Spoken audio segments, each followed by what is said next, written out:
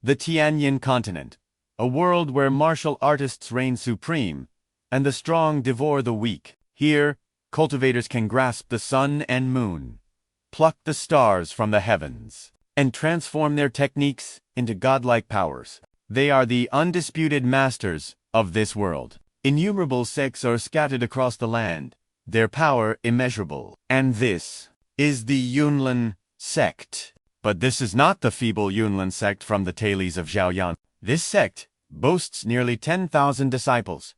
Its power and influence were, for a time, completely unmatched. Right now, a flurry of activity fills the air as people carry offerings up the mountain. Whispers spread like wildfire among the crowd. Something monumental is about to happen at the Yunlan sect. The disciples on guard duty shout, "All of you, pick up the pace. In half a month, our young mistress will be married. Fall behind schedule, and it'll be your heads." After barking the orders, 2 of the disciples began to gossip. Once the young mistress marries into the Lin family, our Yunlan sect will be a force to be reckoned with. Plus, the Lin family is backed by the great Yan sect, a truly massive power, and young Master Lin is one of the most brilliant geniuses in our great Yan County, second only to that young master from the Qin family. The other guard scoffed. Second, what's the point of counting anymore? He's the undisputed #1 now. The 2 of them cackled, completely lost in their idle gossip, forgetting the world around them. Just half a month ago, the Qin family was a formidable power, but in the blink of an eye, the Lin family annihilated them. Even the Qin families claim to the title of Great Yan County's #1 expert, had his entire cultivation crippled. Their hushed talk was cut short as a sudden sound made them jump and spin around. It was the sound of footsteps. Someone was approaching. As they both turned towards the main gate, their brows furrowed with tension. One of them stammered, unable to form a complete sentence. "Is that ... From the distance, the figure of a handsome young man emerged, striding forward with a slow, dignified gait. The green-haired guard let out a contemptuous sneer. Well, what do we have here? If it isn't the great young master of the Qin family, Qin Nan himself." Qin Nan's face was an icy mask, his hands balled into tight fists. He responded only with a sharp, solemn grunt. His silence only fueled their arrogance. The other guard chimed in, his voice dripping with mockery. "How can we possibly help the former #1 expert of Great Yan County?" Ignoring their taunts, Qin Nan turned and began ascending the steps with unwavering resolve. He lifted his chin towards the sky, his voice ringing out clear and strong. "Qin Nan of the Qin family has come to reclaim the heaven-burning sword." The green-haired guard immediately thrust his sword out, blocking the path with a look of utter disdain. "You rotten punk!" Causing a scene is forbidden in the Yunlin sect. Without another word, Qin Nan swatted his hand, and the guard was sent flying like a puppet with its strings cut. He roared, "Get out of my way!" The guard's face went pale with rage. He glared at Qin Nan's back, gritting his teeth and cursing under his breath. "Damn you, you little brat!" He shot a sharp glance at his partner. A single look was all it took. They understood each other perfectly. In an instant, they both rushed forward to block Qin Nan's path, a torrent of judgment ready to spill from their lips. "Do you still think you're that 16-year-old genius who broke through to the 4th level of body tempering? You're nothing now but a cripple whose cultivation has been destroyed." The other guard added with a sneer. With that, he drove his knee mercilessly into Qin Nan's gut, shouting, "Now get lost." The blow landed before he could even react. "Ooh!" Attacked so suddenly, Qin Nan couldn't defend himself. Blood trickled from the corner of his mouth, but he calmly wiped it away. He raised his head, his gaze impossibly firm. He repeated his declaration. "Qin Nan, young master of the Qin family, is here to reclaim the heaven-burning sword." Hearing this, the guard's face twisted in fury as he roared, "You bastard, that's enough." He leaped into the air, bringing his foot down hard on Qin Nan's stomach in a devastatingly painful strike. Blood erupted from his mouth as his body was sent flying backwards before the watching crowd The guard swelled with pride, planting a hand on his hip. He pointed a triumphant finger at the fallen hero. "Get out of here. Don't come back to the Yunlin sect just to get hurt again." But through the searing pain, Qin Nan struggled, pushing himself back to his feet. Each step was an agony, but he shouted with all his might, "Yun Binglan, show yourself." His face was contorted in pain as he clutched his chest, but his voice betrayed not a single shred of fear. "If you do not return the heaven-burning sword to my Qin family, then I, Qin Nan, will die before I take another step from this place." Hearing his defiance, the guard lunged forward again. "You waste! You dare speak the young mistress's full name!" Suddenly, a clear voice echoed from afar. "Qin Nan, I am here." Everyone looked up, stunned, as a peerlessly beautiful young woman with long, silky brown hair descended from above. Clad in an elegant pink gown, she floated down gently from the sky. It was none other than the young mistress of the Yunlin sect, Yun Binglan. Her voice was a soft whisper. "And what can you do about it?"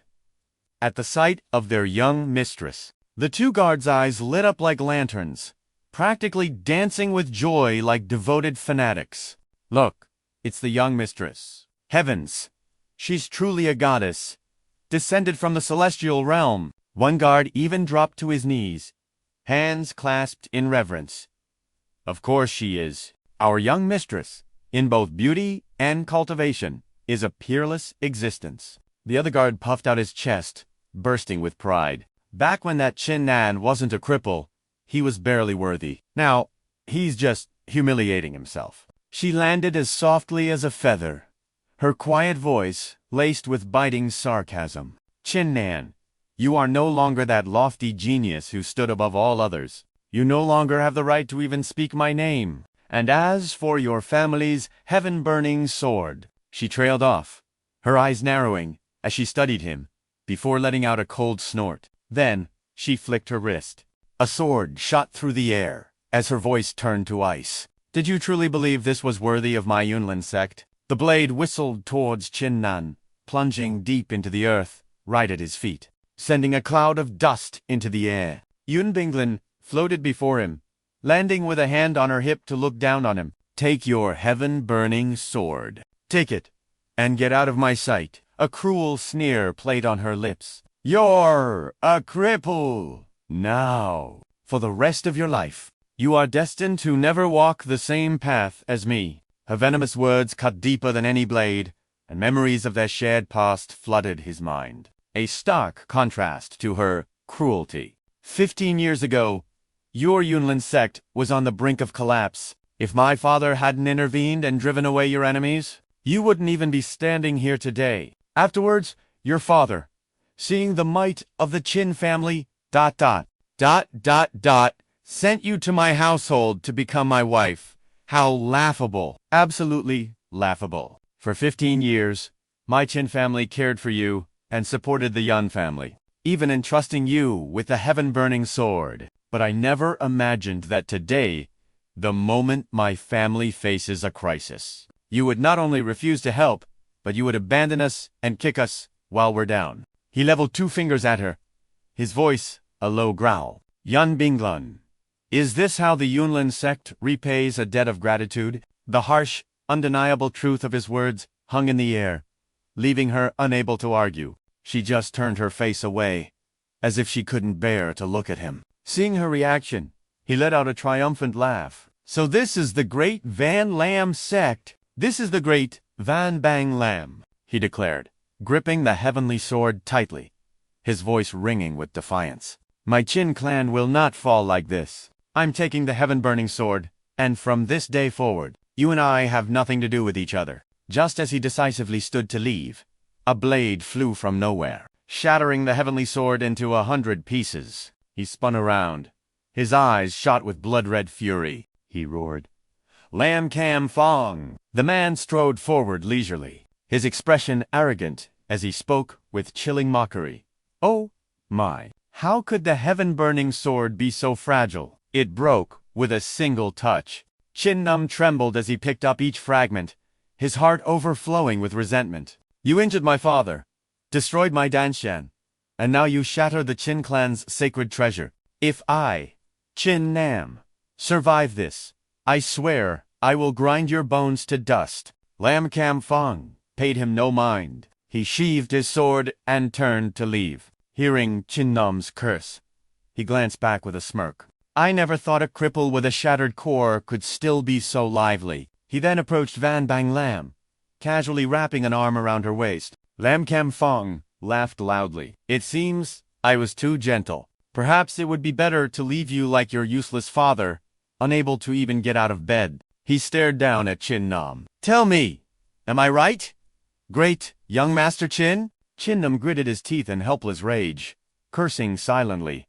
"You bastard!" He clutched the fragments of the heavenly sword and rose to leave, his voice cold as ice. "Since the heaven-burning sword has returned to the Qin clan, all ties of honor between my clan and the Van Lam sect are hereby severed. From now on, between my Qin clan and your Van Lam sect, there will be no peace until one of us is dead." Lam Kam Fong leaned close to Van Bang Lam's ear, whispering with smug satisfaction. "You're just going to let that brat go?" "He vowed to fight your Van Lam sect to the death." She nonchalantly tossed her hair and replied, "What is there to fear from a worthless cripple?" Hearing that, he roared with laughter. "You're right, he's just a cripple. Why should we give him a second thought?" He led her away by the waist, thinking to himself, "Qin Nan, so what if you possessed transcendent talent? This world is already filled with countless geniuses. What truly matters is the power a martial artist has backing them. And you still don't know that I've already broken through to the 5th level of body tempering." Qin Nan staggered into the deep forest, his hands still clutching the fragments of the heavenly sword. Completely oblivious to the world around him, he held the pieces up to the sky as tears streamed down his face. "Father, I'm sorry. I failed to protect the sacred treasure of our Qin clan." He clenched the fragments in his hand, letting their sharp edges cut into his flesh until it bled. Qin Nan collapsed to his knees, wiping away his tears as his voice choked with emotion. "Father, I'm sorry. I've failed our entire Qin clan." A single tear fell onto a sword fragment. Suddenly, the heavenly sword began to glow, and an ancient voice echoed forth. "A man's tears are not shed lightly, for true sorrow has yet to come. Heaven-burning blood / the path of the Asura, to slaughter all the mongrels under the heavens." Hearing this strange voice, he jolted and spun around, his own voice filled with shock. "Who's there?" A white spiritual energy enveloped the sword as the voice spoke again. "Young man, I am Qin Kong. You could consider me your ancestor. Come out! Stop playing gods and ghosts. Though my Qin clan may be broken, we are not something you can insult. If you have the courage, come out and face me in a real fight," he screamed, though his heart was filled with confusion and fear, his mind spinning. A great laugh boomed from the heavenly sword. "If you wish to meet this old man, ... then this old man shall appear before you." From the sword, a dazzling golden light erupted, forming the image of a benevolent, white-haired old man. He glanced at the boy and called out, "Young man." Seeing Qin Nan standing there frozen, he spoke again. "Are you not going to greet your ancestor?" Qin Nan's eyes widened in utter disbelief. Are you truly the great ancestor of my Qin clan, Qin Kong?" The old man descended to the ground and patted his head a few times, not forgetting to grumble. "Enough idle talk.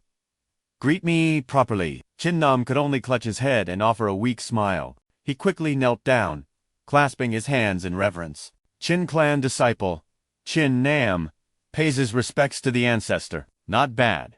Not bad at all." The old man looked at him with satisfaction. Qin Nan's mind began to race. "I once heard my father speak of a time 10,000 years ago, ... when our Qin clan produced an unparalleled genius. This man roamed the world without an equal, his decisiveness in battle just like that of an Asura. He faced any situation without a change in expression. It seems that after the ancestor's death, a fragment of his soul was bound to the heaven-burning sword. The ancestor's face lit up with joy. One hand stroked his beard while the other clapped Qin Nan's shoulder. Excellent. Excellent. Young man, your core constitution is strangely resilient. A good vessel for cultivation. Furthermore, your spirit is steadfast. And most importantly, you have suffered betrayal at the hands of a faithless woman. He asked blankly. Ancestor, what does that mean? The old man raised an eyebrow and spoke in a booming voice. Heaven-burning blood / the path of the Asura, to slaughter all the mongrels under the heavens. The ancestor spread his palm, and a brilliant golden torrent of magic erupted from it. It sent the surrounding leaves flying into a whirlwind. He raised his voice. Boy, do you know what I relied on to dominate the world 10,000 years ago? A sword named Heaven-burning and a sword art called Asura. As he finished, the fragments of the heavenly sword glowed with a brilliant golden light. Flying around him, the ancestor grasped the sword and held it before him. I will only demonstrate this sword art for you once. Watch very carefully. His youthful image appeared, handsome and noble, followed by a breathtakingly beautiful sword dance. Qin Nan's jaw dropped as if he couldn't believe his eyes. This sword art. Is it heaven grade? No, it's at least saint grade.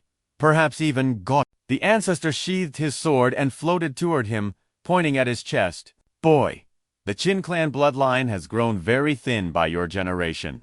Today, this ancestor will help you shed your mortal coil and be reborn. Our Qin clan are the descendants of the great Asura Supreme. The power of our bloodline contains divine abilities, enough for you to ascend to the pinnacle of this world. With those words, he struck a pressure point, and the boy's clothes disintegrated. He clenched his fists and screamed in pain. The ancestor's soul merged with Qin Nan's body. Boy, I have remade your flesh and bone. But from now on, how far you can walk on the path of martial arts will depend on your own destiny. When the smoke cleared, he felt as if he had awoken from a dream. He rubbed his eyes and looked down at his body, wondering, was that an illusion? But no. Before him was a toned physique, with a rippling six-pack abdomen, brimming with power. No, this is not an illusion, he confirmed to himself. Then, Qin Nan clenched his fist and swung it powerfully,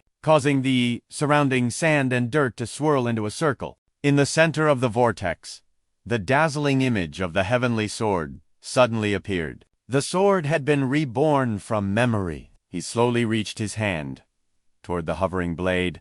Qin Nan gripped the heaven sword, unleashing a devastating arc of power. As the blade met the earth, sparks flew and a terrifying force erupted. The ground fractured, teeming with sword aura. This was the power of the fifth heaven of body tempering. He smiled, his eyes blazing with newfound strength. The path of body tempering is divided into 4 great realms: body tempering, Tao entry, spirit division, and great achievement. With each realm holding 9 heavens. I began my martial arts training at age 5, and by 16, I had reached the 4th heaven of body tempering. I was considered the most gifted prodigy in the region, a true master of the martial way. In this world, cultivation techniques are also split into 4 ranks: mortal, mystic, saint, and god. In the past, the Qin family's greatest martial art was a mere mortal rank 5 technique. But this Asura Sword Art, it might just be He swung the sword again. The movement created a breathtaking combat stance. He rubbed his chin, his eyes filled with contemplation. Just with the 5th heaven of body tempering, I can wield such terrifying power. Yunlan sect, ... Lin family, just, you wait. I, Qin Nan, swear I will slaughter every last one of you. He clenched the sword, his heart a furnace of determination. Sheathing the heaven sword, Qin Nan thought to himself, my clothes are in tatters. I should return to the Qin family compound quickly. The journey back was deceptively peaceful. The sky was clear, the wind was cool, and birds sang sweetly. Suddenly, a desperate scream shattered the calm. Stop! The shout sent the entire forest into chaos as birds scattered in panic. He frowned and turned back, What was that? It was a beautiful young woman with dark blue hair and skin as white as snow. Her face, an image of pure innocence. This was Ning Ruyun, and she was in deep trouble. Tears welled in her eyes. You should know who I am. I'm an outer disciple of the great Yan sect. If you don't want my sect to skin you alive, ... and pull out your tendons, then you'd better get lost now. It turned out she was surrounded by two men with sinister intentions. Their leader was the Lin family's third young master, Lin Hu, his face a mask of cunning. With him was an equally arrogant servant who sneered, "Little girl, you dare threaten us. The great Yan sect is a first-rate power. ...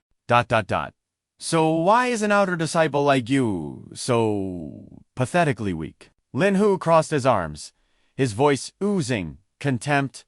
"Little beauty, I am the third young master of the Lin family. I advise you to obediently do as we say. I guarantee I'll make you feel as if you've ascended to the heavens." The servant, however, turned to his master with a hint of fear. "Third, young master, what if she really is a disciple of the great Yan sect?" He laughed sinisterly, his eyes still fixed on the girl. "Just look at what she's wearing. Would an outer disciple of the great Yan sect be dressed in such coarse fabric?" He crossed his arms again, adding, "Besides ... Even if she is who she says she is, my brother Lin Jinfeng is about to join the great Yan sect's inner circle. When that happens, even if she's an inner disciple, what do you have to fear?" The servant quickly agreed. The third young master is right. From a distance, Qin Nan overheard their conversation, but only two words echoed in his mind. "Lin. Family." An idea sparked within him. "I'll use you to test my Asura Sword Art." Lin Hu's face was filled with lust as he advanced on Ning Ruyun, undoing his belt. "Little beauty, here I come." She backed away in terror, tears streaming down her face as she screamed, Don't you come near me." Seeing he wouldn't stop, she gritted her teeth, her face a storm of fury. "Vile creature, I would rather die than be defiled by scum like you." With that thought, she pulled out a small dagger, but before she could act, a sword flashed through the air, grazing Lin, whose cheek. He cried out in shock. "Who's there?" He clutched his face, frantically looking around. He cursed loudly. "Who was that? Damn it! Get out here right now!" From behind the trees, Qin Nan slowly emerged and said, "You dodged it. It seems my swordsmanship still lacks refinement." He stepped forward with an imposing air. Lin, who ground his teeth in fury. "You audacious brat, you dare ambush me. Do you have any idea who I am? I am the third young master of the Lin family. Lin Hu, the #1 genius of the great Yan army. Lin Jinfeng is my older brother. Now get on your knees and beg. Leave your arms behind, and maybe I'll consider letting you live." Seeing someone arrive, Ning Ruyun cried out, "Save me." Qin Nan glanced at her with a faint smile. He stepped closer, pointing the hilt of his sword at her, his voice calm. "And why should I save you?" Ning Ruyun didn't know how to respond, and just shook her head. Then she spoke up. "I'm an outer disciple of the great Yan sect. If you rescue me, ...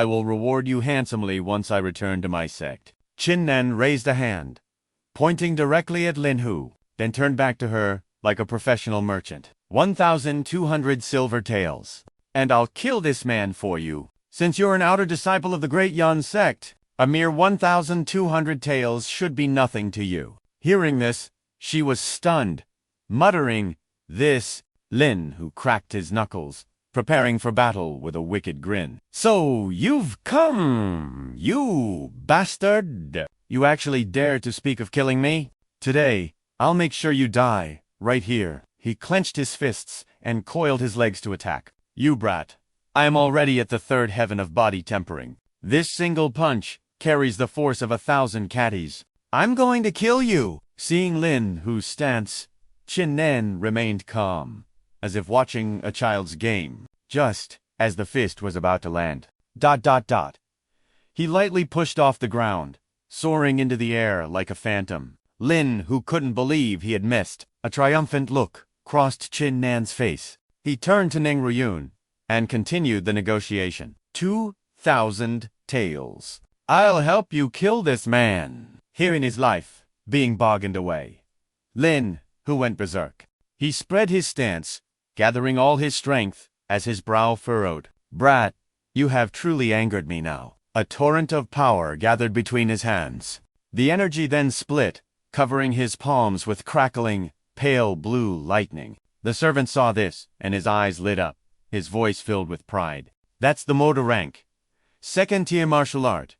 The heart-corroding palm. Young Master Lin, who is a true genius to have mastered such a high-level technique. Qin Nan watched him gather power and simply let out a confident smirk. No one has ever been able to dodge my heart-corroding palm. With that, he charged toward Qin Nan. But Qin Nan still didn't seem to react. He just smirked again and turned back to Ning Ruyun with another offer. 3,000 taels. Seeing the price rise again, she finally screamed, her voice filled with reluctance. 3,000 taels. Fine. 3,000 taels. Deal. With the transaction confirmed, Qin Nan's aura completely overwhelmed Lin, he smiled confidently and said, "Come," the man panted, cursing under his breath. "Damn you!" Lin, who charged forward like a madman. "Die." Qin Nan brandished his sword and said with disdain, "You really think, Amir? Da. Heart-corroding palm could ever hope to stop my Asura Sword Art." He lunged forward, an aura of pure slaughter erupting from him. Lin, who froze, completely unable to fight back. He gasped in shock. So fast, ... impossibly fast. With a blur of razor-sharp sword strikes, blood splattered the air. Lin, who collapsed, a fatal wound gaping at his neck, fresh crimson dripping from Qin Nan's blade. The man passed out cold. His servant could only stare, wide-eyed and stuttering. Third. Young master? He burst into tears, his legs giving way beneath him. Qin Nan shot a cold glare in his direction. The servant immediately dropped to his knees, trembling uncontrollably. "Please, don't kill me. Don't kill me. I'm just a servant. I beg you." Qin Nan didn't even spare him a second glance. Snorting coldly, "Scram." The man scrambled to his feet and fled, abandoning his master's body without a thought. Yu Ruyun watched in silent awe. What kind of sword art was that? How could such a terrifying technique exist in the tiny great Yan kingdom? He strode over to her, holding out his hand. "Well, 3,000 silver taels. Pay up," Ruyun admitted sheepishly. "I don't have the money on me right now." Qin Nan narrowed his eyes. "Are you trying to stiff me?" Her face flushed with indignation as she defended herself. "I am a city lord, an outer disciple of the prestigious Great Yan sect. Would I really cheat you out of your payment? It's just that I left in a hurry and didn't bring any money with me. Come with me, and I'll go home to get the silver for you right now." Qin Nan bursts out laughing, waving his hand dismissively. "There's no need. Do you really think a worthless dog like Lin, who is worth 3,000 taels? I don't want it. I was just messing with you." Qin Nan then approached the unconscious Lin Hu and casually began looting his body, muttering to himself, "This guy has quite a few valuable things on him. A 10,000 tael silver note and a first-grade common-tier golden sword elixir. Even a secret manual for the heart-tempering palm." He had hit the jackpot. He greedily stuffed everything into his robes. Ning Ruyun was speechless. "You... Qin Nan looked up, asking innocently, "What are you looking at? Is there something on my face?" Ruyun quickly shook her head. "No, nothing at all." Qin Nan nonchalantly continued his search, sighing with regret. "These clothes are probably worth something too. It's a shame I ruined them." He sighed again. "And now I don't have a spare set of clothes to wear," she thought with disappointment. "This man is so handsome and powerful. How can he be such a money—" Suddenly, a presence flashed through Ruyun's senses. She tensed. "Someone's coming!" Qin Nan immediately dashed off, calling back, "We need to get out of here. Now." He didn't forget to add a final piece of advice. All right.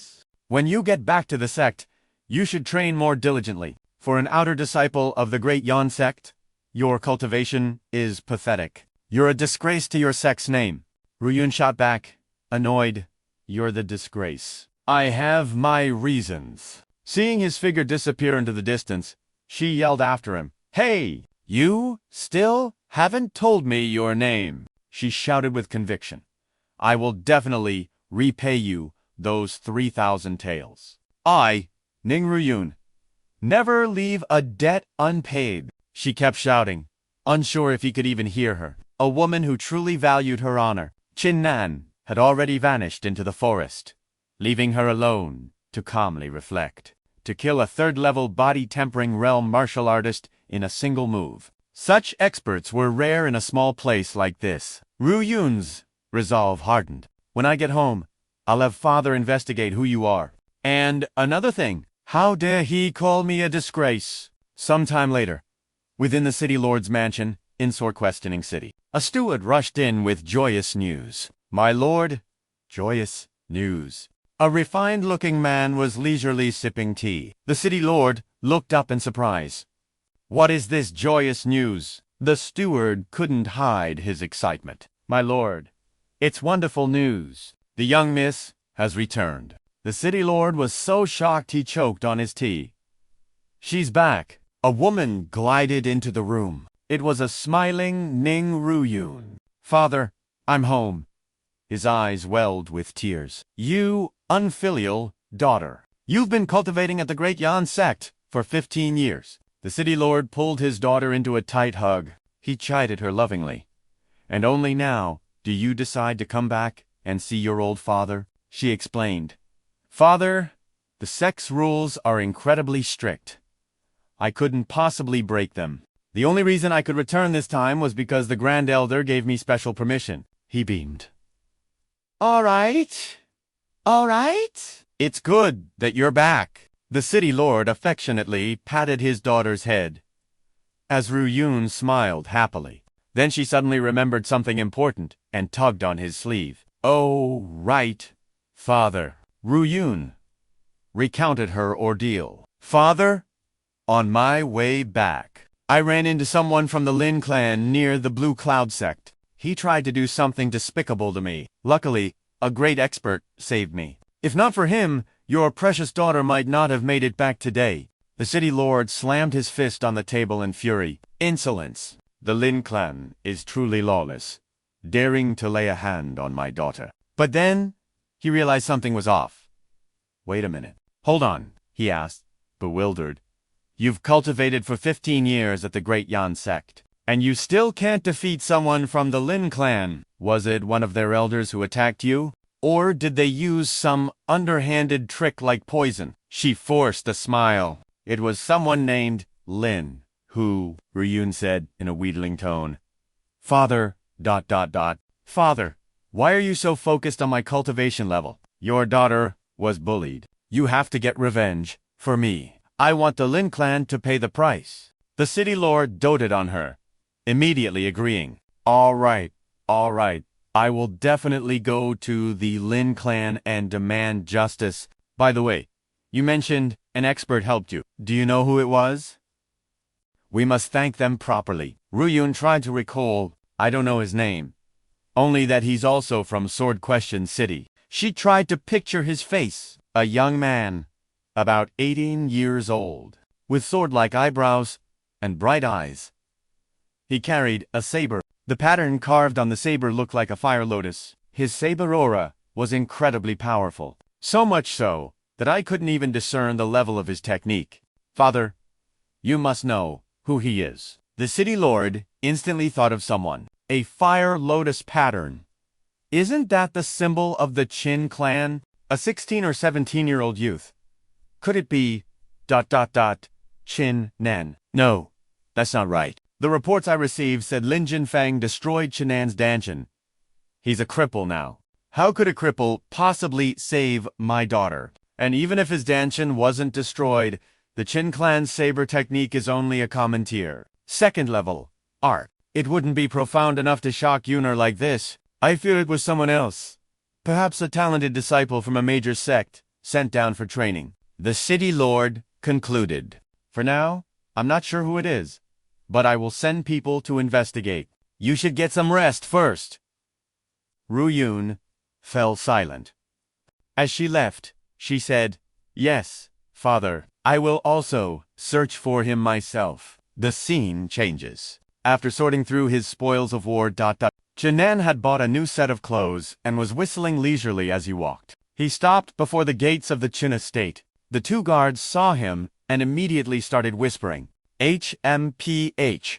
Look who it is. The trash who lost his sword has come crawling back. That crippled actually dares to return. The Grand Elder is waiting for him. There's going to be a good show soon. He snorted, giving them a look of pure contempt. Qin Nan walked straight past them without a care, thinking to himself, after awakening, the Asura Supreme Bloodline, not only has my strength sword, even my 5 senses and my entire body have become far more acute. I can hear every single word those two guards are saying. He strode in confidently, his heart filled with defiance. So, you're waiting for me to put on a show? I'm more interested in seeing what this great elder can do to me. In the Qin family's inner courtyard, Qin Luin, the son of great elder Qin Shing, was already lying in wait. He clutched a long whip in his hand, his face a mask of pure contempt. He sneered. You half-breed. You really know how to cause trouble. I'll teach you a lesson on my father's behalf. Qin Luan thought to himself, in the past, I just toyed with a few women and got them pregnant. For that little thing, Qin Nan whipped me daily until my skin was raw. Now that he's a useless cripple, it's my turn to wash away that humiliation. He mocked Qin Nan mercilessly. Your father angered the Lin family's patriarch, leading the Qin clan to ruin. And now, a son like you has provoked the Azure Cloud sect. What other disasters do you two plan to bring upon the Qin family? You're lucky you're still one of us. You bastard! You bring nothing but shame to the Qin name. The main character calmly replied. My father has been the patriarch of the Qin family for 35 years, forging the glory of our clan. When he needed you, none of you were there, he accused. But now that we face hardship, every single one of you crawls out to bite. What right do you have to call yourselves members of the Qin family? What right do you have to insult my father and me? He unleashed his martial arts, and countless flying swords appeared, awaiting his command. Considering you're a member of the Qin family, I won't kill you. However, I must sever your arm today as a warning. Stunned, Qin Luan had no time to react as Qin Nan's sword flashed with a sharp hiss. His left arm was severed from his body, falling to the ground with a sickening thud. Qin Luan's eyes widened in disbelief as he stammered, my arm.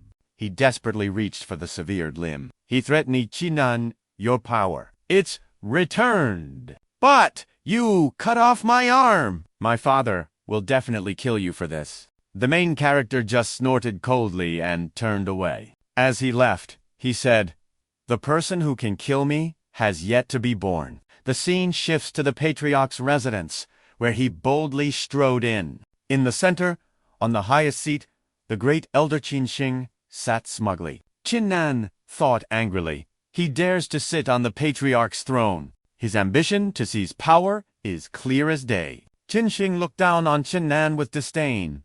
Qin Nan, you still dare to show your face here? Before, you and your father insisted on giving the Heaven's Sword to the Azure Cloud sect. I vehemently opposed you, but you wouldn't listen. He narrowed his eyes and continued. And look what happened. Not only was the sect ungrateful, they even made things difficult for our Qin family. Suddenly, he noticed something was off. With a huff, he realized there was no sword on the main character's back. He thought, no sword on his back. Looks like he failed to get it back. Clearing his throat, Qin Shing gathered his breath. He pointed a finger at his face and began a long tirade. I heard you went to the Azure Cloud sect to demand the sword back. It seems you failed miserably. You two insisted on this path, causing the Qin family to lose its greatest treasure. What punishment do you deserve? Suddenly, the sound of hurried footsteps echoed, and a man burst in, shouting, Bad news! Great Elder! He trembled and stammered. Young Master Qin Luan, looking up in fear, he yelled. The young master's arm was cut off by Qin Nan. The family doctors can't reattach it. The news struck the elder like a bolt of lightning. He shot to his feet, roaring in fury. What? That audacious Qin Nan dared to harm my son? According to clan rules, harming a fellow clansman means imprisonment in the Great Dungeon. Guards, seize him! As he spoke, he pointed directly at Qin Nan, his eyes burning with rage. He thought, didn't Qin Nan's cultivation get crippled? How could he possibly sever my son's arm? Has his power returned? No matter. Today, I must throw him into the torture dungeon. After I find out the truth, I'll kill him to vent my anger. The soldiers, hearing the order, immediately surrounded the main character. Far from being afraid, he boomed, let's see who dares to touch me. Suddenly, his body erupted in a strange red light, sending everything around him flying. The soldiers could only shield their faces. One by one, they were overwhelmed by the pressure and thrown backward. Qin Shing's jaw nearly hit the floor, his mind screaming, impossible. How could this worthless trash have his cultivation restored? But even if it is back, he's just a puny 4th-level body-tempering realm cultivator. He probably hasn't even fully recovered. Qin Nan's voice dropped to a low, imposing tone. According to clan rules, a change in patriarch must be witnessed and approved by the entire clan. As he finished speaking, he slowly performed a technique, pulling his sword from the void. His eyes blazed with power as he declared, "Yet you sit on the patriarch's throne without authority. This is usurpation, an illegitimate claim to power." Qin Nan held his sword high and roared, and according to clan rules, the punishment is death. The great elder began to posture. A smug smile spread across his face, his eyes glinting with contempt. He mocked Qin Nan, thinking a mere 4th-level body-tempering brat would dare to speak of taking his life.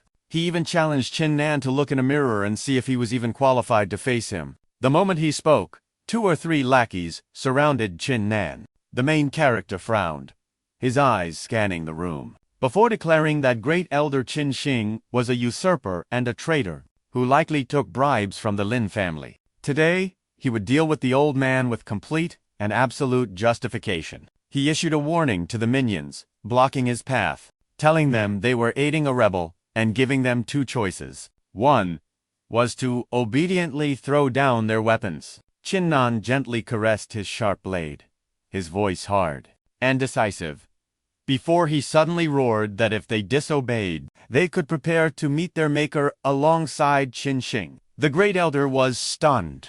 He pointed a trembling finger at Qin Nan, accusing him of not only daring to attack his own kin, but also having the delusion he could kill a clan elder like him. He then declared he would send Qin Nan to his grave. Hearing their master's command, the 4 underlings drew their swords in unison, charging forward with a battle cry. Qin Nan just scoffed, his eyebrows knitting together as killing intent flooded his face. He said, "Then I won't be merciful." Like a flash of lightning, he shot forward, landing gracefully. He spun, unleashing a single, deadly arc of his sword. The blade found its mark. The henchman's eyes went wide before he slowly crumpled to the ground, fresh blood spraying across the floor. The sight left the great elder completely dumbfounded, frozen in place for a full 5 seconds. He thought, Qin Nan is only at the 4th level of body tempering. How could he kill a guard of the same level in a single blow? It must have been a lucky shot. Besides, with his own 6th-level body tempering cultivation, he had nothing to fear from Qin Nan. While the great elder was lost in his analysis, Qin Nan suddenly spoke. His eyes blazed with killing intent, flashing with a brilliant crimson light. He decisively swung his sword towards the elder, his voice like steel. "It's your turn to die." Qin Shing grew more furious by the second, his face twisting into another contemptuous smirk. "You arrogant little brat. I've already reached the 6th layer of body tempering, making me several times stronger than you. Today, you die." Qin Nan retorted with even more confidence. "Then bring it on." As he spoke, He raised his sword. Both lunged forward in a blur, their blades clashing with a shower of sparks. It was then that Qin Shing realized something was terribly wrong. A single thought raced through his mind. This is bad. With a deafening boom, the two separated, surprisingly unharmed. Through the lingering smoke, only their silhouettes were visible. Qin Shing's sword had shattered into countless pieces, a sight that made him lose all composure. He screamed in bitter rage, "Damn it! How could my sword break?" Qin Nan glanced at him coolly and said, "The heaven-burning sword, the Qin clan's ancestral treasure. Of course, it's far superior to the blade you're holding from the Lin clan. Great Elder, you've been colluding with the Lin clan for so long. Did you really think my father and I were blind to it? We spared you, hoping you'd come to your senses. But today you dare to attempt a coup. Death is too merciful.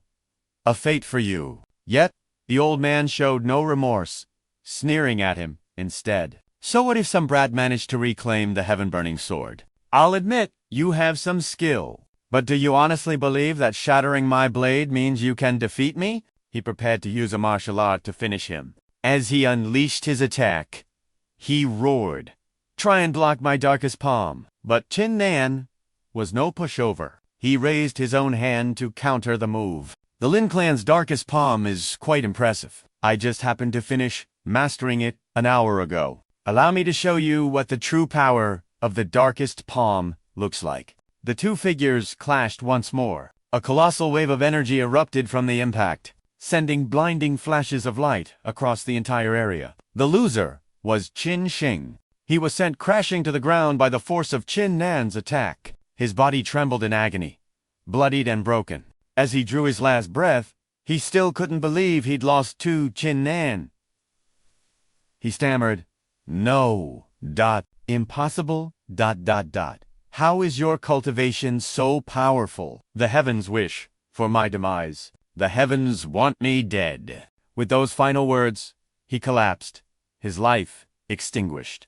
Qin Nan stood tall, sword in hand, thinking, at long last, the rebellion within the Qin clan has ended. By now, the sun had risen high, casting brilliant rays of light upon the Qin clan estate. A smile touched Qin Nan's face as he announced, "The Great Elder has been slain by my hand. The internal turmoil of our Qin clan ends today." His father heard this and asked, in shock, "You managed to kill the Great Elder? Could it be?" "Your cultivation has been restored," he replied. "Yes, father." Folding his arms with a confident air, he added, "A mere Great Elder is nothing to speak of. And my cultivation hasn't just been restored. I have also broken through to the 5th layer of the body-tempering realm." His father coughed, then sighed with a mix of pride and sadness. "My son, at this age, already a 5th-layer body-tempering expert, you are the hope of our Qin clan. To be honest, I discovered the Great Elder's treacherous intentions long ago. He paid the price for his actions. Now, my internal injuries have left me crippled. I barely have the strength to tie up a chicken, and only a fraction of my cultivation remains. I am nothing more than a useless old man. Since your cultivation has been restored and you've grown even stronger, I will pass the position of patriarch to you. The Qin clan cannot be without a leader." Hearing this, Qin Nan's expression grew serious as he called out, "Father." He then dropped to his knees, declaring earnestly, "You have been the patriarch of the Qin clan for 35 years. Right now, our clan is slowly being devoured by the Lin clan in Wenjin City. At this critical juncture, we still need you to lead us." His father replied with a grave look, "On the Tianyuan continent, martial strength is law. The strong prey on the weak. This is a rule that will never change. My cultivation has been crippled. If I were to remain patriarch, wouldn't the Qin clan be looked down upon even more? The patriarch seat belongs to the strongest, and you have just killed the Great Elder, the second most powerful warrior in our clan. You now possess the greatest strength here. No one is more suited for this position than you." Hearing this, Qin Nan fell deep into thought. He recalled the Asura bloodline gifted to him by his ancestor, which contained countless cultivation techniques and texts. Among them were numerous pill formulas and refining methods. In particular, there was a unique third-grade pill called the marrow cleansing pill. It was specifically designed to heal internal injuries and restore crippled cultivation bases. If I can refine it, father can return to his peak and continue to lead the clan. Having decided, he reported to his father, "Father, your son had a fortunate encounter and learned of a pill that can cure your injuries. If you trust me, let's leave the patriarch position vacant for 3 days. After 3 days, if I can obtain that pill and heal you, then you will continue to lead our clan. If I cannot, then it won't be too late for me to become the patriarch.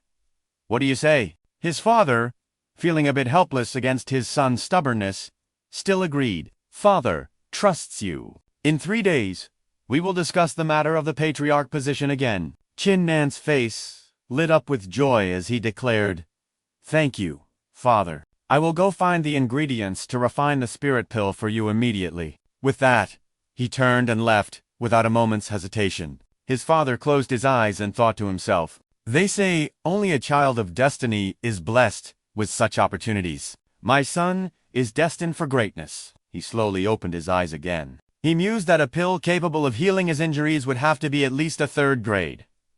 Mortal, rank Heart-Lincoln pill. Such a thing is unheard of even in the capital city. Even the 2 great clans of Wenjin City, the Qin and the Lin, would be hard-pressed to find one. For my son to obtain such a pill in 3 days. It is simply an impossible fantasy. At the Sihuan residence, Qin Nan began to mentally list what he needed to refine the marrow cleansing pill. First, he needed 3 medicinal ingredients: dragon liver grass, summer mint flower, and 3-veined root. The first 2 are easy to find. The shops in the city will definitely have them. But he hesitated, knowing that the 3-veined root alone would be nearly impossible to find, even if he scoured every shop in Wenjin City. Qin Nan put his hands on his head and smiled. "Worrying is useless. I might as well start searching now. Who knows? Maybe Wenjin City actually has it somewhere." He cheerfully set off for the bustling market street of Wenjin City. Qin Nan figured he could buy the dragon livergrass and summer mint flower anytime.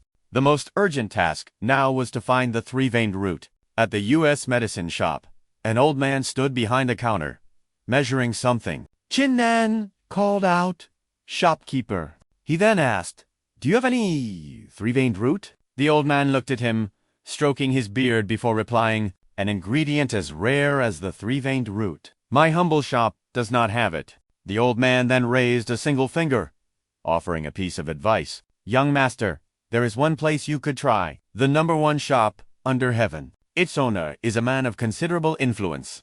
Perhaps he can help you find the Sanfu root you seek." Qin Nan cupped his hands in respect. "Many thanks." After leaving, he made his way directly to the legendary shop. Standing before its grand entrance, he couldn't help but be impressed. This establishment truly lives up to its name. It's in a completely different league from the common street stalls. Time to see what's inside. The interior was bustling with activity, a constant flow of customers. Suddenly, a man dressed in fine yellow robes appeared, lazily waving a fan. This was Qiu Tsai, the proprietor himself. He offered Qin Nan a practiced smile. "Esteemed young master, what might you be looking for today? What kind of medicinal herb?" Qin Nan met the owner's gaze and stated his purpose clearly. "I require 3 stalks of Sanfu root." Upon hearing this, Qiu Juzai raised a single finger and dropped a bombshell of a price. 10,000 liang. Qin Nan broke out in a cold sweat. 10,000, he thought, stunned. The 10,000 liang I got from Lin, who is all I have. If I spend it all now, how will I afford the dragon root grass and xiabeo flower? I have to try and bargain. He turned back to the owner with a strained smile. "Shopkeeper, you see... ... But before he could finish, Qiu Tsai cut him off. "I'll take 10% off for you," he said with a hint of impatience. 9,000 liang, not a coin less. Qin Nan was speechless. This shopkeeper was a ruthless shark, leaving no room to breathe. He sighed in defeat. Fine. 9,000. It is. That leaves me with just 1,000. Perhaps that's enough for the other 2 herbs. Qin Nan took out his banknotes. All right, shopkeeper. Here is a note for 10,000 liang. The remaining 1,000. Double quotes, ...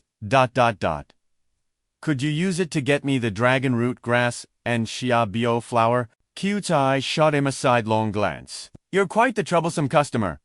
The owner crossed his arms, but finally relented. Fine. Seeing as you're short on funds, I'll do it your way. 10,000 liang. For all 3 herbs. Qin Nan's face lit up. Thank you, shopkeeper. You're truly the best. Hand on his chin, he thought. Perfect. The ingredients are secured. Now, all that's left is to refine the pill. But a sharp voice cut through the air from the entrance. Hold on. It was Lin Zhaoshan, Lin Jinfeng's younger brother. He declared, I'll pay 30,000 liang. That sunfu root is mine. Qiu Kai's eyes nearly popped out of his head as he slammed a hand on the counter. As expected of young Master Lin, such charisma. 30,000. It's yours. Qin Nan quickly put a hand out to stop him. Shopkeeper, hold on. There's an order to doing business. I had already purchased that herb.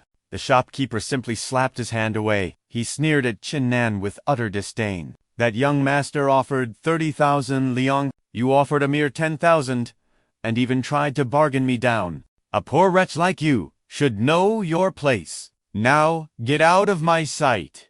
Just then, Lin Zhaoshan recognized him. Well, if it isn't the useless trash.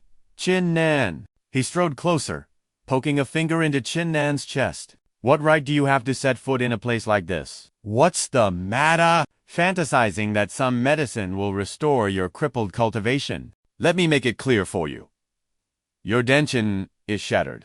It doesn't matter what you consume or what trick you try. ... You will forever remain a useless piece of trash. Despite the insults, Qin Nan remained perfectly calm. And which of your eyes saw that my cultivation was crippled? Lin Zhaoshan just laughed. Optimism won't change reality. You're already finished. He then leaned in closer. Even your own childhood sweetheart is now another man's wife. Qin Nan tried to ignore his venomous words, but Lin Zhaoshan leaned in, whispering right into his ear. And another thing. On their wedding night, my brother, Lin Jinfeng, took a young nourishing pill and completely dominated her. A slight smile touched Qin Nan's lips. Just a pair of treacherous scoundrels, conspiring together. Lin Zhaoshan's expression shifted to one of contemplation. Still, there is one thing that surprises me. ... I tease that you actually know alchemy. He thought to himself, alchemists are incredibly rare. You might find only one among 10,000 martial practitioners. I never thought this trash would have such an aptitude. But if you're so eager to court disaster, then don't blame me for what happens next. Lin Zhaoshan's confidence returned in a flash. I have long been accepted as a disciple by the great Dan Yesi of Qinju Mountain. And I am already a 10th grade alchemist. A prodigy like me is someone a piece of trash like you could never hope to match in 1,000 lifetimes. The shopkeeper's jaw dropped in disbelief. What? A 10th grade alchemist, the disciple of Grandmaster Dan Yesi? He immediately bowed deeply, his attitude completely reverent. For my humble shop to be graced by young Master Lin's presence. ... is the greatest honor imaginable. To show my sincerity, please accept this sanfu root as a gift, young master. Seeing this, Qin Nan just let out a soft chuckle. 10th grade is the absolute lowest rank for an alchemist, and that so-called master, Dan Yesi, is merely a 9th grade himself. How dare he even take a disciple? Lin Zhaoshan caught his disdainful expression and roared with fury. You wretched brat. What are you laughing at? Are you trying to get yourself killed? Qin Nan calmly explained. It's true that alchemy is the rarest profession on the continent. ... But how dare a piddling 10th grade practitioner like you act so arrogantly? You should know that even without the title, the pills I can concoct ... double quotes, ... are 100 times more potent than anything you could ever make. Enraged, Lin Zhaoshan snarled, "Brat, I'll make you pay for your arrogance." He then issued a challenge. "Since you claim to know alchemy, let's have a competition. The loser pays 50,000 liang and forfeits their legs. What do you say?" But a clear, feminine voice interrupted them. "Hold on!" A woman in striking red robes, holding a golden fan, appeared. It was the leader of the Wenjian Merchant Guild, Qin Nan. Two young masters, full of vigor and youthful fire. "I find this quite interesting." She smiled and continued, "Regarding this competition between you, ... how about I act as the witness?" Qin Nan was the first to ask. "And who might you be, Miss?" The shopkeeper scrambled to introduce her. "This is the leader of the Wenjian Merchant Guild here in Wenjian City. Nearly every source of rare and precious medicinal herbs is under the control of Lady Qiang Wan. Even the two great families, the Qins and the Lins, require Lady Qiang Wan's approval for their supply of herbs." Understanding her status, Qin Nan immediately offered a respectful bow. "So, you are the renowned Lady Qiang Wan. My father has spoken of you often. I never imagined that upon meeting you today, I would find you to be so breathtakingly beautiful." With a coy smile, the young lady hid her face behind a fan and replied, "Young master, you truly know how to flatter someone. If your gentlemen wish to compete, then follow me to the next room." Qiu Cai gestured grandly. "This way, please." Inside a vast, private chamber, Qion Yuan, the host of this contest, announced, "The rules I've set are simple. You must use the cauldrons on the table to refine a first-grade mortal tier beauty pill within the time limit. Whoever produces the highest quality pill wins." Lin Zhaoshan's face lit up with confidence. "Qin Nan, you've already lost. I trained under the great master Don Yezi, and I constantly refined these beauty pills to sell to noble ladies. The highest quality I can achieve can reach a purity of 40%. Qiu Sai chimed in, "When refining pills, one must gather various herbs to support the cauldron. During the process, the medicinal essence inevitably depletes at different rates. Most alchemists can only preserve 10 or 20% of the medicinal power." He then added a bit of flattery, "But young Master Zhaoshan can refine a pill with 40% purity. He is truly worthy of being Master Don Yezi's disciple." Hearing this, Lin Zhaoshan's arrogance grew even more. "Enough talk. Let's begin. I'm going to make sure I break both of your legs, Qin Nan." Qiong Yuan then gave the signal. "Then," she said, "begin." Qin Nan stared at the materials, thinking to himself, "The alchemy arts, recorded in the Asura bloodline. I memorized them all last night. Now, it's finally time for my very first refinement." A small spark of fire ignited in his palm. Qin Nan sat in concentration, channeling his ki and creating brilliant sparks of flame that danced around the cauldron. Then, he slowly opened his eyes, harnessed inner strength, condensed the fire's essence, formed the pill. He thrust his hand forward, and a deafening explosion ripped through the room, unleashing a blinding cloud of black smoke that seemed to tear space itself apart. A moment later, Qin Nan emerged from the smoldering remains, coughing violently. A red-haired youth, who had witnessed the entire spectacle, immediately cursed Qin Nan, calling him a useless piece of trash. He pointed a finger at him and sneered, "You can't even refine a simple pill. You turn such precious medicinal herbs into nothing but dregs. You've lost, for sure." Hearing this, Qin Nan finally noticed that all his valuable ingredients had been reduced to ash. "This is bad." Realizing the situation was beyond saving, Qin Nan calmed himself, closing his eyes and taking a deep breath. "It seems just one small mistake is enough to ruin all the ingredients. I'll have to be more careful next time." A large, older man, standing nearby, stared at Qin Nan and couldn't help but chuckle to himself. This kid's temperament is still too raw. He clearly has no idea how to refine pills, but insists on pushing himself. He's bound to suffer a crushing defeat. A woman present then spoke to Qin Nan. There are still plenty of herbs here, and you have more than half the time remaining. Young Master Qin, you can choose to try again. With that, she placed a small cauldron before him and waved her fan to clear the smoke. Her words seemed to reignite Qin Nan's confidence. He puffed out his chest and glared at his rival, declaring, Lin Zhaoshan, if you want a real bet, then I, Qin Nan, will play a serious game with you today. Then he added another condition. And since we're betting, let's make it bigger. How about we add an arm to the stakes? Across from him, Lin Zhaoshan stood with his hands on his hips, his face darkening. But he agreed with the same arrogant tone. Fine, I admire your style, Qin Nan, foolishly gambling with your own life.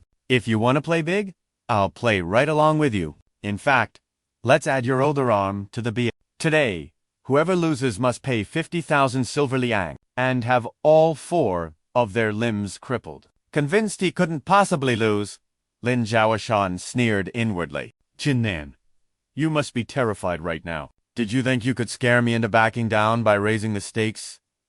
I saw through your pathetic little scheme in an instant. Your defeat today is guaranteed. Seeing the two men engaged in a war of words, the woman raised her fan to cover her face and spoke up. Young masters, since you're both so passionate, perhaps Qiong Yuan can join in the fun. Qin Nan turned to her in surprise, letting out an O before asking, I wonder how Miss Qiong Yuan plans to play. Qiong Yuan immediately ordered the large man, Go and bring out those 2 treasures. The man replied with a yes, and turned to retrieve them. The man quickly returned with a wooden box in his hands. He opened it to reveal 2 treasures. A 5th grade, mortal tier, 100 refinements. Cauldron, capable of refining 5 to 10 extremely valuable pills at once. And a 5th grade mortal tier storage ring, which could hold items with an internal space of up to 100,000. After presenting the 2 treasures, Qiong Yuan returned to the main topic, addressing the 2 men. This 100 refinements cauldron within Wenjin City. I fear you will not find a better one. And this storage ring, for carrying items with you, is incredibly convenient. Whoever wins, I will gift these 2 treasures to them. The loser, however, must compensate me with 500,000 silver li. Qin Nan's eyes were glued to the alchemy cauldron as he thought. An emperor-grade cauldron can only refine 1 type of pill at a time, which is both time-consuming and exhausting. But this 5th grade mortal tier, 100 refinements, cauldron can refine 5 to 10 types at once. If I can get my hands on it, my success rate in pill refining will definitely increase. On the other side, Lin Zhaoshan was also staring intently at the ring, his mouth agape, as he analyzed the storage ring. I've heard that only a master blacksmith can forge such an item. Its value far exceeds 500,000 lian. It's practically a free gift. Thinking this, Lin Zhaoshan smiled brightly at Qiong Yuan. Miss Qiong Yuan is truly generous. After I, Lin Zhaoshan, win, I will graciously accept your gift. Though his words were polite, in his heart, he was resolute. Today, I must defeat Qin Nan. These 2 treasures will belong to me. Qin Nan, however, was unfazed and let out a cold snort. No need for so many words. As he spoke, a powerful aura radiated from his body. Qin Nan continued, Otherwise, when you lose in a moment, the look on your face will be quite unsightly. He then shouted, Let's begin, and got into his pill refining stance. Both of them began the process. After what felt like 3 long hours, steam began to rise from Lin Zhaoshan's cauldron. His eyes lit up as he saw the white vapor and said, It's a success. He clasped his hands and shouted, Pill, arise! From the white mist, the pills slowly began to materialize. The refinement was a success. Lin Zhaoshan immediately pointed at Qin Nan with a smug grin. A 4th grade beauty pill. This is the best I've ever refined. How could you possibly defeat me? Qin Nan, your defeat is sealed. Don't even think about running when I come to sever your limbs. Qiong Yuan gently picked up the pill, examining it before confirming. It is indeed a 4th grade beauty pill. Young Master Lin is truly a 10th level alchemist. Hearing this, Lin Juoshan sidled up to Kyung Yuan, trying to curry favor, of course. Miss Kyung Yuan, if you like these beauty pills, it wouldn't be impossible for me to refine a few more for you. At his words, she politely covered her face with a fan, letting out a soft laugh. But at that exact moment, Lin Zhaoshan noticed something and whipped his head around. His jaw dropped. Qin Nan's furnace was suddenly emitting a hazy smoke. Qin Nan's hands were weaving signs, channeling his internal energy. He closed his eyes, then snapped them open, clapping his hands together. With one sharp word, he declared, "Congeal." From within the mist, a pill materialized. Qin Nan quickly took out a small bowl to catch it. One pill after another fell into the bowl. He smiled brightly, announcing to everyone, "Success! 9th grade quality." Kyusai stroked his beard and scoffed, "9th grade quality. I'm afraid your boasting has gotten out of hand." "Boy," he thought to himself. "Pills from 1st to 3rd grade are low quality. 4th to 6th are high quality. 7th to 9th grade are supreme, and 10th is perfect. How could a common alchemist possibly refine a supreme grade pill? What a joke." He then slowly picked up a pill, but the moment he inspected it, he gasped in shock. "It's really a 9th grade supreme beauty pill." Kyusai stared intently at the pill's faint glow, remarking, "I've heard that supreme grade pills have visible patterns on their surface. Seeing it today has truly broadened my horizons." Even Kyun Yuan was astounded, thinking to herself that even a veteran alchemist would struggle to refine a pill of such high quality. Yet this Qin Nan managed to do it. Could he be an alchemy genius? In stark contrast to everyone's admiration, Lin Zhaoshan was panicking, terrified of losing the bet. Unwilling to accept it, he snatched the pill from Kyukai's hand to check it himself. "I don't believe it! Give it to me!" The moment he held the pill, true panic set in. Impossible. Absolutely impossible. His arrogant nature took over as he roared, accusing Qin Nan. "I have studied alchemy since I was a child, and was even accepted as a disciple by the great master Dantian. Yet I can only refine a 4th grade pill. And you, a worthless piece of trash, ... You're not even a real alchemist. How could you possibly refine a 9th grade pill? It's illogical. You must have cheated." Qin Nan didn't even bother arguing, simply stating with contempt, "You fool. The truth is right in front of your eyes, yet you refuse to accept it. If you still don't believe me, ... then I'll just refine another one to make you submit completely." He was also determined to try again. His fire control during the last process wasn't perfect. Another attempt would surely yield better results. He turned to Kyung Yuan. "There is still 1/3 of the time remaining. The pill I just made had some flaws. I wonder if Miss Kyung Yuan would mind." She, of course, had no objections. "Naturally, you may. Please, feel free to use any ingredients you need, free of charge." Pushed into a corner, Lin Zhaoshan was flustered but still feigned contempt. "I'd like to see what other tricks you have up your sleeve." Ignoring his taunts, Qin Nan calmly began refining once more. After 2 attempts, the ingredient quantities, the internal energy control, the fire manipulation, he had memorized it all. This time would be faster. He immediately began the process, condensing fire palm. His control over his internal force was now much more masterful. Essence, congeal. His power flowed into the furnace, and before long, the furnace itself erupted in a blinding light and a dense wave of spiritual energy. Qin Nan swiftly retrieved the pill. He had, of course, succeeded again. Lin Zhaoshan couldn't believe his eyes. He shoved Qin Nan aside to inspect the result. "Move!" The moment he saw it, he screamed in shock. 10th grade quality. He stared at the brilliantly glowing pill. He shrieked in horror.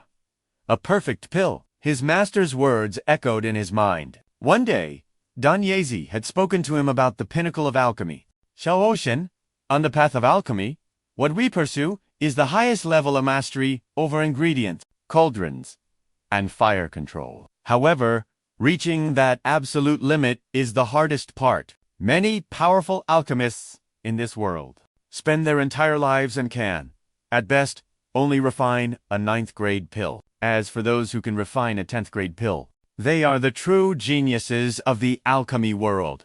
Recalling this, Lin Zhaoshan's face went deathly pale. Impossible. It can't be. He still couldn't believe the trash whose cultivation was crippled just days ago was now an alchemy genius. How is it possible?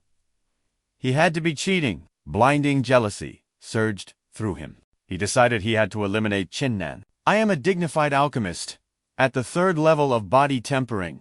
I will never hand over my limbs to a piece of trash like him. I have to kill him. With that thought, he secretly gathered his internal power, then lunged toward Qin Nan. Worthless Qin Nan, go to hell. Faced with mortal danger, Qin Nan just smirked.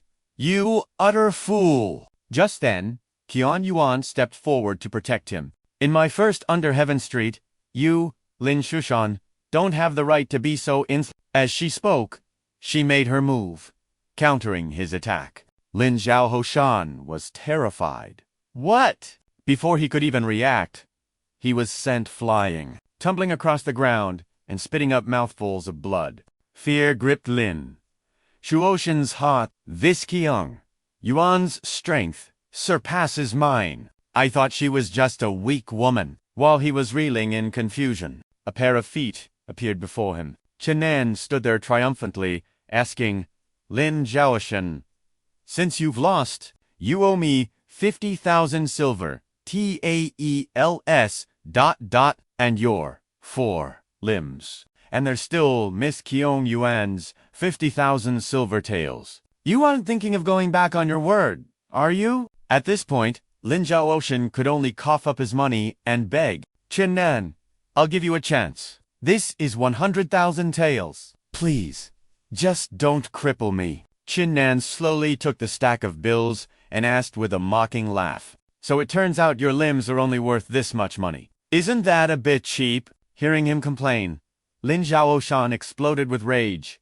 Qin Nan, don't you dare cross the line. A wise man leaves a path for retreat, so we can meet again without animosity. I am of the Lin clan, and if you anger us, your Qin clan will suffer a terrible fate. Ignoring the threat entirely, Qin Nan simply stomped down on his leg and said, what a pity. The one thing you should never have done was threaten me. Without a shred of hesitation, he shattered Lin Zhaoshan's leg. The man's face went deathly pale, clutching his ruined limb as he let out a blood-curdling scream. Qin Nan calmly looked down on him. For the sake of your family, I'll give you one more chance. Your other leg and both your arms. Do you want to keep them or not? Realizing there was no escape, Lin Zhaoshan tremblingly pulled out another stack of bills. He shakily offered them to Qin Nan, begging, this is the last 50,000 taels I have on me. Take it all. I'm begging you. Just spare me. The agony made him curl up like a cooked shrimp on the floor. Qin Nan shamelessly took the money, counting it with a grin. Well then, don't mind if I do. But of course, he had no intention of letting him go, landing another vicious blow. Why would I ever spare you? This kick landed right on his already broken leg, followed by another strike that crushed one of his arms. One arm wasn't enough. He obliterated the other, and for good measure, destroyed his last remaining leg. After crippling all of Lin Zhaoshan's limbs, Qin Nan announced, without a trace of fear, as you said yourself, you're from the Lin clan, and for humiliating my Qin clan, you will face the consequences. His arms and legs were now nothing but shattered messes. Lin Zhaoshan grit his teeth in fury, cursing, Qin Nan, you're a monster. You won't die a peaceful death. As long as I'm alive, I swear I will kill you. Qin Nan sent him flying with a final, painful kick. Get lost! You're too noisy. The man could only endure the agony, sent away in utter disgrace. Instead of hitting the ground, he slammed hard against a wall with a thunderous crack. The impact was so great it fractured the wall itself. But now, Qian Yuan was looking at Qin Nan in a completely new light. her mind racing with calculations. This Qin Nan... He is ruthless and decisive. He's the kind of man destined for greatness. If I can recruit him, he would be an incredible asset to my Asking Sword Merchant Guild. A moment later, Kyudzai respectfully brought out a box and offered it to him. Young Master Qin, please, forgive my previous transgressions. These 3 prepackaged herbs are a small token of my apology. The old man even knelt to show his sincerity, terrified of receiving the same treatment as Lin Jia. I hope young Master Qin, in his greatness, will not lower himself to my level. In the future, please continue to grace our first under Heaven Street with your business. Qin Nan let out a faint smirk and replied, it was a small matter. Forget it. Seeing her chance, Qiang Yuan stepped forward. She presented a business proposition with immense benefits, hoping to forge a powerful connection with him. Since it's settled to befriend a talented hero like young Master Qin, I, on behalf of the Asking Sword Merchant Guild, would like to offer you a special privilege. You will receive a 30% discount on any purchase at any of our medicine shops. Naturally, an offer this good was one Qin Nan happily accepted. At the same time, he gave a courteous reply in return. Miss Qiang Yuan, as the old proverb says, accepting a gift for nothing makes it difficult to refuse a request later on. For you to offer me so much, my heart feels uneasy. If you have a matter you need my help with, please speak freely. I, Qin Nan, will certainly do everything in my power to assist. After the pleasantries, Qiang Yuan got straight to the point. A man as brilliant as young Master Qin surely understands the principle of mutual victory through cooperation. I have but one small request. I'd like you to join the Asking Sword Merchant Guild in the capacity of an alchemist. This invitation made Qin Nan slightly suspicious. After all, the Asking Sword Merchant Guild was already a top-tier power, controlling most of the city's medicinal resources. Within Asking Sword City, they were an unrivaled business empire. I wonder what a major power like yours would need with a minor figure such as myself. Faced with this question, Qiang Yuan didn't beat around the bush and answered truthfully. Young master, you may not be aware, but the Asking Sword Merchant Guild is not the only merchant organization in this city. She began to lay out the board of their fierce competition. Besides her guild, they had a formidable rival, the Clear Light Guild, which controlled the city's entire supply of weapons and equipment, and has opposed them for years. They've recently grown very close to the Lin clan, even using the clan's influence to begin plotting a hostile takeover of our guild. Furthermore, there's a critical weakness here. In Asking Sword City, the quality of pills available on the market is extremely low. This was the very reason she wanted to pull Qin Nan to her side. If you, young master, could supply the market with a large quantity of high-quality pills, it would undoubtedly cause a massive shockwave, allowing us to expand our influence and strike a devastating blow to the Clear Light Guild. After hearing her analysis, Qin Nan immediately saw through her plan and asked directly, So, Miss Qiang Yuan, you wish to borrow my strength to swallow the Clear Light Guild and unify all of commerce in Asking Sword City. Seeing how sharp he was, Qiang Yuan didn't hide it and nodded. That is precisely my intent. And then, she made him an offer that he couldn't possibly refuse. Besides, if you wish to restore the Qin clan, cooperating with a merchant guild is essential. The Lin clan has already allied with the Clear Light Guild, and their power is growing by the day. If you agree to my request, I will put all my resources into helping you revive the Qin clan. After a moment of calculating the pros and cons, Qin Nan made his decision. All right, I'll join, he thought to himself. This deal was simply too good to pass up. Reviving the Qin clan requires massive resources, and an alliance with the Asking Sword Merchant Guild was the perfect solution. Receiving Qin Nan's agreement, Qiang Yuan's face lit up with joy as she immediately devised a battle plan. Healing pills are the most essential items for any martial artist. Young Master Qin, why don't you start by refining a batch of mortal-grade first-stage wood healing pills? As long as they are of the highest quality, we can sell them at a premium, greatly boosting the prestige of our Asking Sword Merchant Guild. As Qiang Yuan laid out the plan, The attendant Qiu Tuzai quickly reminded her, Miss Qion Yuan, young Master Qin does not currently possess an alchemist certification. Without it, any pills he refines cannot legally be sold within Asken Sword City. This reminder didn't seem to faze Qion Yuan she replied with absolute confidence. That's not a problem. With young Master Qin's extraordinary skill, obtaining that certification will be as easy as flipping his hand.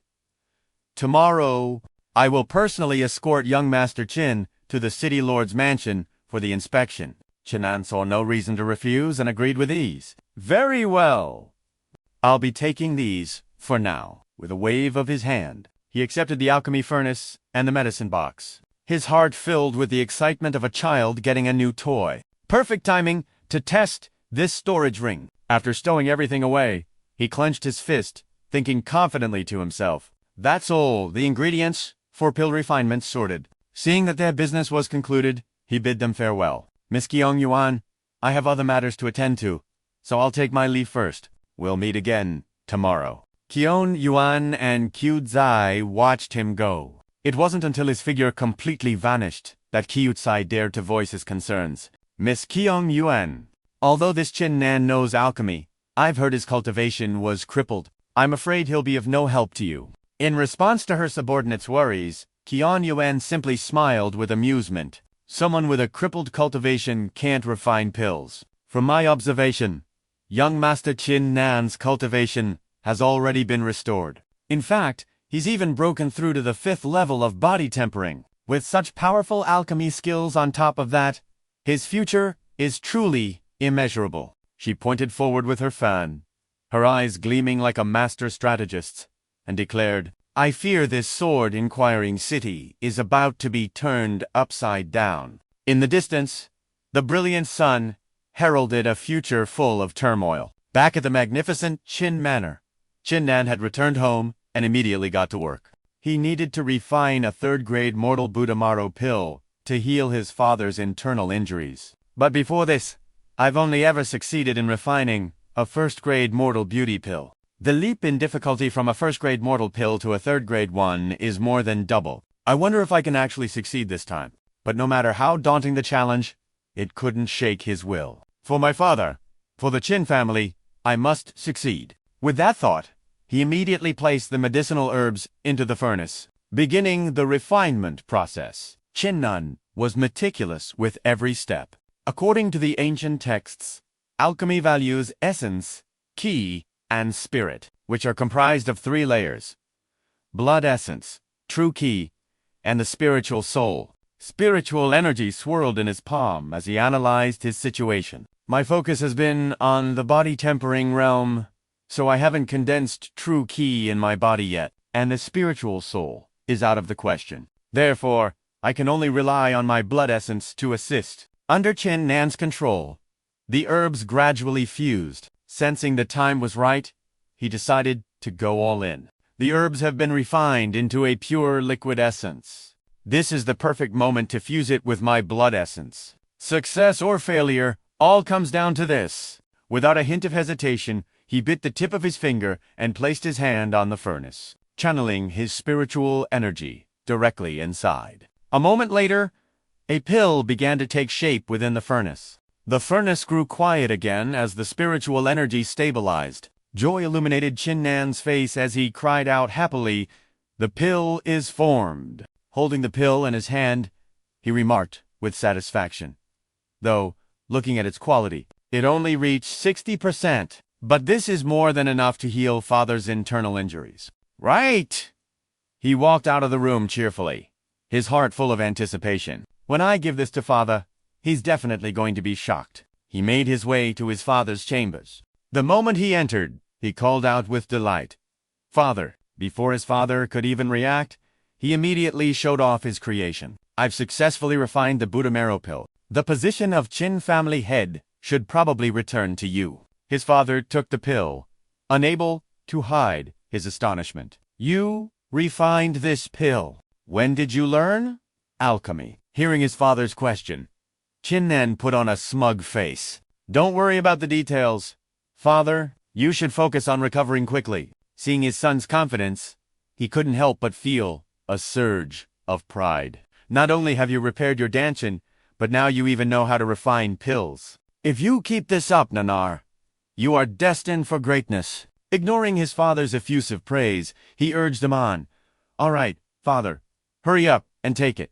Without delay, his father consumed the pill. Immediately after, he entered a state of cultivation, feeling the distinct changes within his body. The medicinal power of this pill is incredibly potent. A warmth began to spread through his limbs, and his meridians were being cleared. Qin Nan stood by, watching intently. When he saw his father's spiritual power gradually recovering, a contented smile graced his lips. The pill is working. Father's cultivation should slowly recover over the next 2 days. I shouldn't disturb him any longer.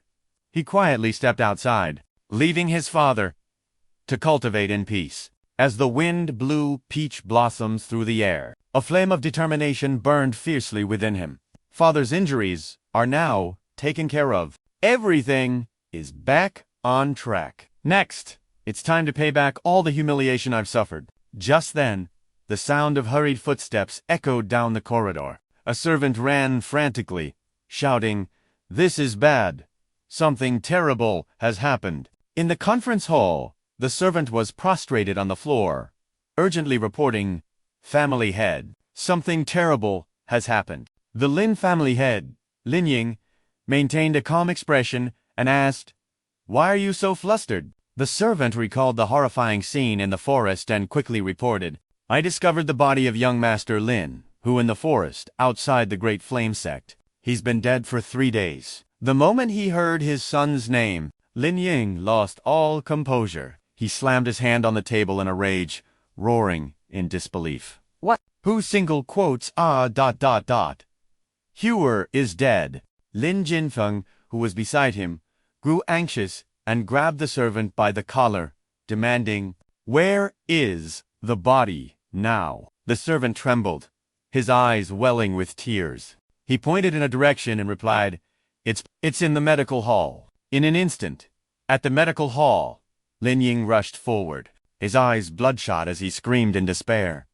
But only a dreadful silence answered him, because his son was now just a cold corpse on the bed. Lin Jinfeng also rushed over, crying out in pain.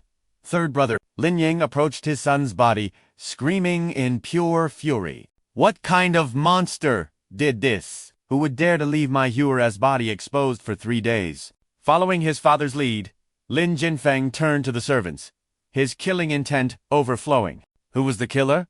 Have you found out yet?" A guard, terrified by his oppressive aura, dropped to his knees and replied, trembling. According to the guard who managed to escape, the person who killed young Master Lin, who was Qin Nan of the Qin family. Upon hearing that name, Lin Ying yelled out in shock. "What?" He immediately turned to question Lin Jin. "Didn't you already cripple Qin Nan's death? How could he possibly have the cultivation to kill your brother?" He couldn't believe it either, and hastily explained, "That's not right. I personally destroyed his Dantian that day. Besides, a pill that can restore a Forget about our sword-inquiring city. Even the main pharmacy of the Great Flame Sect's inner court doesn't have a single one. It's impossible for Qin Nan to have restored his Dantian unless some powerful figure helped him. Misfortune never comes alone." Before he could even recover, another subordinate burst in with a report. "Clan head, a disaster has occurred." He delivered another earth-shattering blow. The son of the great elder, Lin Zhao, young Master Tian, had all 4 of his limbs crippled by Qin Yuan and Qin Nan. It's feared he'll never be able to refine elixirs again. The onslaught of terrible news sent Lin Ying into a blind rage. He slammed his fist down again, grinding his teeth. "Excellent. How dare that Qin Nan?" So, that's how it is. Qin Yuan used some trickery to restore his his fury boiling over. Lin Jinfeng's father pointed a trembling finger at his men. He roared out his command. "Gather every martial guard in the clan. I will slaughter the entire Qin family and avenge my hero." The lead subordinate immediately shouted, "Yes, sir." Then, after a moment of silence, Lin Jinfeng seemed to have devised a wicked scheme. A sinister look spread across his face as he addressed his father. "Father, I have a plan." One that won't even require our Lin clan to lift a finger. Not only can we kill Qin Nan, but we can also teach that Qion Yuan a lesson. He began to lay out his treacherous plot. I've heard the Qingming... Guild has hired many desperate assassins. We can use them to eliminate Qin Nan. Even if he's recovered, he's only at the 4th level of body tempering. To be safe, we'll send a martial artist at the 6th level of body tempering. That's enough to kill Qin Nan 100 times over. He finished with a sharp, throat-slitting gesture. His intentions were clear. He wanted Qin Nan erased instantly. A wicked smile twisted his lips. Hearing his son's plan, Lin Ying saw the logic and agreed. Good. Do as you've planned. He then stroked his chin, lost in thought. My son Jinfeng's wedding is fast approaching. We certainly shouldn't cause a scene and tarnish the Lin clan's reputation. His mind made up, he issued another command. In addition, go and refine more high-quality woodkang pills. Give them to Luo Tai of the Qingming Guild. Have him seize control of the Elixir Market in Askin Sword City. Hearing this, his son bowed. Yes, father, I'll see to it at once. After his son departed, Lin Ying was left to his dark thoughts. His eyes blazed with ambition. I don't just want Qin Nan dead. I also want that merchant guild. Qiong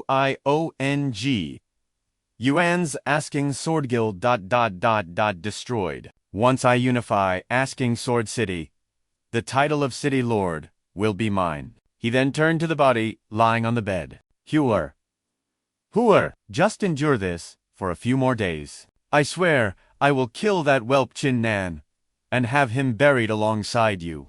Night fell swiftly. In a tranquil forest, Qin Nan was deep in his sword training. He murmured the mantra, still as a lake's surface, ... double quotes, ... swifts.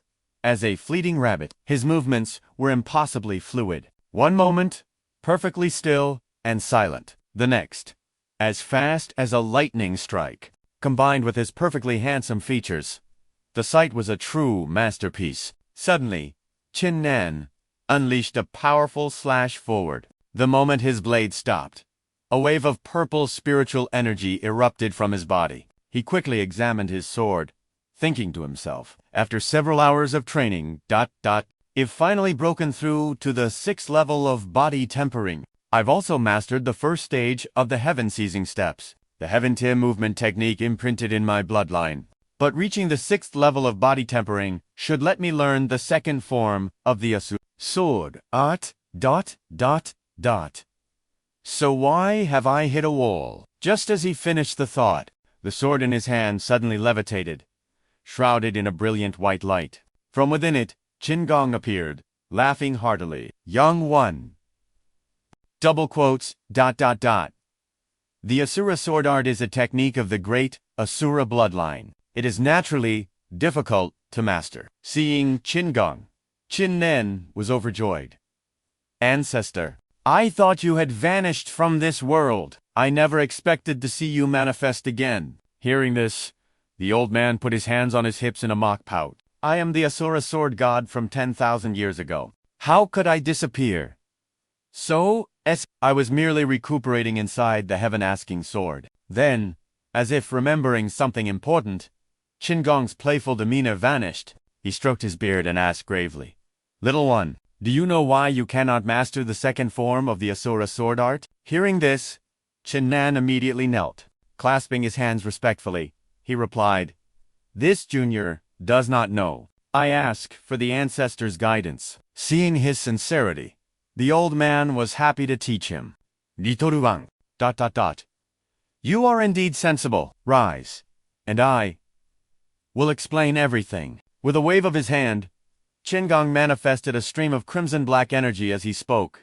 The Asura Sword Art, much like the great Asura bloodline itself, is incredibly domineering and ruthless. To cultivate its 2nd form, you require a vast amount of blood power as a catalyst. And this blood power exists within the blood of all living things. Qin Nan stared at the dark energy, shouting in horror, Ancestor, are you telling me to kill people? The old man replied calmly, You don't need to kill humans. Hunting a few demonic beasts will suffice. So, tell me, boy, do you want to kill someone? Qin Nan answered with a grim tone. There are some people who deserve it. In his mind's eye, he saw the smug faces of Lin Jinfeng and Yun Binglan. Qin Gong, his back still turned, heard the killing intent dripping from his words. Good. You are truly a descendant of my Qin clan. That killing intent. It pairs well with the great Asura bloodline. He turned back with a smile. All right, go find some demonic beasts. This old one is tired and must rest for a few days. Also, it seems there's an ant in the back mountains. Go there. Without another word, he transformed into a streak of light and flew back into the sword. Qin Nan stood there, bewildered. Wait, you mean? But before he could finish, a ripple of killing intent came from behind him. A mountain of a man was already charging, his saber raised high. Qin Nan spun around, shocked to see a stranger lunging at him. He yelled, "An assassin!" and swiftly retreated. He then masterfully dodged the assassin's lightning-fast strikes. The assassin was stunned. Such incredible speed. He actually dodged my blade. Qin Nan asked cautiously, "Who are you?" The assassin introduced himself. "I am Jingji Dao, of the Qingming Guild." He pointed his blade to the ground, his eyes filled with scorn. "Brat, your cultivation is garbage, though your movement technique is barely passable. But what a pity, ... today. You will die by my hand." Hearing this, Qin Nan just scoffed. Piha, your last strike looked impressive, but there was no real power behind it. If you want to kill me, you'll need a few more years of training. Provoked, Jingye Dao's face flushed with anger. He crouched into a stance, raising his saber. "You arrogant brat. Take this. I'll definitely sever that head from your shoulders." With that, he lunged forward. He brought his blade down in a brutal slash, but Qin Nan had already vanished. His movements were as swift as the wind itself. In a single step, he appeared behind Jingye Dao with a confident smirk. This strike had some power, but it's still far too slow. The assassin was still reeling, completely baffled by what just happened. After testing his new technique, Qin Nan couldn't help but reflect. This heaven-stealing step skill is basically a cheat code, truly worthy of a heaven-grade movement art. Even at the first venerable realm, I can effortlessly toy with an opponent of the same rank. Jingye Dao finally regained his senses. He spun around, seething with frustration. "Brat, if you have any guts, face me head-on. What kind of skill is running away?" Qin Nan found this amusing. He took a combat stance, a slight smirk on his face. "As you wish." Meanwhile, at the Qingming Association's mind-questioning pavilion, two figures were calmly playing a game of Go. One was Lin Jinfeng, who pondered his next move. He asked, "This assassin, Jingye Dao, that you sent, are you sure he's reliable?" His opponent was none other than Luo Tai, the president of the Qingming Association. Luo Tai picked up a game piece, his voice brimming with confidence. "More than reliable. Jingye Dao is a renowned body cultivator, a famous saber master around Swordinquari City, known for his ruthless methods. His blade strikes without mercy. He once single-handedly slayed 9 Calamity Rocks. Young Master Jin Feng, there's no need to worry. Just focus on our game. By the time this match is over, Qin Nan's head will be delivered right to your estate." Hearing this, Lin Jinfeng beamed with delight. He placed his piece on the board.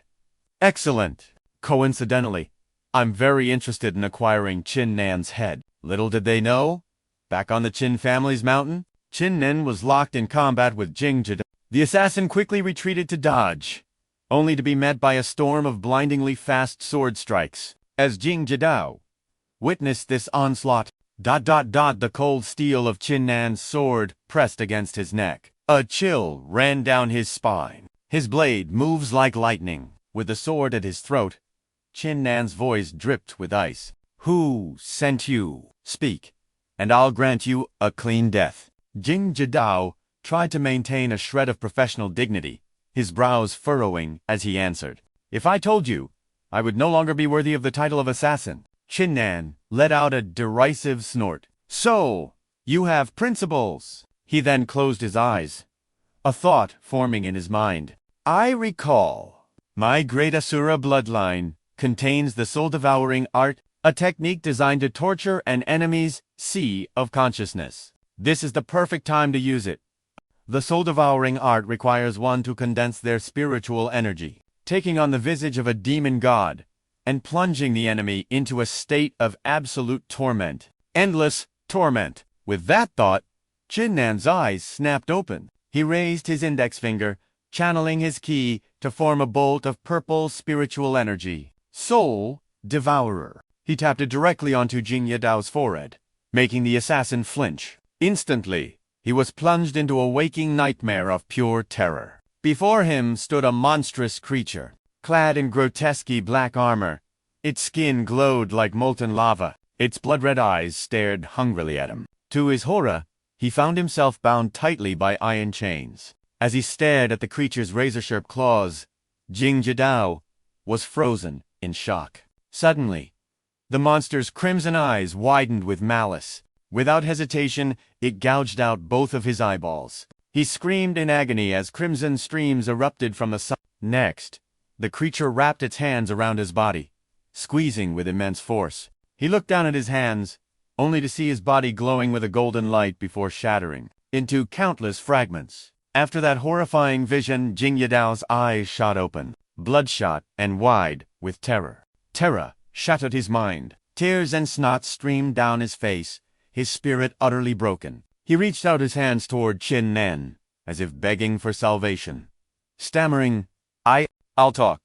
Spare my life. Jing Yidao collapsed to his knees, weeping as he confessed everything. I was hired by Luo Tai, the president of the Qingming Association, to kill you. And Luo Tai. He was acting on the orders of the Lin family's patriarch. Hearing this, Qin Nan let out a cold smirk. Just as I suspected. However, you've murdered countless innocent people. Did you really think I, Qin Nan, would let you live? With those words, his sword flashed. A spray of crimson arched through the air, sending the assassin on a swift journey to the afterlife. Wiping his blade clean, he spoke with chilling resolve. The Qingming Association, the Lin family. It's time I taught you all a lesson. In his mind, a dark thought took form. Such vicious clans. If I hadn't already restored my Dantian and recovered my strength, I would have become another ghost under that man's saber today. Dawn broke soon after. Qin Nan made his way to a room known as the Alchemy Pavilion. As he stepped inside, he mused, the Lin family looted this place clean before. Only a few Emperor-grade herbs are left. But it's enough to refine a first-grade wood healing pill. Qingming Association. Let's start with you. He frowned, the image of his enemies flashing in his mind. A moment later, he had 4 types of herbs laid out on the table. Then, he summoned a bronze gua cauldron. A confident smile played on his lips. This 100 refinements cauldron not only enhances heat and fire control for an alchemist, it can also refine up to 10 pills at once, or fewer. It's time to put it to the test. With that thought, he used his energy to levitate the 4 herbs, recalling the pill ancestor's manuscript etched into his Asura bloodline's memory. Refining a perfect 10/10 quality pill is incredibly difficult. To refine 2 at once is even harder, ... let alone 3. With 4, the difficulty skyrockets. At his peak, the pill ancestor who created this art could make every single pill a perfect grade. Next, he placed all 4 herbs into the 100 refinements cauldron. The alchemy process began. He closed his eyes, focusing his mind. He wondered, when refining this first grade, Emperor-level wood healing pill, how many perfect 10/10 pills can I actually create? An hour passed. The 100 refinements cauldron suddenly began to shake violently, and a plume of white smoke billowed out. Qin Nan's eyes widened in surprise. It's done! Flashes of golden light pulsed from within. He immediately opened the cauldron's lid, but his expression turned slightly sour. I thought that, with my current alchemy skills, ... double quotes, ... refining for first-grade emperor herbs would yield at least 3 perfect quality pills. But there are only 2. It's not quite what I hoped for. It seems I still have a long way to go in my cultivation. Inside the cauldron, 2 pills were indeed radiating a brilliant golden light. The other 8, however, were of a lesser quality. Qin Nan quickly transferred all 10 pills into a small vial. He held it up to examine them, a small smile returning. 2 perfect grade, 3 high grade, and 5 superior grade. Tomorrow, after I get my alchemist certification, I'll have Kyungwon sell them. That should be enough to strike a direct blow against the Qingming Association. Meanwhile, in a quiet courtyard of the Lin estate, a man smirked as he gazed at the cauldron before him. "Success," he said with satisfaction. He picked up one of the pills and stared at it intently. 6 superior grade wood healing pills. This should be more than enough. Low-grade pills are plentiful in the markets. Across from him, Lin Dingshan, Lin Shaoshan's brother with blazing red hair, eagerly chimed in. "Ha ha! You're truly one of a kind. Brother Jin, once my 6 superior grade wood elixir pills hit the market in Cloud Sword City, they're guaranteed to cause a massive shockwave." The other man, with his eyes half closed, spoke in a low voice.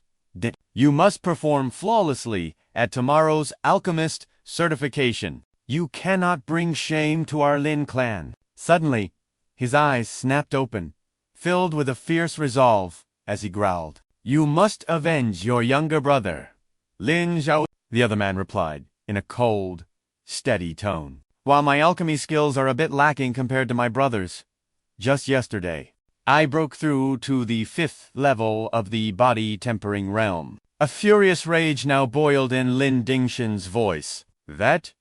Qingwan and Qin Nan. They crippled my brothers for limbs. Once I obtain my alchemist certification, I will make them pay with their lives." Lin Jinfan, standing before him, offered encouragement.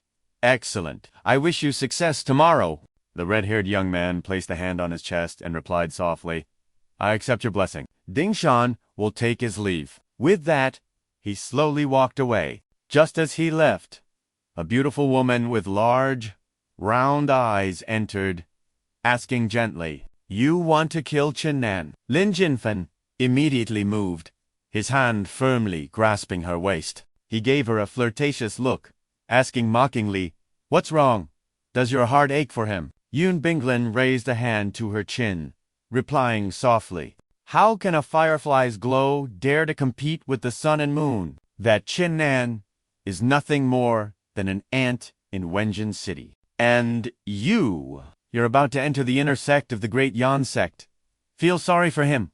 Do you think I'm that foolish?" His hand suddenly released her, and his gaze softened as he said slowly, "It's good that you understand. In a few days, it will be our wedding day. It's best you stop wandering around so carelessly. If you dare to damage the Ling clan's reputation, the consequences for you will be dire." Yun Binglan was slightly angered, but her voice remained coy. "I will naturally comply. However, you'd better not forget our agreement. You promised to get me into the great Yan sect's outer sect." As she spoke, a man's hand seized her wrist. The green-haired man leaned in close. He whispered, "Once you'll fulfill your duties as my wife, I will naturally grant your wish." Outside the city lord's manor, Qin Nan and Qingwan stood, observing the magnificent building. The young master turned to the woman. "When I was young, the city lord and my father shared a good relationship. But now that my Qin clan has declined, the city lord hasn't once visited us. He's a truly pragmatic man." Then he thought to himself, "I saved a woman in the forest before. She seemed to have some connection to a city lord. I wonder if it was this one." The woman beside him replied respectfully, "Young Master Qin, once you have enough power, never mind the lord of Wenjin City. Even the kingdom's ruler will have to show you respect. When your brilliance shines like 1,000 suns, the entire world will make way for you." The young master was a bit stunned. "The entire world will make way for me." He then added, "Thank you, Miss Qingwan. Let's go in." As they moved forward, they heard a commotion. A voice from the crowd called out, Isn't that Miss Qingwan from the Wenjin Merchant Guild? From within the crowd, Lin Dingxian and a middle-aged man spoke. Strange. Qin Nan is still alive. Did that one-strike Li decide to wash his hands of killing? The woman who was just mentioned turned slightly and whispered. So it's Chairman Luo Tai of the Qingming Association. I really shouldn't have come for a walk at the City Lord's Manor this morning. The old man didn't hesitate to begin his speculation. Miss Qingwan, what brings you here today? I doubt you're just here to admire the scenery. Hearing this, Lin Dingxian pointed forward and roared, You to crippled my brother's limbs. Today, I will kill you both to avenge him. The old man beside him quickly stopped the agitated youth, calming him in a low voice. Young Master Dingxian, this Qingwan is stronger than you. Teaching her a lesson will be difficult. As the old saying goes, it's best to pluck the fruit when it's ripe. This Qin Nan beside her is rumored to only be at the 4th level of body tempering. We can just teach him a lesson instead. With that, he turned his gaze to the pair. He spoke slowly to the young woman. Miss Qingwan, you are both here today for the same reason. However, the title of alchemist is not something just anyone can handle. He then pointed to the man beside her. This young Master Qin Nan's aptitude is poor, and his cultivation is low. He's only come here to be humiliated. After hearing him out, Miss Qingwan covered her mouth with a golden fan. Her eyes glinted with a mocking smile as she replied, Is that so? What a pity. The alchemist certification in Wenjin City only happens once a year. If you're scared, maybe you should just wait until next year. Luo Tai was enraged by her words, his hands clenching into trembling fists. Lin Dingxian could no longer hold back. He pointed forward and shouted, You wretched woman! I am about to become a disciple of Master Don Jizi. My alchemy skills will utterly crush this trash Qin Nan. Let's see who's waiting until next year. On the other side, the young Master Qin was no pushover, retorting bluntly, Why would someone like Don Jizi accept an unsightly thing like you, ... as a disciple? If he met me, he would probably get on his knees and call me master. The man gnashed his teeth in fury. His hands were balled into fists as he growled, You dare insult my master Don Jizi? You have a death wish. Immediately, the old man beside him intervened again.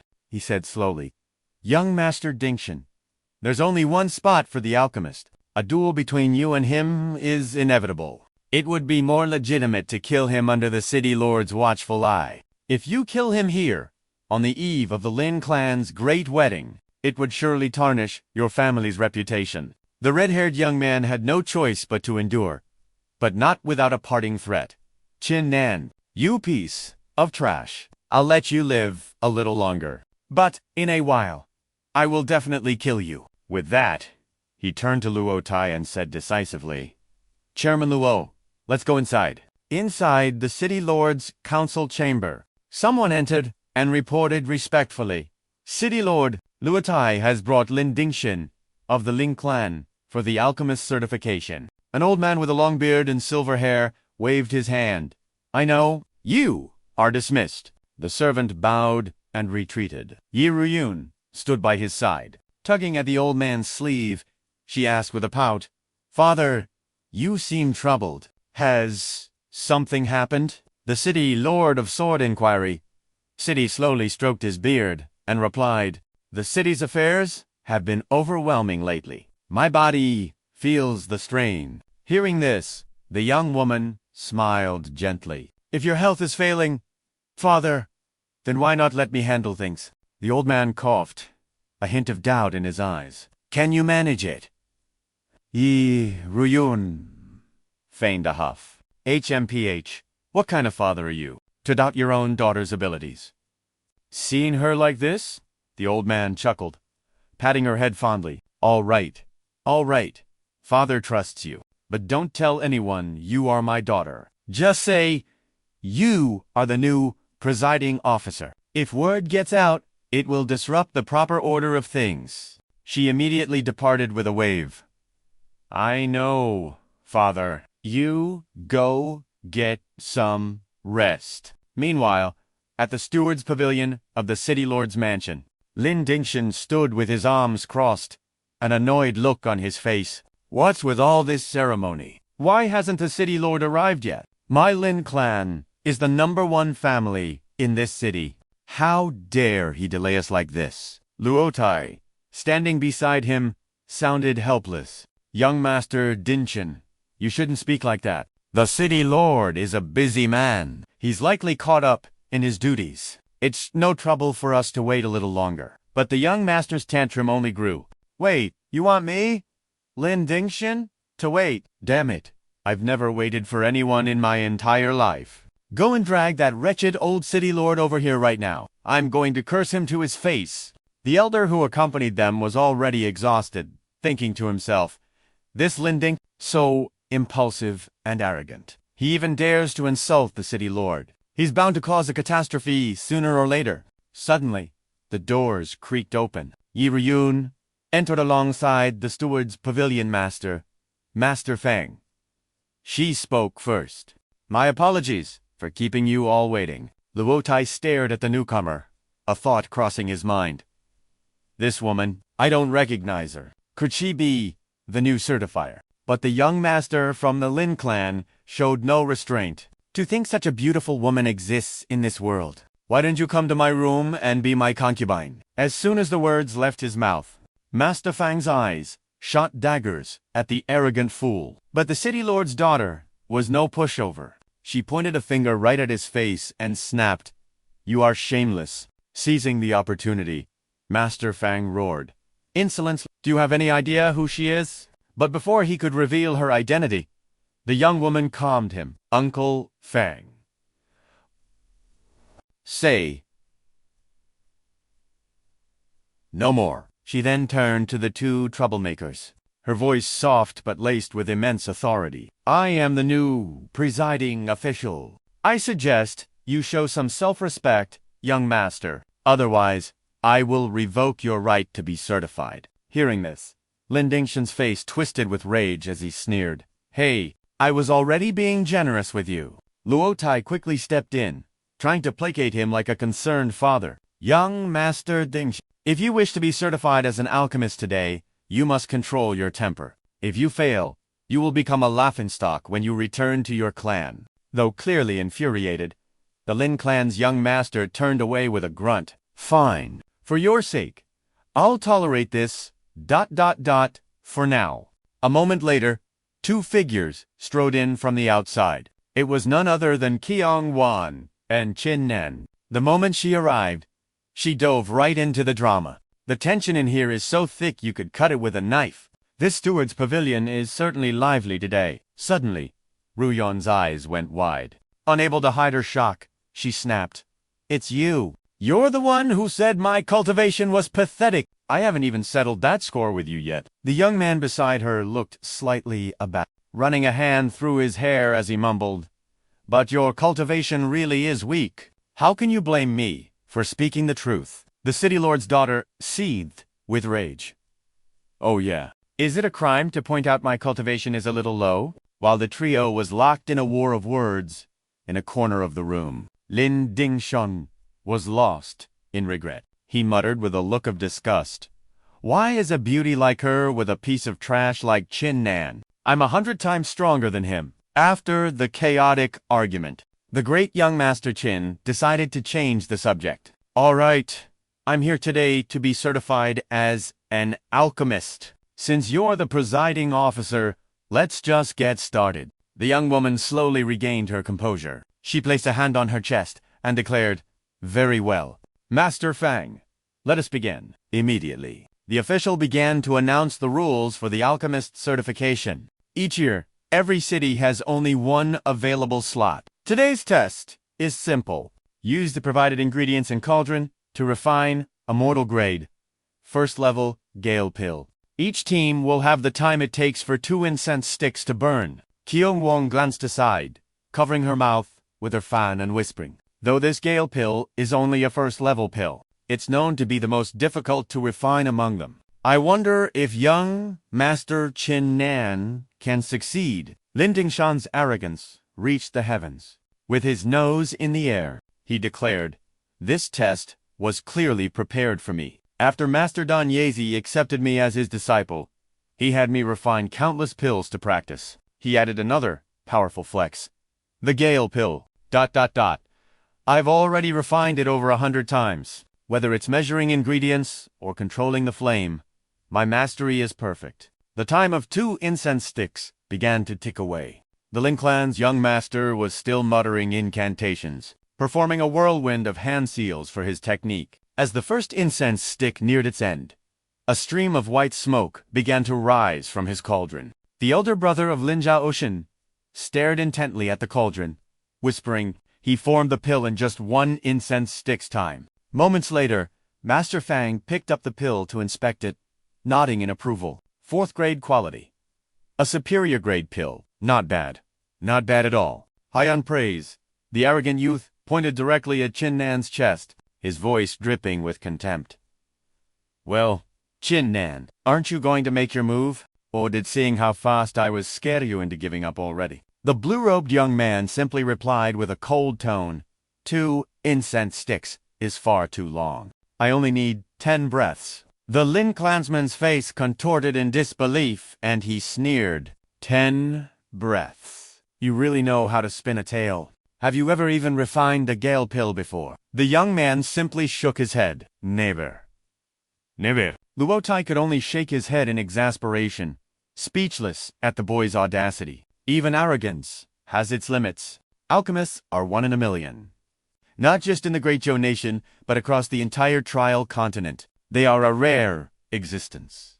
But the great young Master Qin paid the arrogant fool no mind. He sat down and began his own technique, murmuring, HMPH, laughable. You think refining a Gale pill is difficult? You've refined it 100 times, yet you still needed a full incense stick. And you dared to boast about it. Within the cauldron, the alchemical flames began to burn with a ferocious intensity. The young man's eyes were locked on the furnace. He had to wonder, was the time it takes an incense stick to burn really all that fast? A brilliant golden light erupted from the furnace. Qin Nan reached out, catching the freshly formed pill. With absolute confidence, he declared, a pill in 10 breaths. The elder across from him was so stunned, his jaw nearly hit the floor. He muttered in disbelief.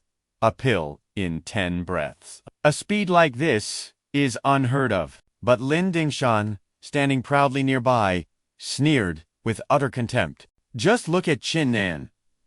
He obviously knows nothing about alchemy, yet he's putting on this act like he's some grandmaster. It's absolutely ridiculous. He's just an idiot putting on a show. Qin Nan seemed to overhear the insult, muttering to himself, ridiculous. Then, he turned respectfully to Grandmaster Fang, his voice calm and steady. Grandmaster, please inspect it. The moment the pill touched the Grandmaster's hand, his expression shifted to one of pure astonishment. He stammered.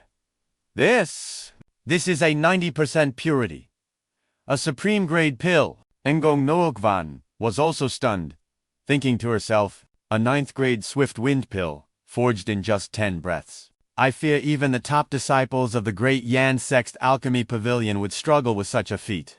Is this the same Qin Nan that father called trash? Lin Dingshan couldn't believe what he was seeing. He turned and coldly questioned the Grandmaster. Old man, are you sure you saw that correctly? This Qin Nan has never even refined a single swift wind pill in his life. And you expect me to believe he just created a 9th grade one on his first try? Don't tell me. Qin Nan paid you off, didn't he? Hearing such disrespect from an arrogant brat, the Grandmaster's rage boiled over, his teeth grinding in fury. Without a moment's hesitation, he delivered a resounding slap across the boy's face and roared, You insolent child, this is not the place for you to run your mouth. Struck by the thunderous slap, Lin Dingshan's face twisted with pure fury. He refused to back down, roaring, You old bastard, you dare strike me. I'll have my Lin family come here and beat you to death. Seeing the situation about to explode, Luotai quickly stepped in, holding back the enraged Lin Ding. He then turned to pacify the Grandmaster. This young master Lin Dingshan is still just a child who knows no better. Please, don't lower yourself to his level. Besides, isn't there still a martial arts duel to attend to? Though he spoke calmly, inwardly he was cursing. Heavens above. This Lin Dingshan truly has no brain. I have to change the subject right now, or we'll all face the Grandmaster's wrath. Hearing this, the Grandmaster's anger subsided slightly. With a scornful huff, he said, I could have you both thrown out of the City Lord's manor this instant, and you still dream of having a duel. But then, Qin Nan's voice cut through the tension, startling the old man. Grandmaster, seeing the fool was still eager to dig his own grave, Qin Nan continued, if they insist on another match. Lin Dingshan's face twisted into a confident, provocative smirk. Good! Let's see just how skilled you are. Qin Nan, don't blame me when I beat you to death. He projected an air of confidence, but inside, he was seething with rage. Finally, a chance to put him in his place. I heard Qin Nan is only at the 4th layer of body tempering. Today, I will end him. Then, as if sensing something, he turned, pointing an accusing finger at Luo Tai. Luo Tai, if you dare get in my way again, I'll take you down to... Hearing this, Luo Tai threw his hands up in defeat, deciding to let the naive young master learn his lesson the hard way.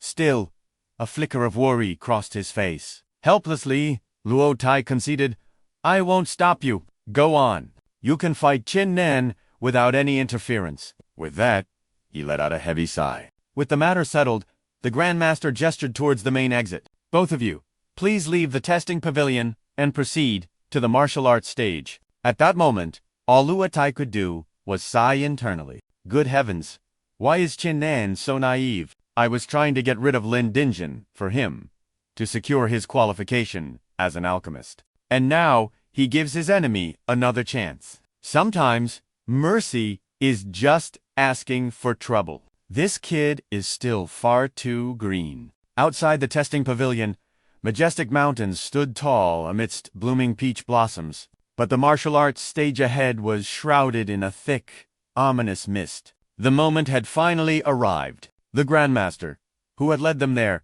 turned to face both Qin Nan and Lin Dingshan. The rules are simple. Whoever falls from this stage loses. Lin Dingshan let out a sinister laugh and began to speak. Ahem. Old man, there's no rule against killing, is there? The Grandmaster's face remained stern. Indeed. There is no rule that forbids taking your opponent's life. At those words, Lin Dingshan slowly caressed the blade of his sword, and a wicked grin spread across his face. Excellent.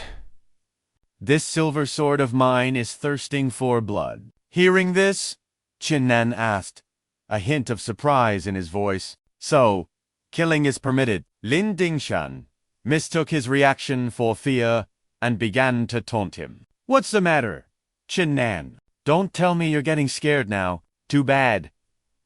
It's far too late for regrets, Lin Dingshan declared with absolute certainty. You are about to become another ghost, haunting my blade. With that, he brandished his sword and leaped into the air, roaring, Mortal rank, 3rd level martial art. One sword drinks blood. In an instant, a blazing crimson aura exploded around him. But Qin Nan was no easy prey. He raised his own sword, taking a defensive stance. A cool blue aura enveloped him as he spoke. One cold word. Scared. I, Qin Nan, have never known the meaning of fear. Instantly, he executed the heaven-snatching steps technique. Pushing off the ground with explosive force, Qin Nan moved like a bolt of lightning, weaving across the stage in a blur of motion. This terrifying speed made it impossible for Lin Dingshan to track him, no matter how hard he tried. Panic began to set in. How can he be this fast? It's impossible. While Lin Dingshan was still reeling in confusion, Qin Nan materialized directly behind him, turning the young master's fear to sheer terror. He looked down at his shoulder, where a deep, bloody gash had suddenly appeared. Fresh blood began to stream from the wound. Giving his opponent no time to recover, Qin Nan lunged forward again, intent on finishing the fight. What followed was a brutal, one-sided slaughter. As he landed the final blow, Qin Nan uttered 2 simple words of contempt. Too weak, With a flick of his wrist, he withdrew his blade. Blood sprayed through the air. All that remained on the stage was the lifeless body of Lin Ding, lying in a growing pool of his own blood.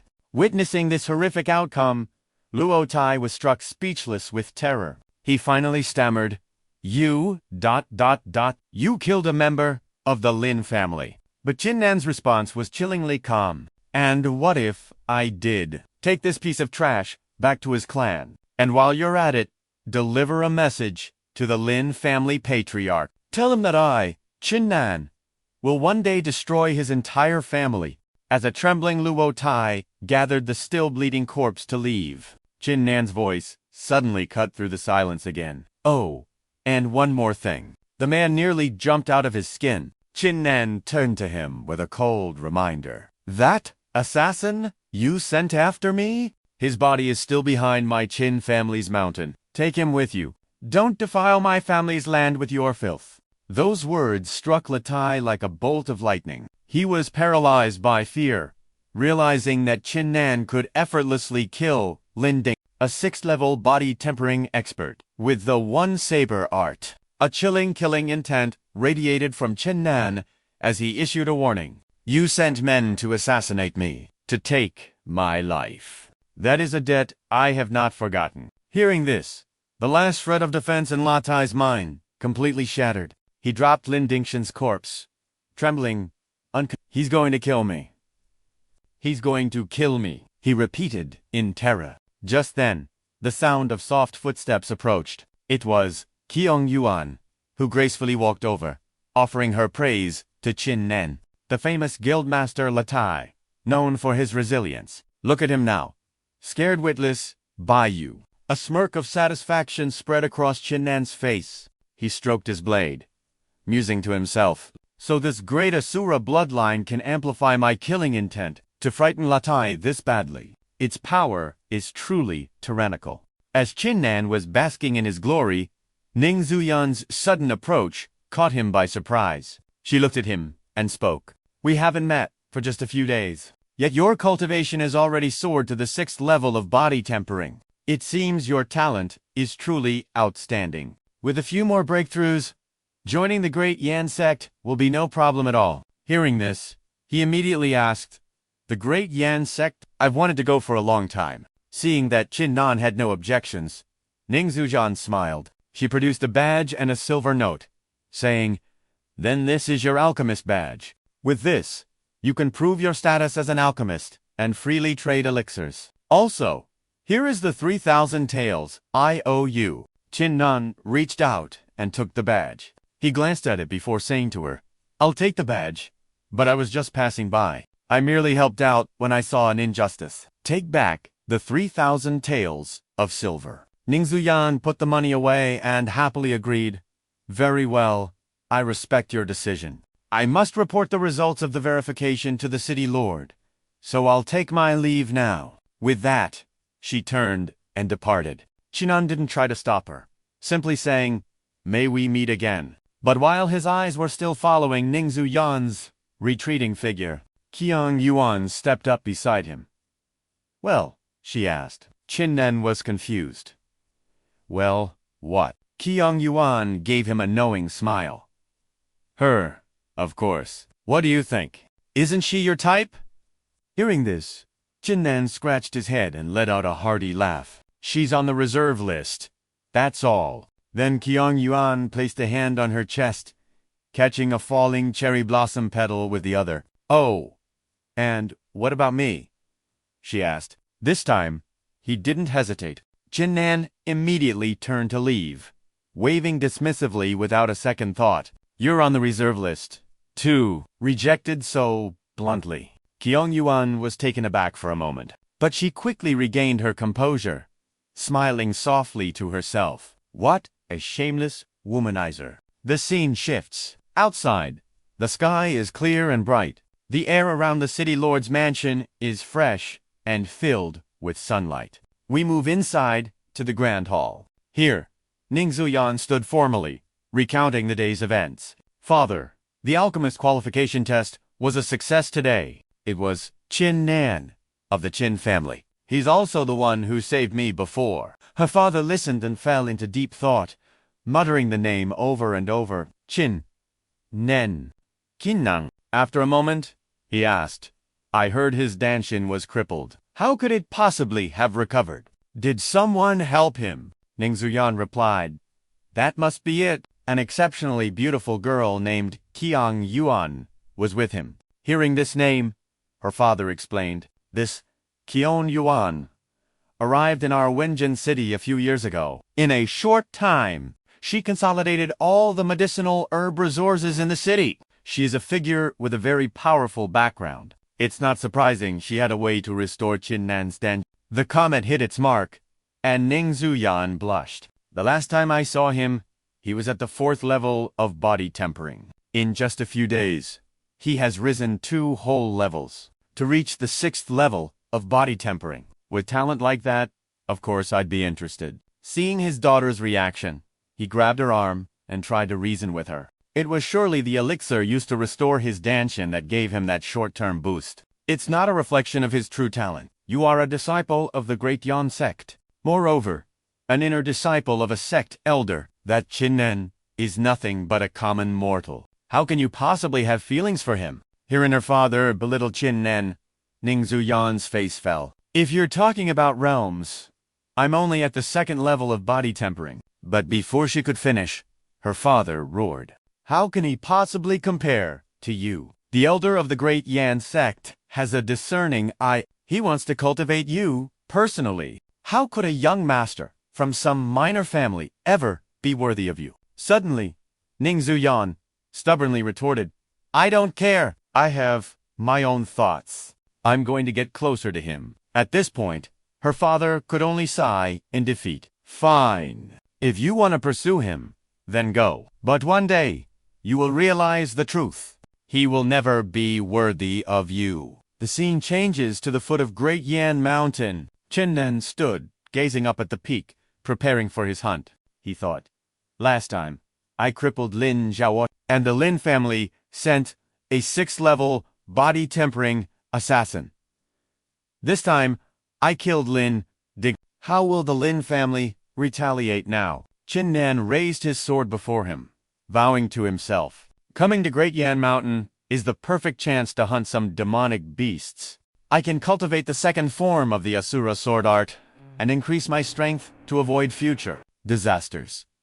With that, Qin Nan began searching for prey. From what I know, he said, the strength of demonic beasts is equivalent to human martial artists, also divided into realms like body tempering and path inauguration. With my current strength, I can only stay in the outer ring of the mountain and hunt some low-level demonic beasts. Just as he finished speaking, a loud roar echoed from nearby, putting him on high alert. He turned to survey his surroundings. The roar was deep and powerful. This had to be a formidable beast. From within the bushes, an incredibly ferocious beast emerged. It stared at Qin Nan, drooling, as if looking at its lunch. But Qin Nan saw it as prey. He assessed it with satisfaction. A greenwood wolf.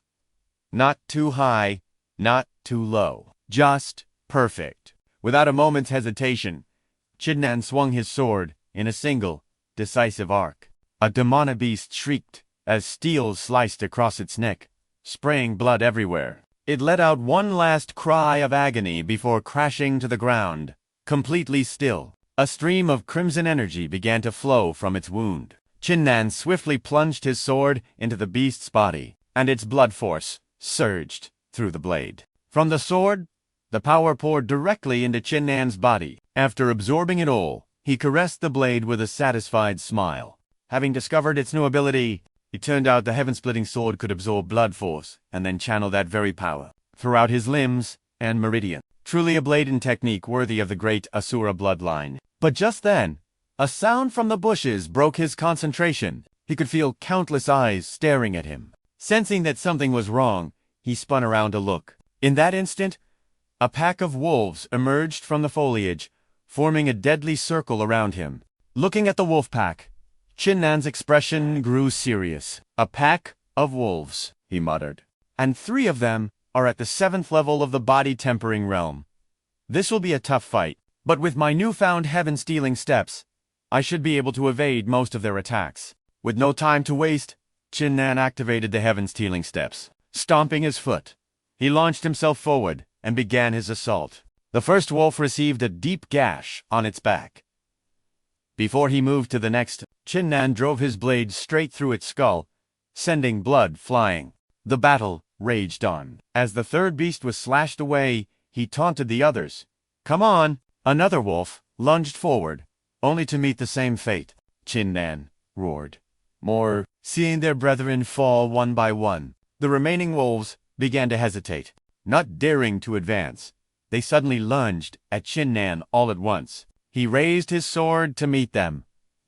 Good. All 3 7th-level body-tempering beasts at the same time. Don't think I'll be afraid. Qin Nan used the heaven-stealing steps. Once more, he raised his sword and swung, slicing clean through the first beast. The second followed, its blood splattering across the ground. The final beast also met its end under his blade, reuniting with its pack in death.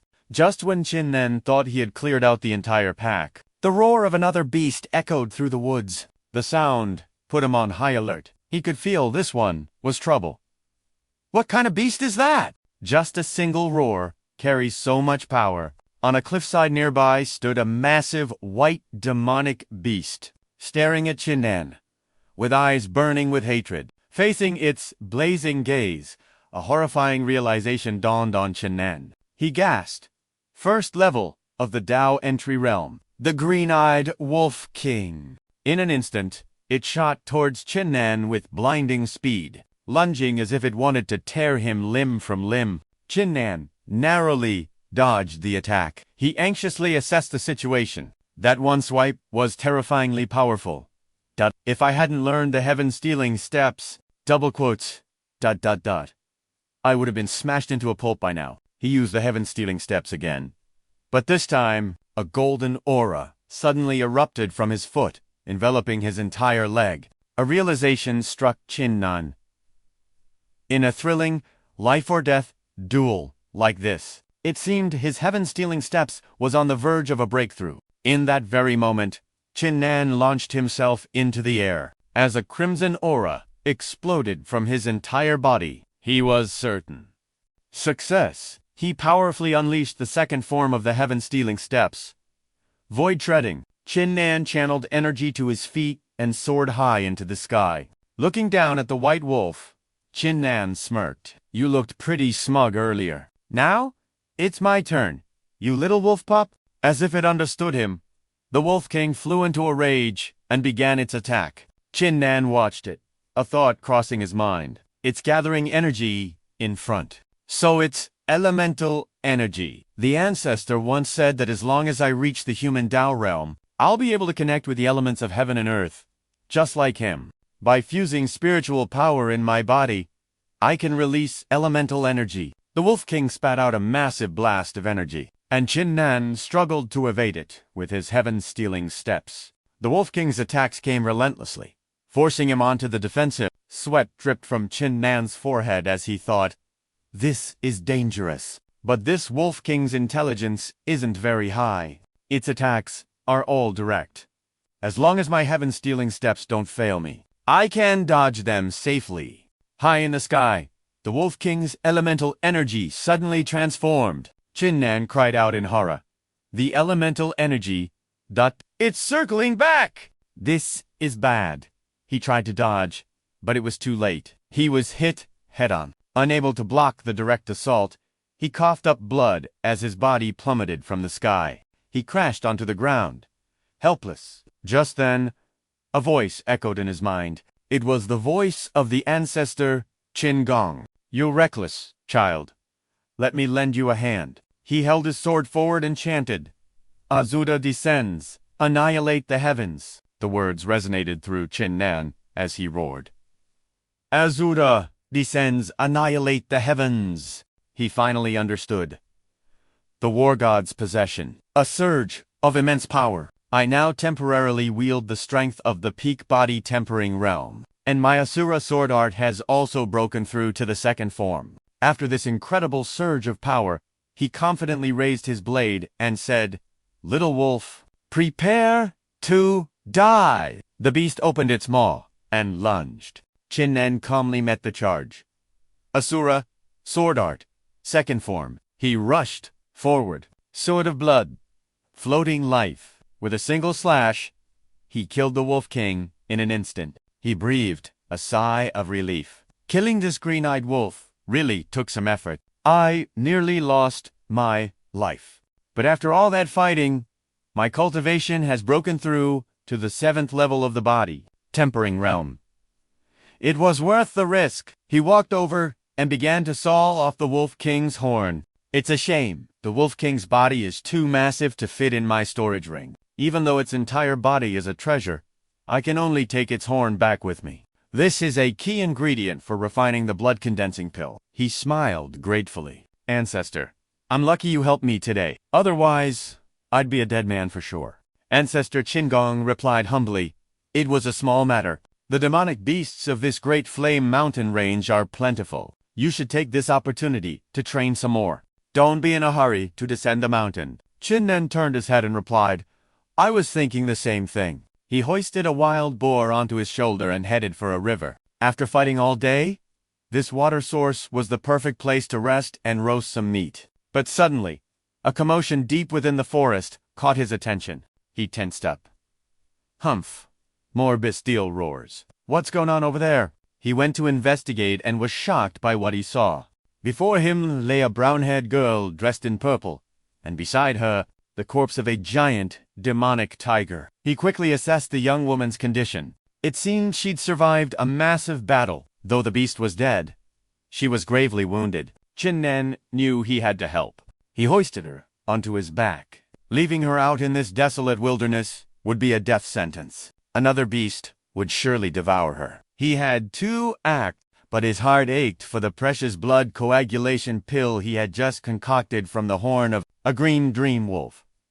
He had no choice but to give it to her. What a waste of that rare wolf horn. After setting a fire to roast some meat, Qin Nan focused on refining the pill. Seeing the quality, his face lit up. Haha, a peak-grade pill, 80% pure. This should speed up her recovery immensely. Qin Nan gently placed the medicinal pill into the mouth of the girl he had just rescued. As the moon rose high into the sky. ... The girl finally awoke. Her eyes shot open, filled with confusion and alarm. She jolted upright and demanded, "Who are you? What are you trying to do?" Qin Nan snapped back, annoyed. "Sister, take it easy. I just gave you a blood coagulation pill I refined. Your wounds are still healing.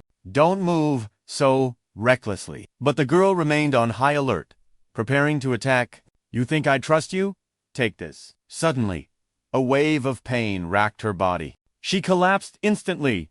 It hurts. ... Qin Nan let out a weary sigh. He stepped forward to support her. "Focus on your recovery. I'm going to check on the roasted meat." The brown-haired girl blushed with embarrassment. "Thank you," she mumbled. Qin Nan, already tearing into a fragrant roasted pork leg, waved his hand dismissively. "It's nothing. Don't worry about it." Watching Qin Nan eat so heartily, her own stomach began to growl. She rubbed her belly and stared at him intently. "Hey kid, aren't you going to share any of that with me?" But right now, the heavens and earth could disappear. This roasted pork was all that mattered. Lost in the flavor, he thought. This pork leg is absolutely divine. The brown-haired girl walked over. "Hey, your talent for alchemy is incredibly high. You know that." Qin Nan looked up, puzzled. She continued. "A blood coagulation pill is a second-tier mortal-grade elixir. To have recovered this much in such a short time. The pill you gave me must have been at least peak grade," Qin Nan answered with a hint of embarrassment. "I just got certified as an alchemist yesterday. I'm just a beginner. How could my talent be considered high?" The girl's expression turned serious. "Kid, I am Shifeng, an envoy of the Great Flame Sect.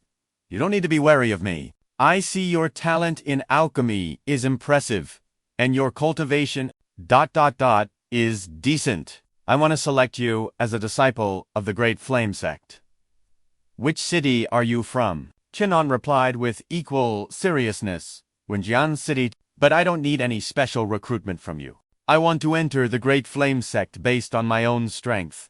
Shifeng didn't press the matter, shrugging her shoulders. I respect your choice. But the Great Flame Sect is only accepting one disciple from Wenjian City. Are you sure you want to compete against all the others? Qin Nan simply smiled.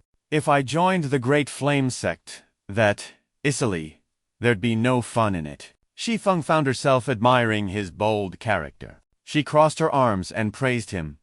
Very good. In 3 days, I'll be in Wenjian City to attend the Lin family's wedding, and I'll also be recruiting disciples. You'd better be there. Qin Nan replied without hesitation. Don't worry, I'll definitely be there. He raised an eyebrow and added, So, Lin Xinfeng plans to join the Great Flame Sect right after his wedding. Too bad Qin Nan, will be there. I'm afraid his plans are about to be ruined, she replied. Now that I've eaten, my wounds have mostly healed. She stood up. I must be on my way. Kid, thank you. Qin Nan answered politely. It was a small matter, not worth mentioning. Before leaving, she turned back with a smile. Oh, right, kid. My name is Hanboku. Hanboku waved. See you in 3 days. As Qin Nan watched her leave, he thought with admiration. Boku, a truly meaningful name. The scene shifts to the Great Flame Sect. Shifeng of the Inner Court, also known as Hanboku, had returned. A purple-haired girl seemed surprised to see her. She asked, Senior sister, why are you back so late? Hanboku stretched her neck and replied, I encountered a heavenly thunder taiga while training on the mountain. It almost killed me. Hearing this, the girl immediately rushed over, circling Hanboku and inspecting her. Oh my God! But ... You're not injured at all. Hanboku nonchalantly adjusted her scarf and replied, Some kid I ran into saved me. A few days later in Wenjian City, the streets were packed for the annual auction. On a high stage, a man stood as the host. Everyone, the once-a-year auction has now begun. In my hand is a pill refined by the young master of the Lin family, Lin Sin, a 60% purity, high-grade Azure pill. The starting price is 10,000 silver liang. Inside the golden wooden box the man held was a superior-grade J-green elixir. A buzz of discussion erupted from the crowd below. As expected of the Qingming Trading Guild, to actually bring out a high-grade Azure pill, those are incredibly rare. Another person chimed in. Normal elixirs are only 10 or 20% pure, 30% at best. To think young master Lin Xinfeng can refine 1 to 60%. Young master Xinfeng truly is an alchemy genius. A young man raised his hand and shouted, 20,000. Next, a man with an eye patch called out, 30,000. The bids kept climbing higher. Someone yelled, 50,000. The man on stage calmed the crowd. Everyone, please, don't rush. For a high-grade pill like this, ... we still have 5 more available. This sent another wave of shock through the crowd. Lin Xinfeng is truly the #1 genius of Wenjian City. Not only is the quality of his pills high, but he can also produce them in large quantities. Another man excitedly shouted, I want to pre-order 10 pills. The host smiled smugly. He turned to Lin Xinfeng beside him and whispered, Young master, look at them! No matter how stable the Wenjian Trading Guild was before, ... they won't be able to withstand the assault of your high-grade elixirs. When that time comes, ... every martial artist in the city will flock to our Qingming Trading Guild to buy pills. The Wenjian Trading Guild will surely suffer a massive blow. Even Qion Yuan will struggle to protect herself. How could she possibly protect Qin Nan then? Lin Xinfeng replied arrogantly, Excellent. Once Qin Nan has no trump cards left, crushing him will be as easy as ... crushing an ant. The host turned back to the crowd. Through these high-grade elixirs, everyone should now understand the true power of the Qingming Trading Guild. Double quotes. ... After our alliance with the Lin family, I now promise that for anyone who joins our Qingming Trading Guild, all taxes will be halved. and any losses will be waived. An invitation was announced for all shopkeepers to join the Qingming Merchant Association. Hearing the promise of profit, one merchant eagerly stepped forward.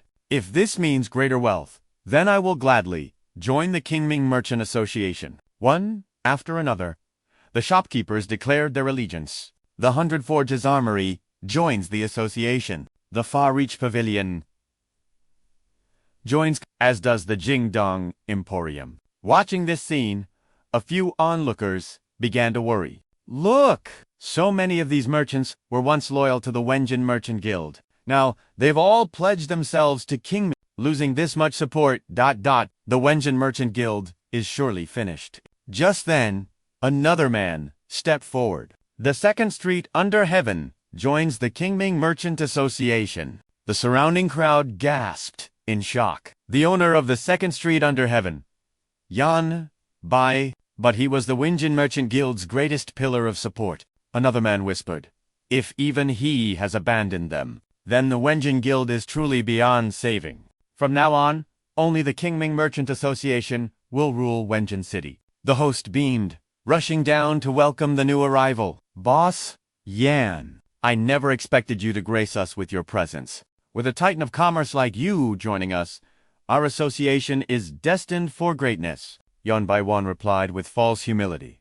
Guildmaster Luo, you flatter me. The honor is all mine to join the Qingming Merchant Association. But a young woman's furious voice cut through the air. Shameless. All of you were once part of the Wenjin Merchant Guild. How can you betray us and join them now? The other merchants sneered at her.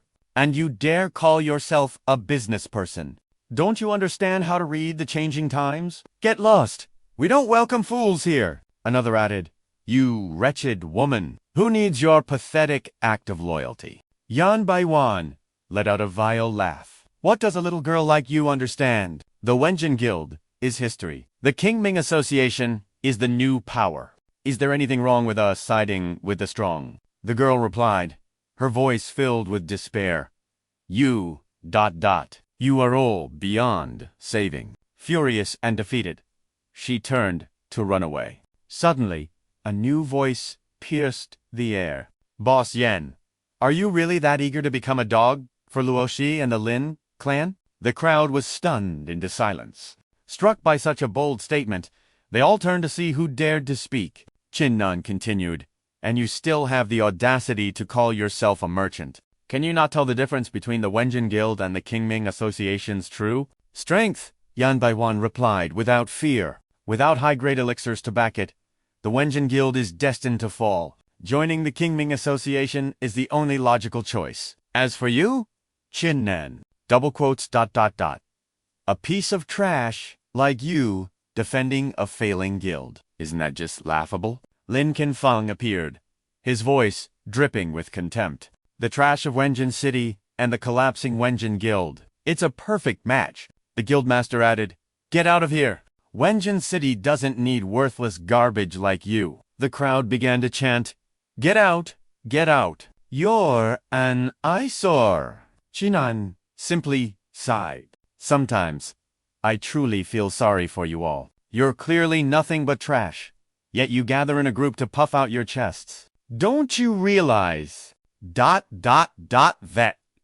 when you pile trash together, you don't get gold? You just get a bigger garbage dump. Qianwan's anger flared again as she declared, we will make you all realize, that abandoning our Wenjin Merchant Guild was the greatest mistake of your lives. She then presented a superior grade golden pill, announcing, I have here a woodkang pill, forged by the Imperial Alchemist of our Sword Inquiry Merchant Guild.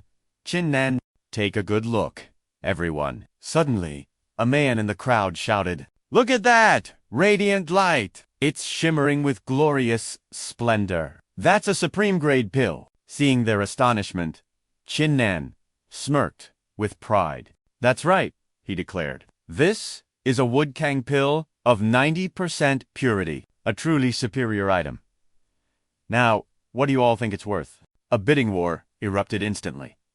50,000, 80,000, 100,000, green, with envy. Luotai screamed, damn it! Where did that Qin Nan Get a supreme grade pill, Lin Jinfeng chimed in.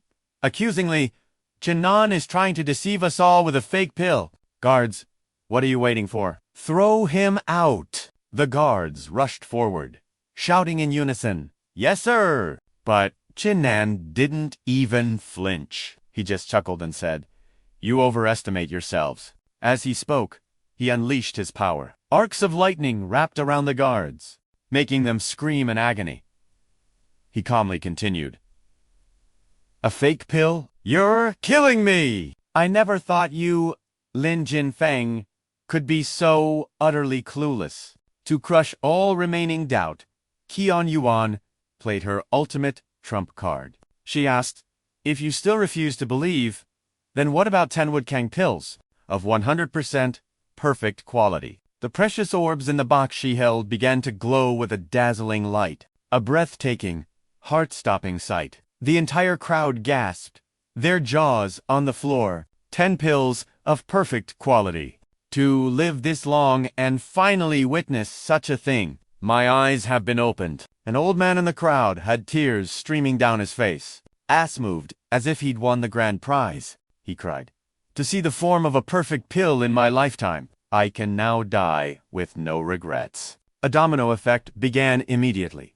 A wave of shops flocked to pledge their allegiance. 36 stores on the southern street joined the Wenjian Merchant Guild, followed by 27 from the east, then 50 shops from the north, and 20 more from the west. The opportunistic Latai scurried over to the victor, speaking with false modesty, scratching his head and stammering, Guildmaster Luotai, I'm sorry. Seeing this betrayal, Luotai fumed with rage, pointing a finger at his face. You, don't tell me you too. The turncoat immediately spun 180 degrees and roared towards Qin Nan. The second street under heaven pledges allegiance to the Sword Inquiry Merchant Guild. His shout was so loud that even Qin Nan and Qian Yuan turned to look. He then put on his familiar, groveling tone. Lady Qian Yuan is brilliant. Guildmaster is brilliant. I was blind just now. I had no idea the Sword Inquiry Merchant Guild possessed such a masterful alchemist. I regret my decision so much. I'm filled with endless regret. Please, I hope you'll give me one more chance to join you. Q'd Sai shot him a look of pure contempt. You, spineless weed. Go tell that too, young master. Chin yourself. See if he's willing to give you that chance. Hearing this, the man clasped his hands, putting on his most pitiful puppy dog face to beg Qin Nan. Young Master Qin, what do you say? Qin Nan didn't even spare him a glance, asking coldly, Boss, do you know what kind of person I, Qin Nan, despise the most? The man looked lost. N.O. I don't. In a flash, Qin Nan pressed his sword against the man's neck, his eyes as cold as ice. There are people who will flock to you when you're powerful, just to reap the benefits. But the moment you fall, they abandon you without a second thought. People like that are no different from dogs, always chasing the most fragrant scent. The man's face turned pale with fear, sweat pouring down like rain. Qin Nan continued nonchalantly, I'm talking about people exactly like you. Scared out of his wits, the man collapsed to the ground, begging for his life. Young Master Qin, spare me. I'll never do it again. Qin Nan sheathed his sword, delivering a final, chilling verdict. Killing someone like you would only dirty my blade. Get lost. The man scrambled to his feet, sighing in relief, but then wondered, what do I do now? I've offended both sides. He suddenly began slapping his own face, crying like an actor in a cheap tragedy. The greatest mistake of my life was betraying the Sword Inquiry Merchant Guild today. Seeing everyone defect to Qin Nan's side, an enraged Lin Jinfeng turned to Luo Tai, Guildmaster Luo. If this is the full extent of your clear bright guild's power, then I've seriously overestimated you. Luo Tai panicked, desperately trying to explain, Young Master Lin, it was all Qin Nan's trickery. I was originally going to crush the Sword Inquiry Merchant Guild. Today, Lin Jinfeng turned to leave, tossing back one last comment. You should know, The only reason my Lin family even considered an alliance with you was out of pity. If you, Luotai, don't know how to cherish an opportunity, then you are nothing but a useless waste. Seeing him leave, Luotai desperately called after him. Young Master Lin Jinfeng, approached Qin Nan and whispered menacingly, Qin Nan, after witnessing your little performance today, I've suddenly had a change of heart. I've decided that for my wedding feast, I won't be using pigs and sheep, but the head of you, Qin Nan. Qin Nan simply gave him a disdainful look. Well then, I hope you, Lin Jinfeng, can actually back up your words. Otherwise, I'll be very disappointed. And just like that, the next day arrived. At the Sword Inquiry Merchant Guild, an early visitor had arrived. It was none other than Luotai. He knelt respectfully at the entrance and announced, Luotai of the Clear Bright Guild has come to see Guildmaster Qian Yuan and begged for forgiveness. His words sent a wave of shock through the crowd, who gathered to watch the drama unfold. Why does Guildmaster Luotai look so miserable? He was abandoned by the Lin family. He knows his Clear Bright Guild is about to collapse. So he came to the Sword Inquiry Merchant Guild to beg. How pathetic. Luotai, once so arrogant, was now exhausted, drenched in sweat. But his mouth never stopped repeating the same sentence. Luotai of the Clear Bright Guild has come to see Guildmaster Qian Yuan and beg for forgiveness, while someone outside was sweating bullets in terror. Inside, Qin Nan and Qian Yuan were calmly enjoying their tea. Qiu Zai, unable to watch any longer, came in to report to Qian. Guildmaster Luotai from the Clear Bright Guild has been kneeling outside for a full day now. Should we send him away? Hearing this, Qin Nan remarked thoughtfully, This Luotai has more willpower than I imagined. Qian Yuan smiled, continuing his thought. I assumed that if I refused to see him, he'd take the hint and leave. It seems he's determined to see this through. Qin Nan, what do you say? Should we see him or not? Qin Nan raised an eyebrow, teasing, I'm afraid at this point, his only wish is to join the Sword Inquiry Merchant Guild. Unifying the Merchant Guild. Wasn't this precisely Lady Qian Yuan's grand design all along? Qian Yuan saw right through him and shot back with a playful jab. Sir Qin, it's as if you're a worm in my very soul. To think you understand my heart so perfectly. I must say, I'm growing more and more fond of you. Qin Nan choked on air, his face turning crimson as he frantically tried to defuse the situation. Ahem, my lady jests. We should focus on the important matters at hand. After a brief discussion, they went out to meet Latai. Qian Yuan knew exactly why he was there, but feigned ignorance, her voice dripping with sarcasm. Guildmaster Latai, why the long face? Surely you've done nothing wrong. Why would you need to beg for our forgiveness? Seeing the two emerge, Latai immediately dropped to his knees, kowtowing deeply. He suddenly cried out in a panic. No, I was wrong. Completely and utterly wrong. I never should have listened to the Lin clan's poison and challenged you. Today, I, Latai, willingly offer all the assets of the Qingming Guild. I only beg that Sir Qin Nan spares my life. Qian Yuan turned to Qin Nan, a faint smile playing on her lips. Since Guildmaster Latai understands his mistake, what do you think we should do with him? Qin Nan instantly caught her meaning, playing along perfectly. In my opinion, Latai's business experience is not half bad. It would be a waste to simply kill him. Why don't we let him manage the entire Wenjian Merchant Guild? I sense Lady Qian Yuan's ambitions stretch far beyond just Wenjian City. Don't they? She glanced at Latai, her smile widening. Correct. My ambition isn't just Wenjian City, but to expand to every city in this region. Perhaps even the entire Daizhou Kingdom. Hearing these words, Latai stammered in shock. What? You want to entrust the Wenjian Merchant Guild to me? That's impossible. I am a man guilty of great crimes. Qian Yuan's smile held a profound meaning. Say no more. From now on, ULLT will manage the Wenjian Merchant Guild. I will simply guide the grand strategy from behind the scenes. Latai was so moved, he burst into tears. You're not only sparing my life, you're not holding my past mistakes against me, ... but you're giving me this incredible opportunity, such immense grace. I, Latai, can never hope to repay it. I swear on my life, I will manage the Wenjian Merchant Guild to the best of my ability and repay your kindness. Qin Nan smiled and clapped. Excellent. Excellent.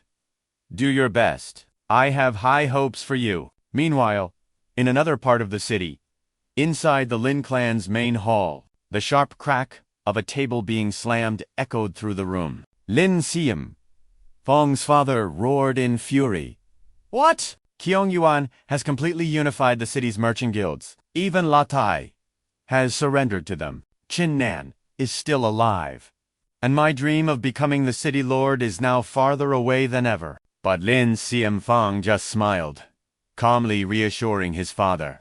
Father, do not worry. Didn't the main Lin clan grant us 2 breakthrough pills? Just let me consume them. Tonight, I can achieve 2 consecutive breakthroughs, reaching the 7th level of body tempering. Forget Qin Nan.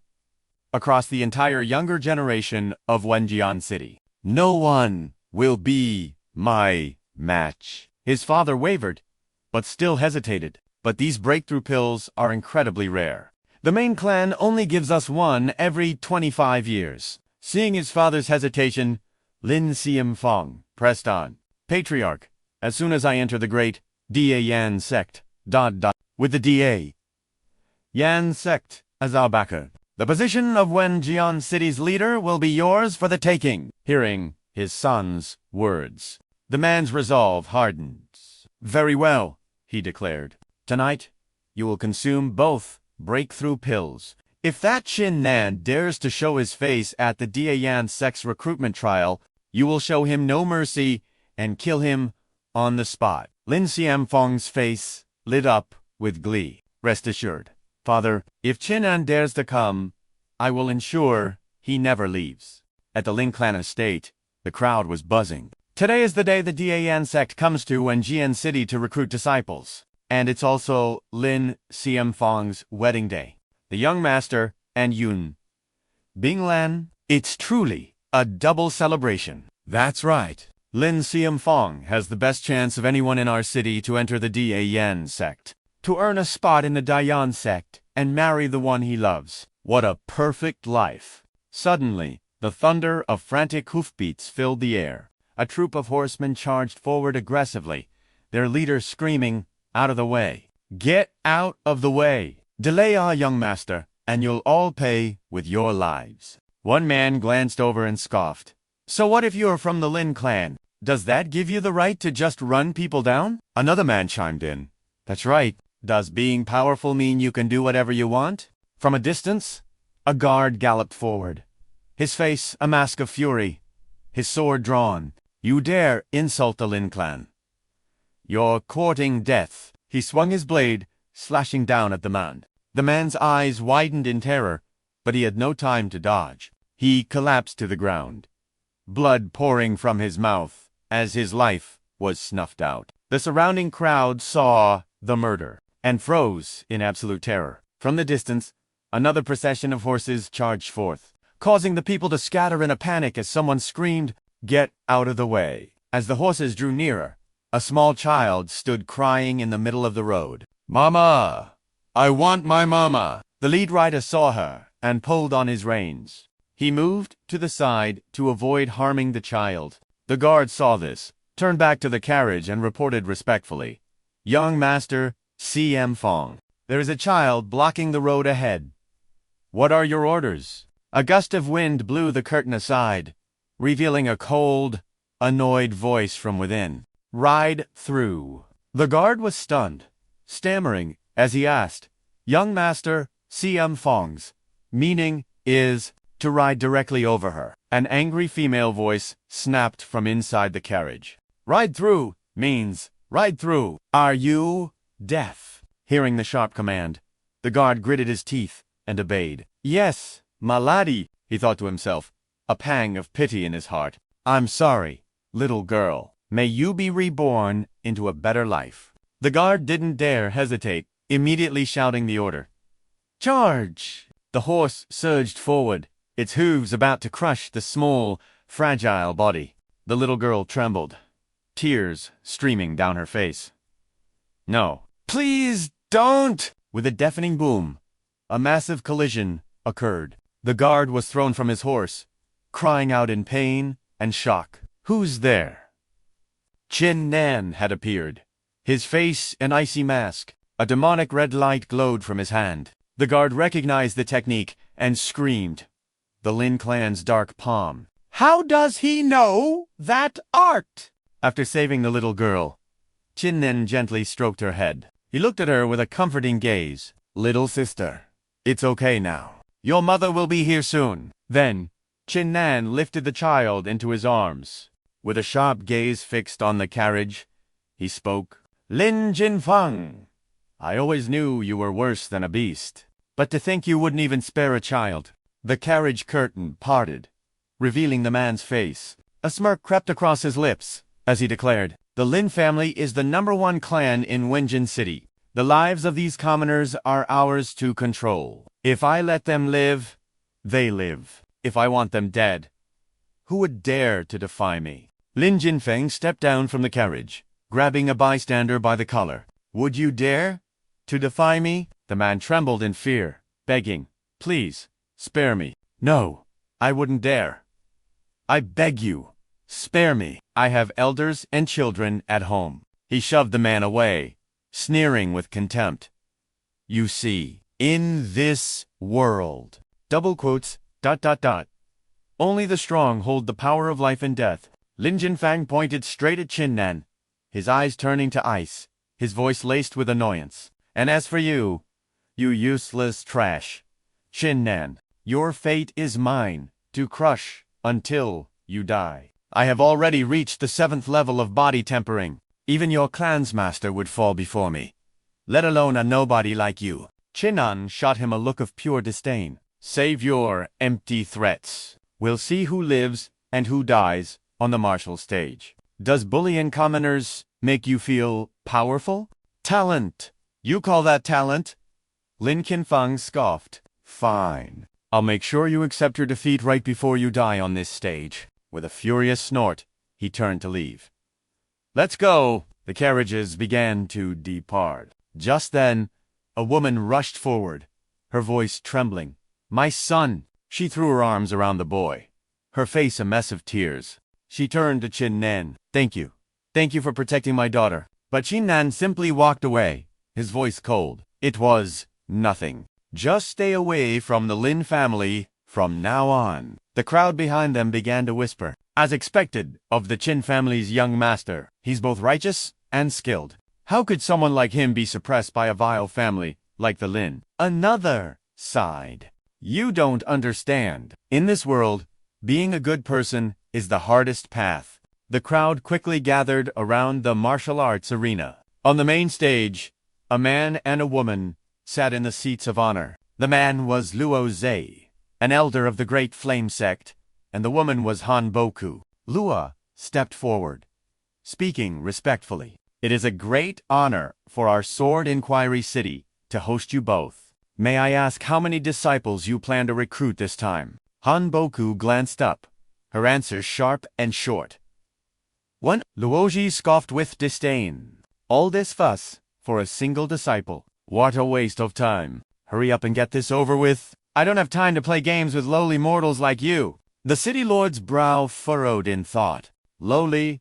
Such arrogance. But Luozi paid it no mind, his chin resting on his hand as he had to quickly recruit new talent from these cities to expand his faction's influence.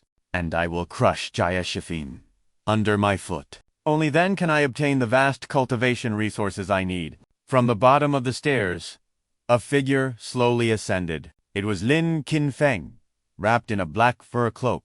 His challenging gaze swept over the crowd below. Are there any among you vermin who dared to challenge me? Seeing no one step forward, he sneered. If not, then this single disciple spot belongs to me.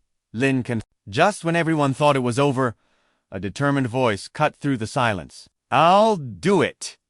The speaker was a man of average appearance, but his face was a mask of righteous fury. As he strode towards Lin Qinfeng, an elderly voice cried out, Liu, you can't go. If you die, how am I supposed to live on? The man named Lua turned, his eyes filled with anguish as he looked at his mother. He declared, Mother, the Lin family murdered my father that year. The image of his father being cut down right before his childish eyes was a nightmare he could never escape. He remembered clutching his mother, crying out, Father, they even applied a chronic poison to you, leaving you in this state. As Liu spoke, his throat tightened with grief. Witnessing his mother being slowly poisoned by the Lin family was a blow too great for him to bear. From that day on, the young Liu trained relentlessly, nurturing his desire for revenge. He told his mother, I've practiced martial arts since I was a child for this very day. For the day I could finally get revenge on the Lin family. His expression turned grim. And today, I can finally kill a member of the Lin family with honor. Hearing this, his mother could only watch with tears streaming down her face. Her hands trembled. Her voice choked with sobs. Liu, The man comforted his mother for a moment longer. Then, with a heart full of hatred, he stepped onto the stage. As he walked, he gritted his teeth. Lin Qinfeng, today you will die by my hand. But Lin Qinfeng couldn't be bothered, leisurely crossing his arms with a disdainful smirk. The third level of the body tempering realm. Is this the result of your lifelong training? If so, you're nothing but pathetic garbage. Utterly worthless. Killing you would only dirty my hands. Lua ignored the taunts, taking his stance. He roared, Enough talk. Take this. With that, Liu unleashed the willow leaf palm, lunging at Lin Qinfeng. Lin Qinfeng watched his opponent's turtle-like movements and chuckled as he drew his sword. As he rushed forward, he said, You know, I almost feel sorry for you. An entire lifetime. ... And all you can muster is a technique that doesn't even reach the first mortal rank to deal with me. Liu froze, his face draining of color as he saw Lin. ... Qin Feng approached like a bolt of lightning. He had dedicated his entire youth to martial arts, but without talent, he was nothing but a joke in his enemy's eyes.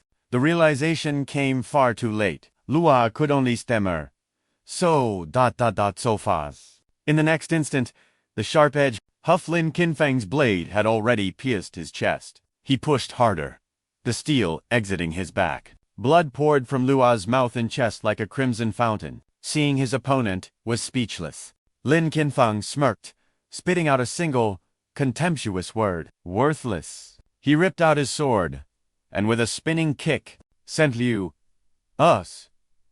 dying body, flying. Lua's broken form slammed against a stone wall with a sickening crack. He used the last of his strength. To look towards his mother one last time before collapsing, his final breath escaping him. The old woman was frozen in shock. Her aged face crumpled, her eyes turning bloodshot as tears streamed down, her face twisted in agony, her hands flying to her mouth to stifle a scream. All she could do was whisper in despair, Lu. A lonely, broken figure. Kneeling in the vast plaza beside her fallen son. The woman had reached the absolute limit of her endurance. She snapped her head up, staring directly at her enemy. A murderous aura radiated from her tear-filled eyes. Her hands clenched into fists as she screamed, I'll fight your entire Lin family to the death. Lin Qinfeng just laughed disdainfully. Those sharp, angled brows and piercing blue eyes should have been handsome, but they were filled with utter contempt, like a god staring down at an insignificant insect. He raised his sword, his voice dripping with menace. You're far too noisy. Killing one more like you means nothing to me. The words barely left his lips when a powerful wave of spiritual energy erupted from him.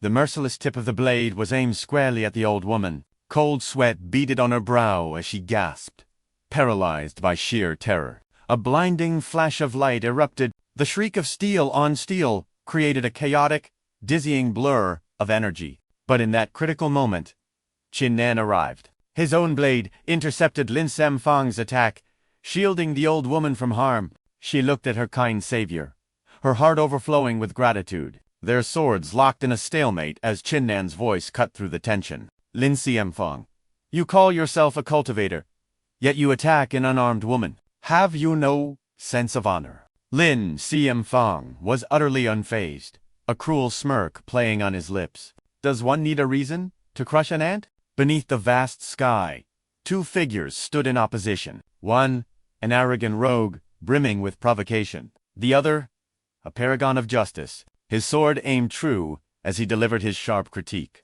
You treat human life as worthless. Acting with such cruelty, your wickedness demands retribution. The afternoon sun glinted off his righteous blade. In a heartbeat, the grand courtyard of the Lin estate had transformed into a true battleground. Strands of Lin Samfang's elaborate hairstyle fell forward, partially obscuring his wicked face. His fox-fur cloak only amplified his air of arrogance. A sneer twisted his lips. Worthless commoners like you lack power, resources, and influence. Your lives are utterly insignificant. You were born to be crushed beneath the heel of my Lin clan. Hearing these words, the faces of the onlookers darkened, their teeth grinding in suppressed rage. They couldn't believe a young master from a prestigious clan held them in such contempt. Hatred burned in their hearts, but none had the power to stand against him. They could only endure. Finishing his taunt, he spread his arms wide, spiritual energy and crackling lightning arcing between his palms. His sword levitated before him, absorbing the raw spiritual power with the majesty of a king. Once it had gathered enough energy, it awaited Lin Samfang's command. The violet sword shot forward, tearing through the air with a piercing whistle. Its tip pulsed with a dense, menacing aura. Qin Nan's pupils shrank in shock as he threw up a hand. He desperately tried to halt the monstrous act, roaring, "Stop!" But it was too late. The cold steel plunged deep into the old woman's heart. Crimson sprayed from the wound as she coughed up blood from the impact. The life faded from her weathered face, and she collapsed beside her son, both falling victim to a single monster. Witnessing this senseless tragedy, a true rage ignited within Qin Nan. He leveled his sword at Lin Samfang, his expression a storm of fury and grief that left him speechless. "You're worse than a beast!" A wave of outrage swept through the crowd. Man, woman, young, and old, their voices rose as one, crying out, "Kill him! Kill him!"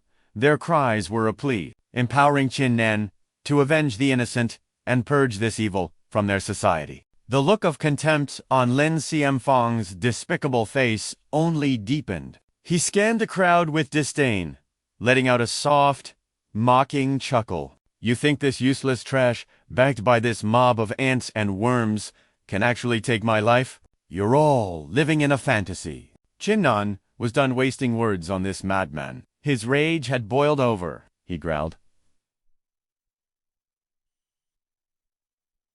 "Enough talk! Prepare to die!" His grip on his sword tightened. Suddenly, Lin Samfang had no time for contempt. His brow furrowed in thought. Then he froze, letting out a strange, guttural sound. Because Qin Nan's sword was already upon him, the razor-sharp edge hummed with its master's resolve. Startled, Lin Samfang barely managed to dodge back in time. A fraction of a second slower, and his life would have been forfeit. He didn't even have time to raise his own violet blade to defend. Having escaped death, though his heart hammered in his chest, he tried to save face with a sneer. "Impressive. A slight improvement, since I destroyed your Dantian." Knowing his opponent's pride was his greatest weakness, Qin Nan gave a scornful laugh. He turned the taunt back on him. "Is that right? Because from here, it looks like you've lost some color." Still pretending to be calm and collected, it was only then that Lin Samfang realized a deep gash had been carved across his pale face by that damnable blade. As blood began to trickle down, He raised a hand to his cheek in shock. Cold sweat broke out on his brow, his earlier smugness completely gone. The onlookers couldn't hide their glee as the younger ones cheered for Qin Nan. Yes! Well done! Kill him! After a fleeting moment of panic, Lin Cm. Fong's roguish arrogance returned. He wiped away the blood and smiled. You've finally succeeded in making me angry. Without another word, Lin Cm Fong began to execute his technique.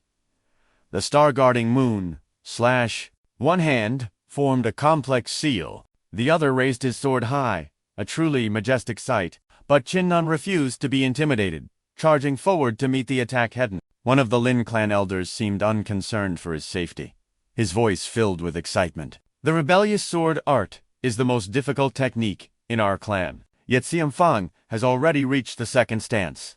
Ngong Trung Sen, however, furrowed his brow, stroking his beard and thought. It seems Lin Cm Fong has unleashed a deadly technique.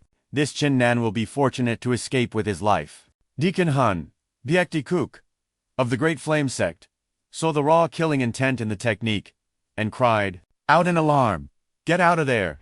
But that wasn't Qin Nan's style. "Retreat is not my way," he answered with conviction. Then, with explosive speed, he shot into the air. A menacing comet aimed straight for Lin Cm Fong. Another elder, seeming to realize Qin Nan's plan, grimaced. "He's finished," he whispered. Qin Nan dove straight for Lin Cm Fong's head, raising his sword high to unleash his own technique, the blood tide. An aura of crimson earth and stone swirled around him. All Lin Cm Fong could do was stare upwards in shock as deep fissures began to crack the ground. Beneath him, their sword auras collided, creating two intense, overwhelming waves of pressure. Blinding arcs of light seared the eyes of the onlookers, painting a beautiful yet terrifying spectacle of otherworldly power. The gash on Lin Cm Fong's face had dried, leaving a stark red line against his pale skin. But he was no weakling. He launched himself into the air, adding his own power to his sword art. His vibrant hair whipped about in the gale, but the strain on his face proved the terrifying strength of Qin Nan's aura. Han Biekti Kuk saw it clear. Qin Nan now had the upper hand. He was completely overwhelming. Lin Cm Fong. A proud smile touched her lips. With this single strike, she declared, Qin Nan has already won. But on the battlefield, the clash of power raged on. A devastating sword strike shot towards Lin Cm Fong's face. He snapped his head back just in time, the air itself whistling past him. This is bad. Lin Cm Fong's sword aura disintegrated, exploding into 1,000 glittering shards. Stunned, he instinctively threw his blade up to shield his face. But his sturdy sword snapped in two, a clear symbol of his utter defeat. A soul-crushing humiliation. And that was a disgrace Lin Cm Fong could never accept. He wasn't the only one in shock. His clan's elders stared with bulging eyes, utterly horrified. He gasped, "It's over!" But then, a flash of orange light, like the last ray of sunset, tore through the chaos, illuminating the swirling debris of shattered energy. In that critical instant, Luo Sha had entered the fray, shielding Lin Cm Fong and intercepting Qin Nan's final, decisive blow. Utterly spent, Lin Cm Fong collapsed at Luo Sha's feet, gasping for air and clutching his chest in agony as a cloud of dust billowed around them. Luo Sha stood firm, a bastion of strength, but the hand holding back the attack trembled uncontrollably. Even he was struggling. As he parried the blow, he thought to himself, so this kid's sword energy packs this much of a punch. No wonder Han Bukok thinks so highly of him. Too bad, he mused. I simply can't allow you to win. Seeing this blatant interference, Han Bukok pointed an accusing finger. Luo Sha, what is the meaning of this? Why are you meddling in their duel? But Luo Sha paid him no mind, discreetly passing a golden pill to Lin Cm, who accepted it without a word. The golden pill looked ordinary, but it soon radiated a dense, black energy. This was no righteous medicine. It reeked of demonic art. In broad daylight, they resorted to such underhanded tactics Luosha shot a look over his shoulder, his voice a venomous whisper. Swallow it and kill him. Lin Sanfeng looked stunned, a fresh cut visible on his cheek. His voice was filled with confusion.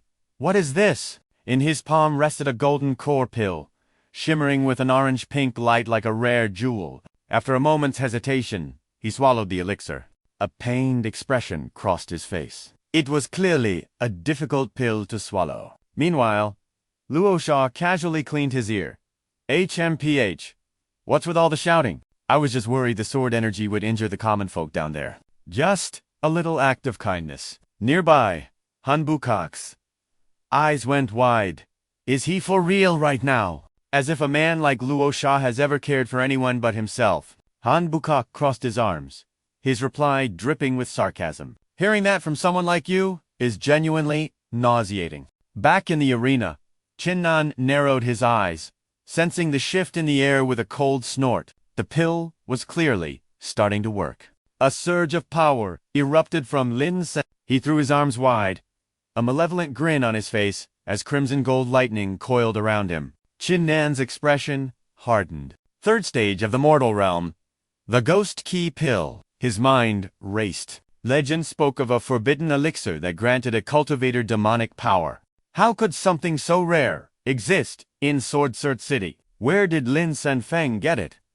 The answer was obvious. He had a powerful backer pulling the strings. Han Bukok realized it too. She turned on Luosha, outraged. What did you do? How did his power suddenly skyrocket to the 8th stage of body tempering? Hitting a nerve, Luosha flinched and waved his hands dismissively. How should I know? Maybe he had a sudden epiphany and broke through on his own. Han Bukok was filled with suspicion, but his flimsy excuse left her powerless. All she could do was grit her teeth in frustration. She knew it was a lie, but what could she do? Back in the fiery clash, Lin Sanfeng channeled a torrent of crimson energy into his right hand. The glow gave him a truly demonic appearance. He glared at Qin Nan, his face contorted with rage. I will rip you limb from limb and offer you to the heavens. Power from a dirty trick. Qin Nan's lips curled into a disdainful sneer. HMPH. Is this pathetic little pill your trump card? He roared. Void-piercing steps. In an instant, crimson lightning enveloped him, lifting him high into the air. This was no ordinary movement technique. The crimson aura crackled with immense power. From the sky, he looked down on Lin Sanfeng like a god judging a mortal. Lin Sanfeng could only stare, his mouth agape in disbelief. His voice trembled with alarm. How can Qin Nan fly? Behind him, even the calculating Luosha was completely bewildered. He stroked his chin, deep in thought. HMPH, a movement art that lets one walk on air. It has to be at least a heaven-grade technique. How could a commoner from a backwater city possess such a skill? It was a lesson for arrogant fools. One should never underestimate their opponent. Seeing the tables turn once more, a brilliant smile lit up Han Bukok's face. She casually brushed her hair aside. Now this is getting interesting. This boy, she thought, is just full of surprises. Just then, a stunning beauty with dark green hair and piercing jade eyes appeared. Her voice laced with astonishment. Qin Nan's strength was this profound all along. Was his reputation as a worthless cultivator just a facade? Back in the arena, Lin Sanfeng summoned demonic energy into both hands, roaring up at Qin Nan. If you have any guts, come down and face me. What kind of coward hides in the sky? A bold accusation, coming from someone who just cheated with a demonic pill. From above, Qin Nan gave a scornful laugh. I think I'll stay right here. What are you going to do about it? With that, he began to channel the Soul Guard art. Between his palms, a sphere of energy began to form, glowing like a miniature crimson sun. He asked what Qin Nan could do. He was about to find out. Unlike his opponent, who relied on cheap tricks, Qin Nan fought with true power. From the crowd, Bai Wan's face was pale with worry as she screamed out, "This is bad. Get out of there." But Han Bukok just smiled softly. It's too late. In her heart, she marveled. This kid is really something else. Another martial art that shouldn't exist in a place like this. Just how many secrets was he hiding? On the stage, pure terror was etched onto Lin Senfeng's face. A strange gray particle materialized on his forehead, emitting a dark crimson aura. His face fell, his expression frozen in a mask of utter, speechless shock. In the blink of an eye, the world around Lin Qinfeng twisted into a nightmare. The very air warped, becoming a ghastly, blood-red domain. Terror seized him as he cried out, Where is this place? Behind Qin Nan, a monstrous phantom materialized from the shadows. Its form was pure darkness, pierced by two burning, crimson eyes. Qin Nan's voice echoed with immense power. Have you ever witnessed a palm strike that descends from the heavens? Pure horror flooded Lin Qinfeng's senses. Blood-red veins spiderwebbing across his eyes as he screamed, What? He glanced to the sky, but the clouds were gone. In their place, a colossal demonic hand blotted out the light, its blood-soaked claws reaching down to crush him. Overwhelming dread consumed him as he stumbled back, his voice trembling. What? What kind of power is this? He desperately threw his arms up to defend himself, muttering through gritted teeth, Damn it, I can't hold it back. His cowardly expression was truly pathetic. With a deafening crash, the demonic hand slammed down, flattening him into the arena floor. The might of the technique was absolutely terrifying. It left a massive, hand-shaped crater in the stage, with Lin Qinfeng looking like a crushed insect at its center, his face a mask of twisted terror. His forehead was bruised black and purple. His pupils, shrunken to pinpricks, his veins bulged around his eyes. The sheer force of the impact made him cough up a mouthful of fresh blood. He collapsed to his knees, clutching his stomach and bracing himself with one hand, groaning, Damn it all. He was the very picture of a sore loser, utterly defeated, yet stubbornly refusing to accept his fate. It seems the laws of karma spare no one. Before he could even catch his breath, a new horror descended. Qin Nan, wielding the blood progenitor sword, erupted in a crimson aura and lunged forward with perfect, heroic form. He radiated an aura of absolute power and charisma. Seeing this, Yun Binglan broke out in a cold sweat, screaming in panic, It's over! In that critical moment, Yun Binglan shot forward like a gust of wind, positioning herself in front of Lin Qinfeng as a human shield. Tears welled in her eyes truly. There's no cure for a foolish heart. The sudden intervention forced Qin Nan to halt his charge mid-strike, and he leaped backward in shock, barely avoiding injuring her.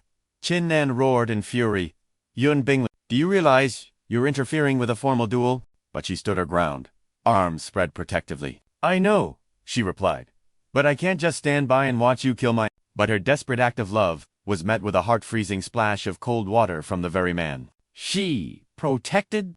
Get out of my way.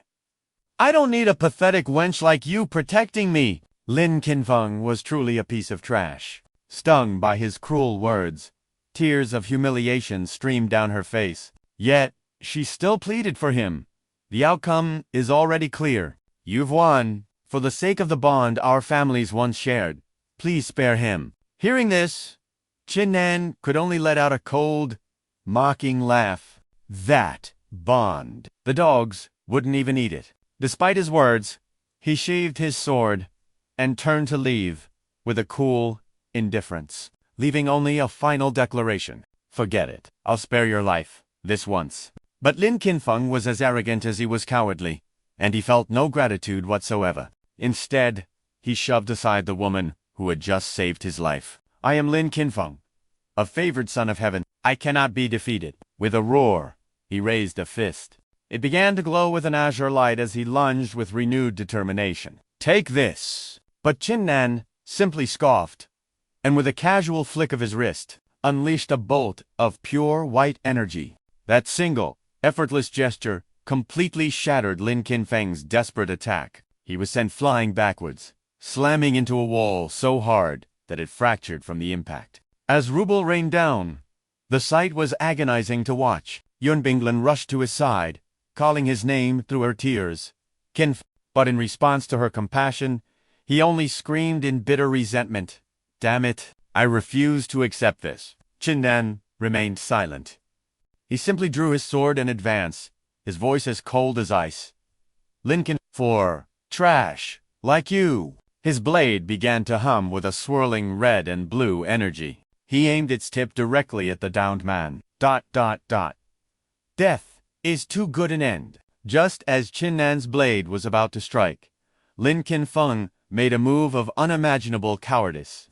Die in my place, he shrieked, yanking Yun Binglan in front of him to serve as a shield. The scoundrel even flashed a malicious, triumphant grin. Don't you love me? He sneered.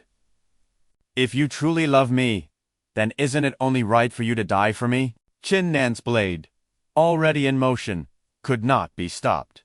It pierced directly through the girl's heart as blood gushed from the wound. Qin Nan froze, absolutely stunned that he had been played by such a despicable villain. He yanked his sword back instantly, but the damage was done. Yun Binglan's blind love had led her to a tragic end. She clutched the wound in agony before collapsing. As she lay in a growing pool of her own blood, her hands twitched feebly, reaching for nothing. A truly pitiful end for one so devoted. She had sacrificed everything to save a man who was utterly worthless. A man who would use her as a shield without a second thought. Witnessing this despicable, heartless act, Qin Nan's blood boiled with absolute fury. He clenched his fists, roaring, Lincoln, you are truly ruthless. But faced with Qin Nan's righteous fury, the vile coward remained completely unfazed. Not a hint of remorse on his face. I would rather betray the world, he declared, than let the world betray me. His reply was as shameless as it was cruel, and this final, despicable act sent the entire crowd into a frenzy. Anger darkened every face in the stands as they began to chant in unison. Kill him! Kill him! They demanded justice. Meanwhile, a man named Luo Ta simply rested his chin on his hand, observing thoughtfully. So, the so-called genius of the Lin family amounts to nothing more than this. He's no match for Qin Nan. This boy is a prime talent from Sword Inquiry City. Once we reach the Great Flame Sect, I must recruit him properly. Suddenly, with a thunderous roar, a middle-aged, purple-haired man appeared. His presence overwhelming. I'd like to see who dares to harm my dear son, he bellowed. Unflinching, Qin Nan met his gaze with a defiant swing of his sword.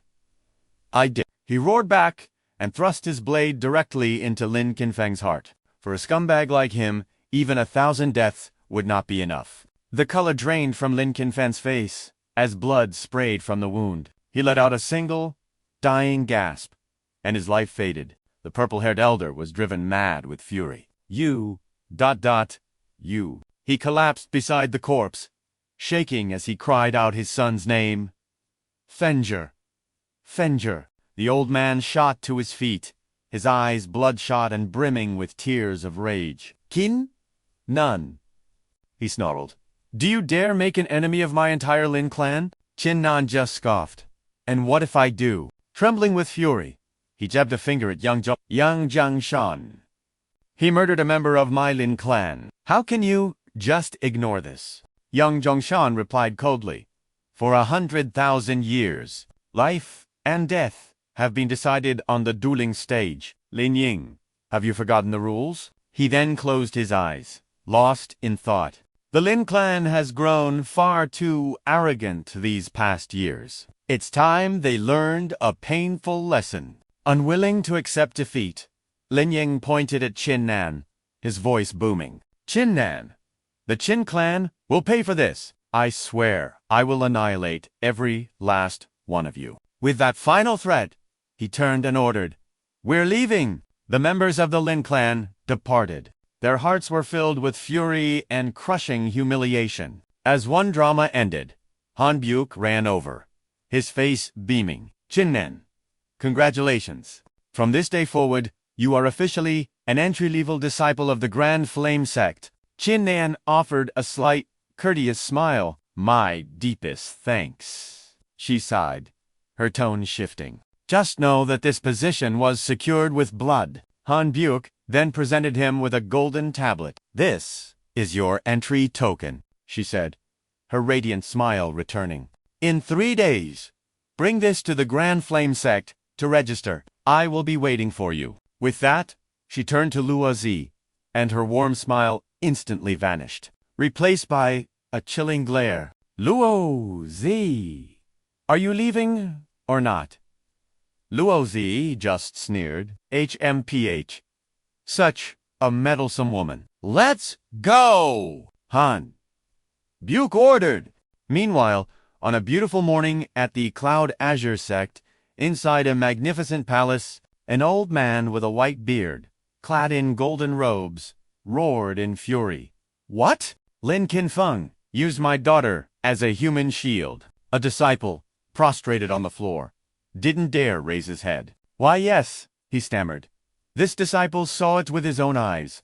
The elder planted a hand on his hip, gesturing with the other. Gather every disciple in the sect. We will slaughter every last member of the Lin clan. At that very moment, at the Lin clan's estate, the entire estate was engulfed in a sea of flames, an inferno born of righteous fury. The townspeople gathered, watching in utter disbelief as one person spoke. Just a few days ago, the Lin clan was at the peak of its power. Now, the Cloud Azure sect and a dozen other families have joined forces to wipe them from existence. Those who live by wickedness die by wickedness.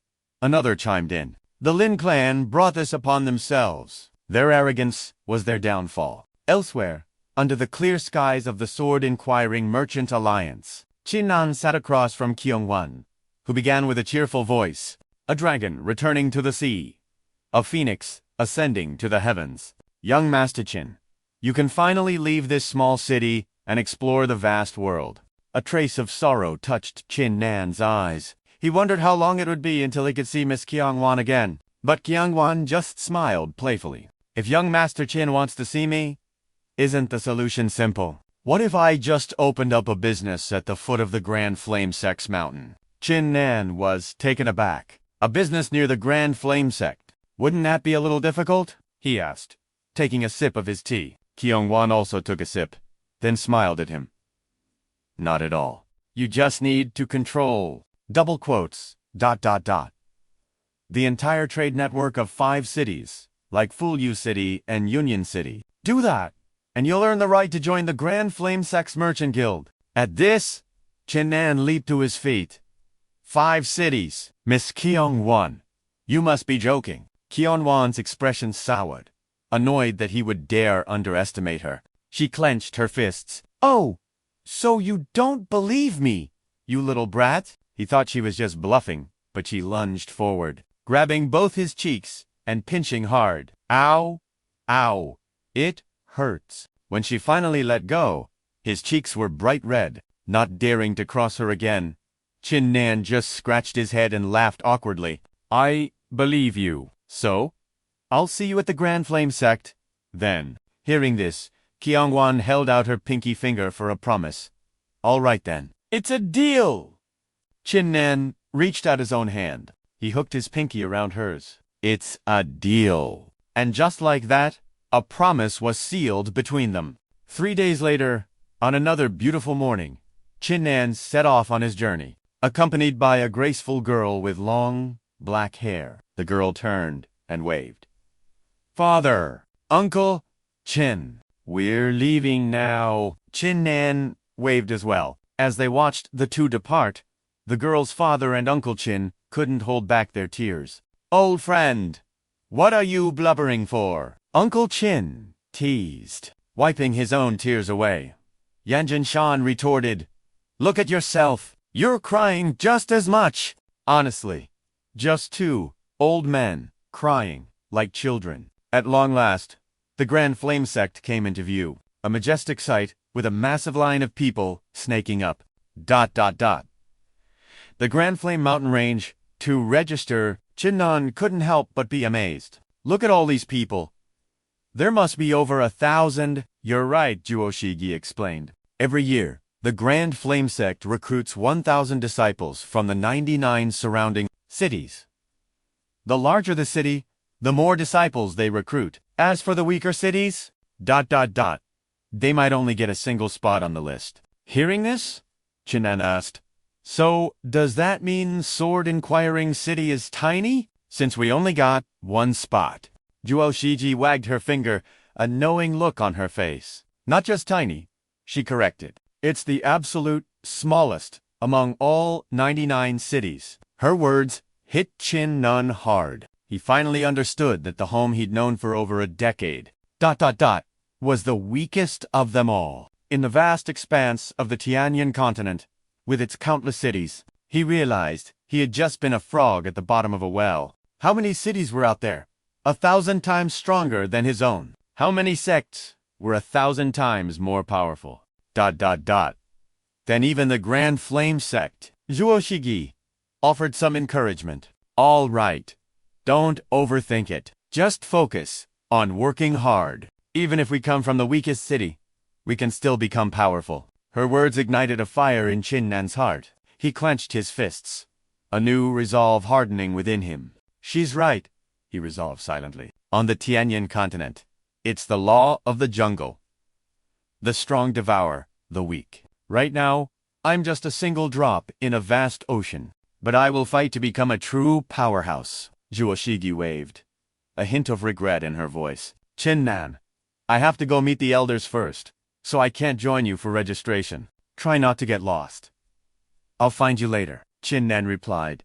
"Don't worry, I won't get lost," he thought to himself with a newfound confidence. Qin Nan stood near the registration area, right beside the hall, for new disciples. He took a moment to observe his surroundings. This must be the right place, he thought, but something immediately felt wrong. There were two separate queues. One line stretched on for what seemed like an eternity. He sighed. At this rate, when would it ever be his turn? After observing for a moment, Qin Nan noticed the anomaly.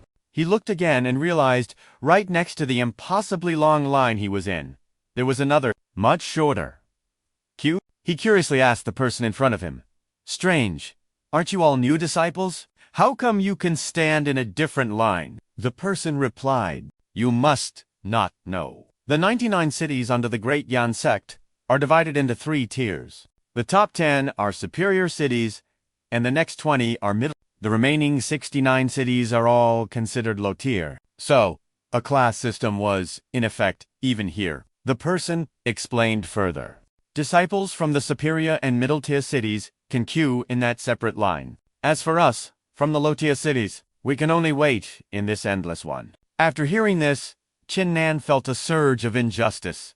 He clenched his fists, asking angrily, "We are all people. So why are we divided by rank and treated differently?" A stranger with blonde hair spoke up. "Qin Nan, you are clearly young and naive. There's always going to be favoritism like this. If you're scared, just go home. How can penniless scrubs like us compare to the sons of nobles? Wake up! Brother, those are the young masters and ladies of prestigious clans, fed precious elixirs since birth. They are taught by brilliant masters, so their potential is far greater than riffraff like us. For the sake of its own growth, the sect will naturally give them special treatment." After speaking, he patted Qin Nan's shoulder sympathetically. "Just accept it, brother. People like us can only wait in line." Slowly, hearing this, Qin Nan still couldn't swallow his anger. He frowned. "Accepted? Absolutely not." From the crowd, a young man with long green hair in a blue robe sneered, "Look, another one trying to become famous. A good beating will set him straight." But Qin Nan paid them no attention. Unwilling to accept the injustice, he decided to make a bold move, walking directly toward the line reserved for the nobility. This act immediately drew attention, and low-tier trash, get back in your own line. Hearing this, all the new disciples turned to look at him, their passion for gossip ignited. Hearing these words, Qin Nan's face darkened, and he spoke out against the injustice. "People are not born noble or humble. I will stand in whichever line I choose." Lei Hongqia, young man in a blue robe holding a fan, immediately turned hostile. Oh, not noble or humble, you say. I can see your cultivation is merely at the 7th layer of body tempering. Do you even know what our average cultivation level is? The truth would probably scare you to death. We are all at the 10th layer of body tempering, and the most talented have already broken through to the Dao realm. After saying this, Lei Rongshin's expression turned incredibly foul. Unable to hold back, he pointed his fan straight at Qin Nan's face and yelled, "Do you understand the gap now? Now that you know the difference, hurry up and get lost. Otherwise, I'll beat you to death." Qin Nan held his sword in one hand and formed a seal with the other, ready to retaliate. He raised his voice.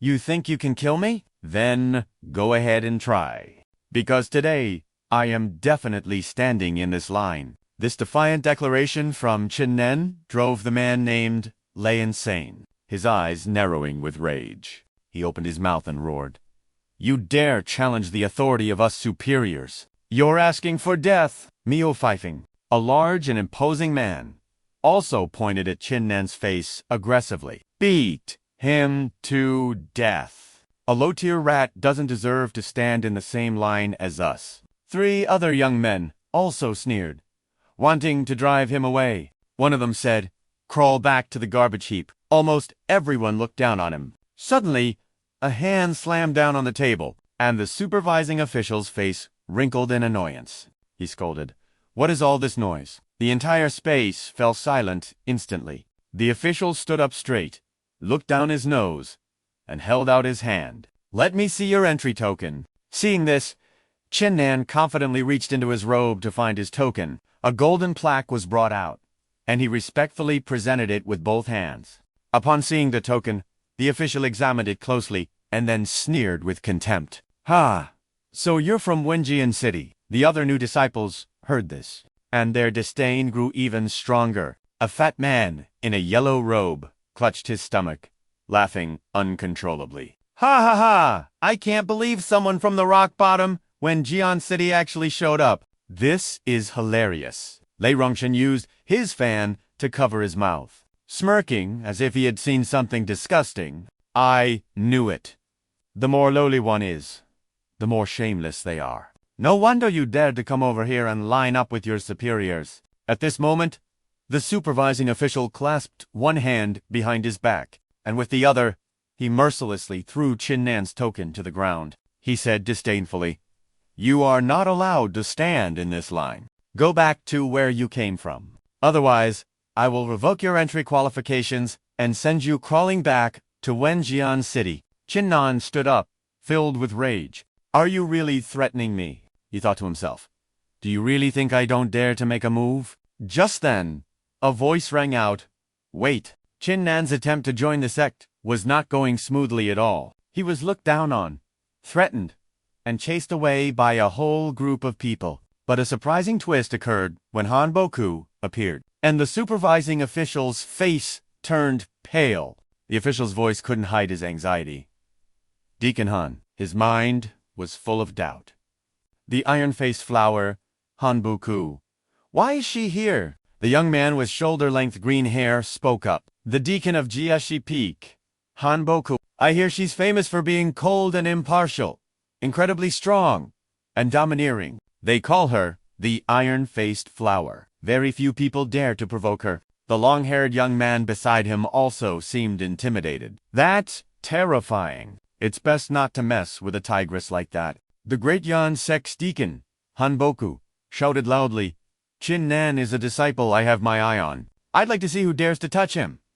What was this? Was this some drama about a cold, powerful boss and her favored subordinate? Impossible. A reckless young man questioned her. "The head deacon of Jiashi Peak intends to protect a low-tier person from Wenjian City." The young man with a topknot beside him also wondered, what could this possibly mean? These two were truly young and green. Han Boku spoke in a tense voice.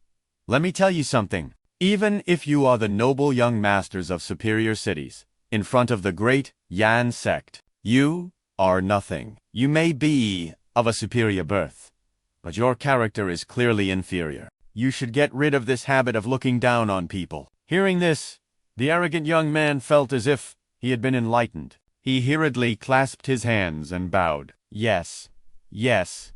We will remember Deacon Han's teachings. With that, Hanbuku turned to the old steward and roared, "You will pick up Qin Nan's token right now, or else... ... Do you believe I won't shatter your pathetic legs? A sect token represents a disciple's honor. Tossing it on the ground is an unforgivable insult." Struck with fear, the old supervisor frantically agreed. Yes, yes, of course, as he scrambled to pick up Qin Nan's token. The humiliation was unbearable. His attitude toward Qin Nan had flipped a full 180 degrees. His expression changed in the blink of an eye. With a forced, sycophantic smile, he apologized. "My deepest apologies. I was blind to not recognize Mount Tai just now. I had no idea you were acquainted with Deacon Han. Please, forgive my offense. I'll register your name right away. No need to wait in line." He shoved the token back into Qin Nan's hand, leaving our hero utterly speechless at the display. Now, it was time to play the part of the powerful one. Qin Nan crossed his arms and let out a knowing HMP. "Next time, don't be so quick to look down on others." The onlookers were completely stunned, their shock written all over their faces. A pink-haired girl stood with her jaw practically on the floor. Did the supervisor just apologize to a low-grade disciple? The young man beside her muttered, "It seems this Qin Nan is someone we should avoid provoking from now on. He might be low-grade, but his character is clearly first-class." With the tension diffused, Hanbuku waved Qin Nan over. Before he could process what had happened, she gave a command. "Qin Nan, you're with me." Rescued by such a beauty, he squinted with a shy smile and replied, "Of course." He decided not to lower himself to the level of those arrogant frogs in a well. A short while later, they arrived at Hanbuku's residence. She smiled warmly. "Qin Nan, you need to get used to how things work here. This place only respects the strong. The weak are preyed upon by others. It's a completely different world than the one outside. I hope you can adapt quickly," he replied without hesitation. "I understand. This place is even more ruthless and cruel than the outside world. The weak are bullied, and only the strong can claim more resources." Seeing his understanding, she let out a hearty laugh, thoroughly impressed. "If anyone bullies you, just tell me. I'll protect you." Qin Nan was deeply moved by her sincerity. Hanbuku held up a finger. "All right, let's get down to business. Since you already know the rules of the Great Flame Sect, I won't repeat them. Tomorrow is the peak selection day. The new disciples will be chosen by the various peaks within the mountain. Your talent is exceptional, so I hope you'll choose to become a disciple of my peak." Qin Nan asked curiously, "How many peaks are there in the Great Flame Sect?" Hanbuku continued her explanation. "The sect is divided into an outer gate and an inner gate, which has 3 peaks. Every year, the competition between these 3 peaks is incredibly fierce. The final victor receives an immense amount of resources." Qin Nan scratched his head. "I understand. I'll do my best to achieve the highest result." But a thought surfaced in his mind. No wonder they were cheating during the selection exam with those illicit pills. So that's what this was all about. They were trying to recruit and secure disciples for their own factions from the very beginning. Hanbuku glanced back. "I won't disturb you any longer. Go back and get some proper rest." Qin Nan bid her farewell with a respectful bow. Under the clear blue sky, he clutched his wooden tag, searching around and mumbling, "Number 50, low grade." He suddenly froze. The living quarters for low-grade disciples were nothing more than a dilapidated, crumbling shack, tucked away in a corner like a pigsty. It looked more like a poor villager's hut than a residence in a great sect. Seeing this, Qin Nan's brow furrowed in discontent. So this is how the weak are treated. It truly is an unfair system. Suddenly, a voice called out, "Well, if it isn't Qin Nan." He turned to see Luo Zi approaching with his followers. He raised a hand in a mock greeting.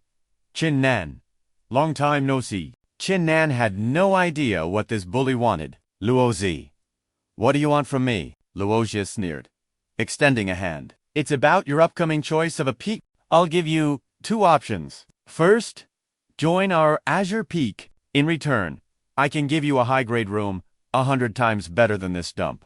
Your second option. Refuse to join, and you will be targeted by the disciples of Azure Peak for all eternity, until you either crawl your way out of the Great Flame Sect, ... or die here. Choose wisely. Fury flared in Qin Nan's eyes. What grudge do you have against me? Why are you targeting me like this? Luozi laughed dismissively. There is no grudge. I simply find you ... an eyesore. Your talent isn't bad, but if you won't join Azure Peak, if you can't be used by me, if you refuse to become one of my pawns, then I will be very, very displeased. Qin Nan didn't even bother to look at him, replying coldly, HMP, then I'm afraid you'll have to be displeased. I, Qin Nan, will absolutely never choose Azure Peak. Despite the blunt refusal, Luozi remained calm. Good. I admire people with spirit like you, but I can guarantee this. If you dare to defy me, you won't live for more than 3 days. Qin Nan smiled, completely unafraid. Is that so? I'll be looking forward to it. Luozi shot him a final, warning glare. Humph. You'd better raise your cultivation level. That way, you might live a little longer. After all, there's no sense of accomplishment in crushing a mere 7th-level body-tempering bug. With that, he and his lackeys turned and left. Qin Nan watched them go, his thoughts racing. It's true, no matter where you go, the weak are always bullied. I have to get stronger, and fast. Otherwise, I'll never be able to stand against those at the Dao Realm. A while later, inside his cultivation room, Qin Nan sat cross-legged in deep thought. The alchemy ancestors' records mention a pill called the Heavenly Pool. 100 Refinements Pill. It's used to break through the late body tempering stage, allowing one to rapidly enter the Dao Realm. But one of the ingredients, a water attribute spirit crystal, is incredibly hard to find. Just then, the ancestor's spirit appeared, startling Qin Nan. The old spirit began to explain. When spiritual energy condenses, it becomes spirit liquid. When spirit liquid solidifies, it becomes a spirit crystal. It takes 10 portions of spiritual energy to form a single drop of spirit liquid, and it takes 10 portions of spirit liquid to form a single spirit crystal. As you can see, these crystals are exceptionally rare. Seeing the ancestor, Qin Nan's face lit up. Ancestor. Ancestor. This junior was just about to seek your guidance. He cupped his hands respectfully. I am eager to hear the ancestor's teachings. The ancestor stroked his beard and began his lecture. The heavens and earth are divided into 5 elemental energies: metal, wood, water, fire, and earth. Spirit crystals are also divided into these 5 attributes. If a crystal forms near metal, it will be of the metal attribute. If it solidifies among plants and forests, it will have the wood attribute. If it solidifies in high mountains or plains, it will be of the earth attribute. If it forms within a water source, like a river or the sea, it will be a water attribute. And if it forms in a volcano or near lava, it will be of the fire attribute. The ancestor continued. There is also a type of spirit crystal with no attribute at all. It exists among all things in heaven and earth, containing pure spiritual energy, and is much more abundant than the elemental ones. So, cultivators often use them as currency, calling them spirit stones. Hearing this, Qin Nan finally understood. So, that's how it worked. In that case, shouldn't I just search for a water source to find these Tier 1 water spirit crystals? The old ancestor objected. You could, but it's completely unnecessary. There are specialized cultivators called spirit seekers who find these crystals, and their findings are traded in the major markets. With enough money, you can definitely buy some in the market of this great flame sect. As the ancestor spoke, a bustling market scene flashed in his mind. Qin Nan was curious. I see, but I wonder, how much does a Tier 1 water spirit crystal cost? I currently have over 800,000 silver taels. All of it earned from selling pills. Before, in another place, under the warm sun of the divine abyss, pavilion, a pair of nimble hands flew across an abacus. Dong Tian. Tian greeted him with a bright smile. A single Tier 1 water spirit crystal costs 1 million silver taels. Of course, if you have 100 gold taels, that would also suffice. This number made Qin Nan, who considered himself a tycoon in Wenjin City, turn pale. He clutched his head in despair. He genuinely thought he was one of the wealthiest men in his city, but with over 800,000 silver, he couldn't even afford a single Tier 1 spirit crystal in the Great Flame Sect. Seeing his strange reaction, Dantian was puzzled. She continued, "Honored guest, you seem to be in a bit of a bind. How about I show you a path to riches?" Qin Nan's interest was piqued. "I'm listening." At the same time, he thought, I'll hear her out first. If it's a scam, I can just walk away. Seeing her prey was hooked, Dantian made a tempting offer. "You have a new face. You must be a new disciple, right? As it happens, I need a large number of disciples to help wash freshly picked medicinal herbs. The pay is 200,000 silver taels a day, which is 20 gold taels. What do you say?" Qin Nan hesitated for a moment, then bargained, "If I work for the rest of today, can you give me 20 gold taels?" As he spoke, he calculated, adding that to the 85,000 silver on him, which was 85 gold taels, he'd have just enough to buy one Tier 1 spirit crystal. Hearing this, she didn't even think twice, smiling as she replied, "Even though much of the day is gone, because you're so handsome, I'll honor the price of 20 gold taels just for you." He was grateful. "Then, thank you, Madam Owner," he thought to himself. "This is perfect." Tian heard him and shyly covered her mouth with a delicate smile. Something about her expression felt ... hidden. At her instruction, Qin Nan pushed open a door. Peeking through the narrow gap, he couldn't help but be astonished. She introduced the place. "Young master, this is the herb cleansing room." A massive space opened up, with shelves of herbs in the distance, and countless people processing them. Staring at the scene, he asked, "There must be at least 100 people here. Are they all here to wash herbs?" She chuckled. "That's right. Now, hurry up and get to work. Young master, if you're slow, I won't pay you." Before Qin Nan stood a mountain of herbs, making him exclaim, "This is so much." He picked up a dirty herb, dipped it in a basin, and gently scrubbed it. Holding the clean herb, he was confused. "Strange. Why isn't it coming clean?" Someone nearby noticed and asked, "New here?"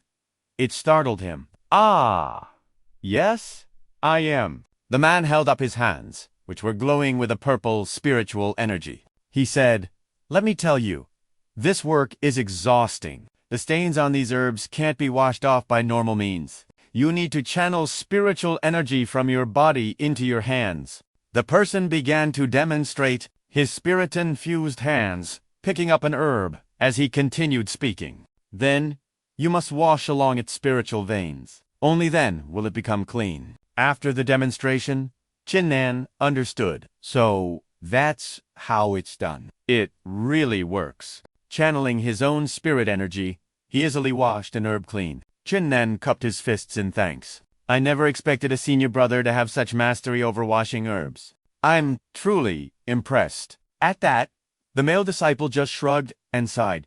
"Ha! It's nothing. You get used to it when you have no other choice. It's born from helplessness. If I had money like those upper-class disciples, I would never be here washing herbs." Hearing that, Qin Nan turned to console him. "But even lower-class disciples like us can seize our own opportunities, right?" The male disciple immediately shook his head in denial. "Seize them. They've already blocked every single path for us to advance. How are you supposed to seize anything? It's useless. Just accept your fate." On the surface, Qin Nan simply nodded, but in his heart, he frowned, thinking, "I refuse to believe that." Suddenly, a scene up ahead caught his attention. Further in, alchemists sat beside their cauldrons, and streams of golden spiritual energy began to swirl around them. He was shocked. "There are alchemists here too." Qin Nan was incredibly curious and turned to ask the male disciple, "What are those people doing?" "Refining pills." The disciple covered his mouth and whispered, "Them, they are, of course, the upper-class disciples. But they aren't like the rich ones, who have nothing to worry about. They also need to earn extra money. Since their talent is high, they became alchemists. Naturally, they can use pill refining to make a living. The male disciple leaned in closer to Qin Nan and whispered, "I heard their daily pay is 100 gold taels." After saying that, the disciple put his hands on his hips and sighed. It's just a pity that lower-class disciples like us have neither money nor talent. Hearing this, Qin Nan quietly clenched his fist. He realized that to surpass everyone, he had to walk a different path. He began to stride forward. He calculated in his head, 100 gold taels a day. That means I can earn enough to buy a spirit crystal every single day. Wouldn't my own alchemy expenses be covered then? Seeing Qin Nan's actions, the other disciples shouted to stop him. "Hey, what are you doing? Get back here!" A disdainful glare shot toward him. A disciple stood before Qin Nan and spoke with contempt. "Lower class trash. What do you think you're doing here? Get back to washing your herbs." Ignoring the hostile taunt, Qin Nan calmly found a spot to sit, closed his eyes to channel his energy, and replied with a single word, "Alchemy." Hearing that word, the other guy crossed his arms and sneered, "HMP. There are always some unwilling lower-class disciples trying to act skilled. Let's see how long you can keep up this little act." His eyes scanned the ingredients, a plan forming in his mind. These were for a second-grade bronze wound pill. A brilliant idea began to spark. Qin Nan offered a mysterious smile. "Then watch me closely." With that, he grandly took his seat before the alchemy furnace. His hands formed a rapid series of seals. Spiritual energy flared to life, pouring a powerful key into the furnace. Seeing this display, Hu Fei couldn't believe his eyes, exclaiming, "What?" He's already activated the cauldron. But the short-haired youth in green robes just sneered. Pure luck. Let's see what he can possibly do next. Qin Nan glanced at the two loudmouths, a smirk playing on his lips as he asked a devastating question. "How long does it take you to refine a bronze wound pill?" The green-robed youth puffed up his chest with pride. "There's no harm in telling you. For disciples like us, on average, we can refine 2 bronze wound pills in the time it takes 1 incense stick to burn." After hearing this, Qin Nan replied with absolute confidence, "I see. The time for 1 incense stick is 1 hour. In that case, I'll only need half an incense stick. Just half an hour." Hu Fei, irritated, pointed, and commanded, "Fine. Light one for our new alchemy master. If he fails, we'll post his story on the great Yan sect's Board of Wonders, so the entire sect knows what a fool he is." Qin Nan's confidence never wavered. "Indeed, you'd better watch closely." And so, a spectacle of alchemy began. Between Qin Nan's palms, a fierce flame erupted. He then clasped his hands together, forming a seal as he chanted inwardly, "Fire condensation art!" The pile of herbs was instantly incinerated by the intense blaze, leaving behind only their purest, most precious essence. The entire furnace glowed with a dazzling white gold light. In that very instant, Qin Nan's eyes snapped open as he reached forward, making a grasping motion as he declared, "Pill formed." Holding the perfectly round, pinkish-purple pill, Qin Nan provoked them half an hour. "How about that?" The green-robed youth held the tray with the pill, his face turning a sickly green. His jaw dropped as he stammered, My word. Half an hour. He actually refined a bronze wound pill, even more terrifying. ... This color, it's superior grade. But Hu Fei stubbornly refused to accept it. "This is impossible. You are nothing but a low-grade disciple." Just then, Dantian, who had been leaning against the doorway unnoticed, gently crossed her arms. With a slight smile, she commented, "Interesting." Dantian gracefully walked over to Qin Nan and made him an enticing offer. "You no longer need to wash herbs. If you can refine the quota of 2 people all by yourself, then I'll pay you a daily wage of 200 taels of gold." As she spoke, she stroked her chin, thinking to herself, "So this kid has some real skill. I'll have to pay more attention to him from now on." Hearing such a sweet deal, Qin Nan was overjoyed. He hastily clasped his hands and bowed. "Thank you, mistress." At that moment, the other disciple's eyes went wide. He scratched his head, muttering, He really could do it. I thought he'd be stuck here washing herbs with me forever. Now what he earns in 1 day, is what I earn in 10. Nearby, Hu Fei was still fuming. With his arms crossed, he continued to mock Qin Nan. So what if you're a decent alchemist? It doesn't change the fact that you're a low-grade disciple. One day, you'll be kicked out of this business. Night fell, and a full moon hung high in the sky, its light bathing the world below. Inside his room, Qin Nan sat cross-legged before a furnace, his eyes closed in meditation. He thought to himself, "It's finally enough." He pulled out a small, shimmering stone from his robes, murmuring, "With this first-grade water spirit crystal, and the other herbs I've purchased, I can now begin refining the heavenly pool, 100 refinements pill." He clenched the crystal, directing his spiritual power to send all the herbs into the furnace, using his flame to begin the refinement. The furnace blazed with an astonishing heat. With a soft pop, a fragrant medicinal smoke wafted out. Qin Nan reached in and retrieved the freshly forged pill, exclaiming with joy, "The heavenly pool, 100 refinements pill, is complete." He admired the golden pill in his palm and mused. It said this pill can allow a martial artist in the body-tempering realm to rapidly break through to the Tao realm, but its side effect is said to be excruciating pain. Without another thought, Qin Nan took a huge gamble, tossing the pill into his mouth without a shred of hesitation. As he swallowed, the pill's potent energy spread like wildfire, followed by a pain that felt like his very organs were being torn apart. Qin Nan's face went pale. He clutched his chest, letting out a choked groan. He screamed in his mind, "The pain, it's unbearable." He slammed his hands on the ground, his breathing becoming heavy and ragged. His strength began to fade as he collapsed onto the floor. But his hand remained clenched in a fist, refusing to give in. He pushed himself onward.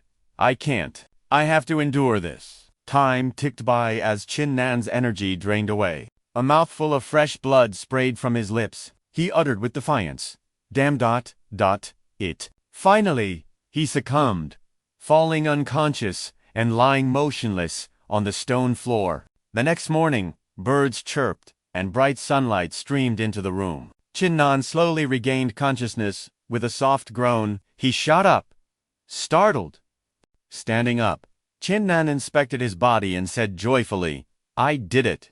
I've broken through to the 9th level of the body-tempering realm. Once I pass the 10th level of body tempering, I can finally break into the Tao realm." Just then, the manager's voice boomed from outside. "Everyone out. The entrance examination is about to begin." Qin Nan walked out with newfound confidence. A cool breeze swept past, making him feel refreshed and powerful. He strode calmly toward the entrance exam. The outer court square of the Great Yan sect was already packed with people, all of them looking up at 5 figures standing on a high platform. A middle-aged man spoke up. "Luo Zi, have this year's disciples been properly arranged?" The speaker was none other than Kan Qinfeng, the peak master of Fierce Wolf Peak. Luo Zi respectfully clasped his hands and replied, "Master, rest assured, I have already spoken to all the high-grade disciples. They will certainly join our Fierce Wolf Peak today." He added with supreme confidence, "Our faction will undoubtedly claim the sect's resources again this year." A dark, calculating glint appeared in his eyes as he smirked. "As long as Fierce Wolf Peak wins first place, as the steward, I'll be able to obtain a massive amount of resources. Then, I can finally increase my own strength. One could even usurp the position of a peak lord." An old man nearby scoffed with contempt. HMPH, resorting to such petty tricks is a complete joke. The one who spoke was Pu Lanfeng, the peak lord of Biwu Peak. Quan Chengfeng turned to him with a taunt. Well, if it isn't old man Pu Lan, you're always stuck in second place. If you're so great, try winning for once. Or are these just sour grapes?" Beak Vo Engan roared in fury. You! The great flame sect will fall to ruin because of petty villains like you. Quan Fang retorted with utter contempt. Humph! What does an old fossil like you understand? It is precisely because of cultivators like us, who will stop at nothing to seize resources, that the great flame sect grows stronger. He suddenly recalled something, turning to the young man beside him with a mocking tone. Oh, that's right, Peak Master Jia Thatch Fong. After all these years at the bottom, why are you so silent? Could you be too ashamed? The man, meditating with his eyes closed, replied without even a glance. Arguing with a fool would only lower my intelligence. The speaker was none other than Jia Thatch Fong, the master of Flame Plume Peak. Quan Fong shot back with pure arrogance. A man who only knows how to run his mouth. This year, you'll only recruit worthless disciples and remain at the bottom of the ranks. Lacta then glanced at the woman beside him with a mocking grin.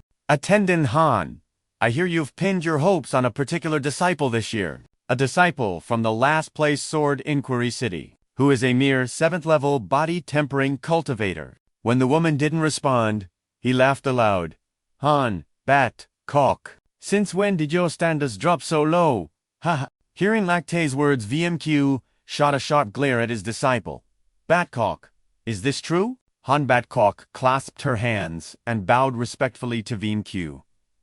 Master, rest assured, my judgment is never wrong. VMQ's gaze softened ever so slightly. He replied softly, I believe you. Quan Fong, listening to their exchange, shook his head and sighed. I almost feel pity for Jia Thatch Fong. You've fallen so low that you're valuing a 7th level body-tempering disciple. As the argument died down, the managing attendant stepped forward and made an announcement.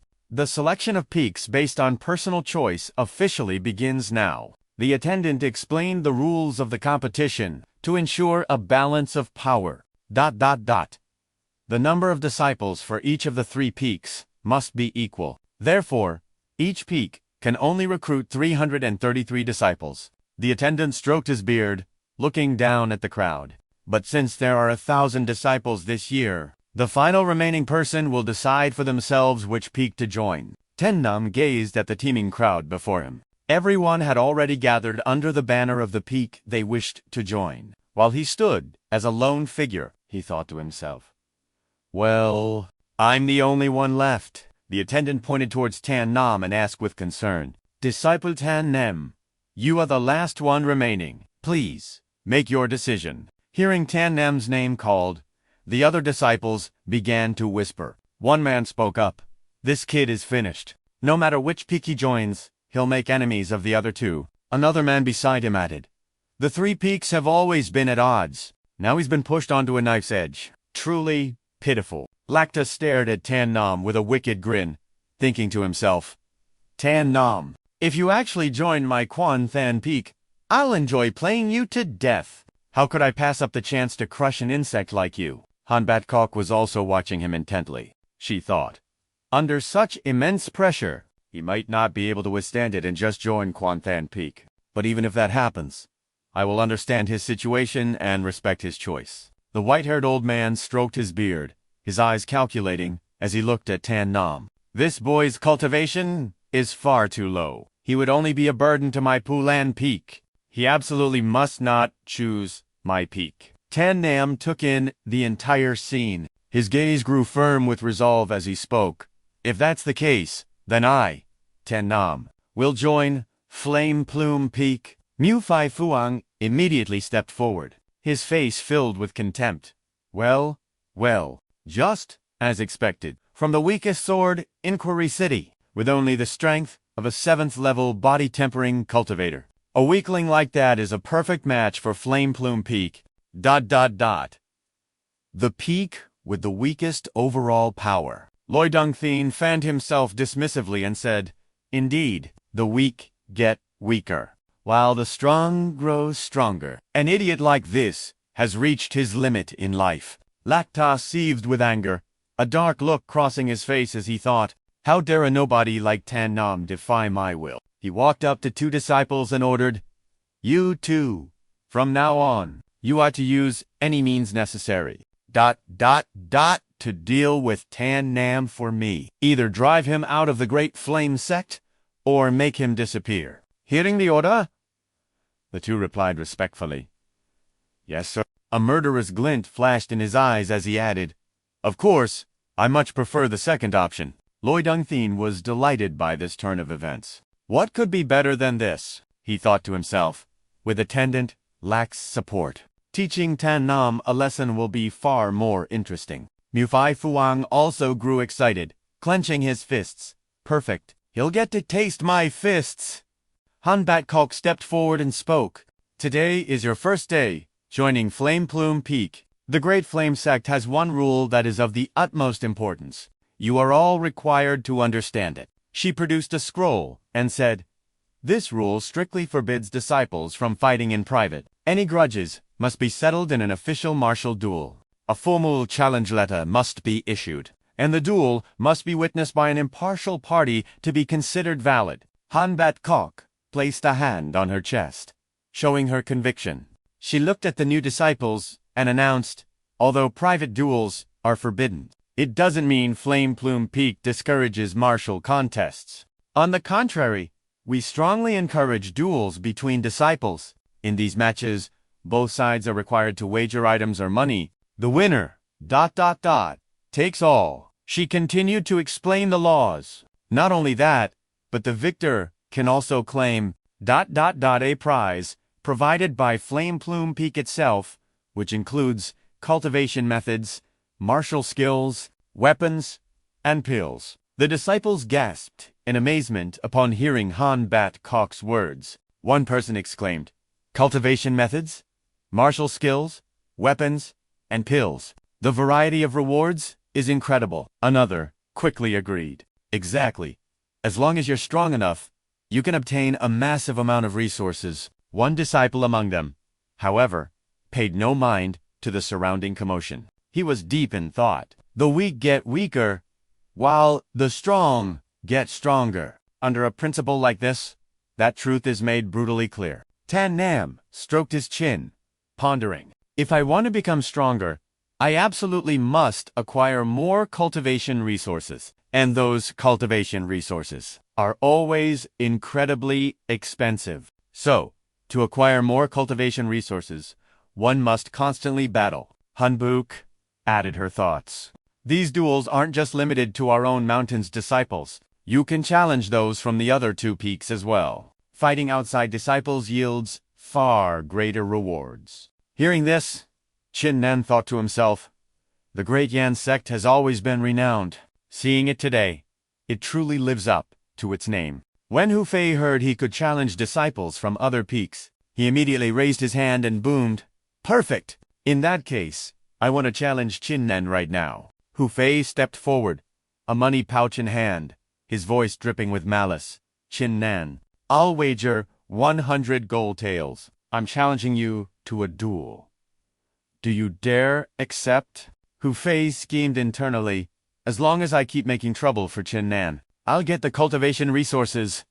Elder Luo promised me. I won't have to slave away concocting pills for the Shenyuan Pavilion anymore. Hearing Hu Fei's challenge, Han Buk turned her concerned gaze toward Qin Nan. Qin Nan, you have the right to refuse, she thought to herself.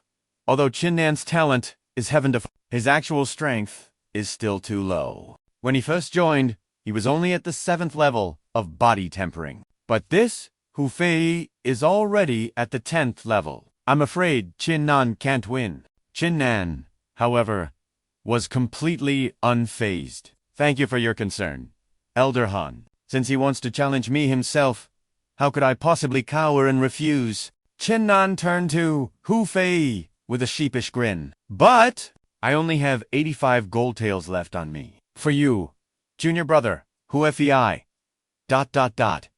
Will this do? Hu Fei snapped angrily. I don't care. I'm determined to beat you today. 85 taels.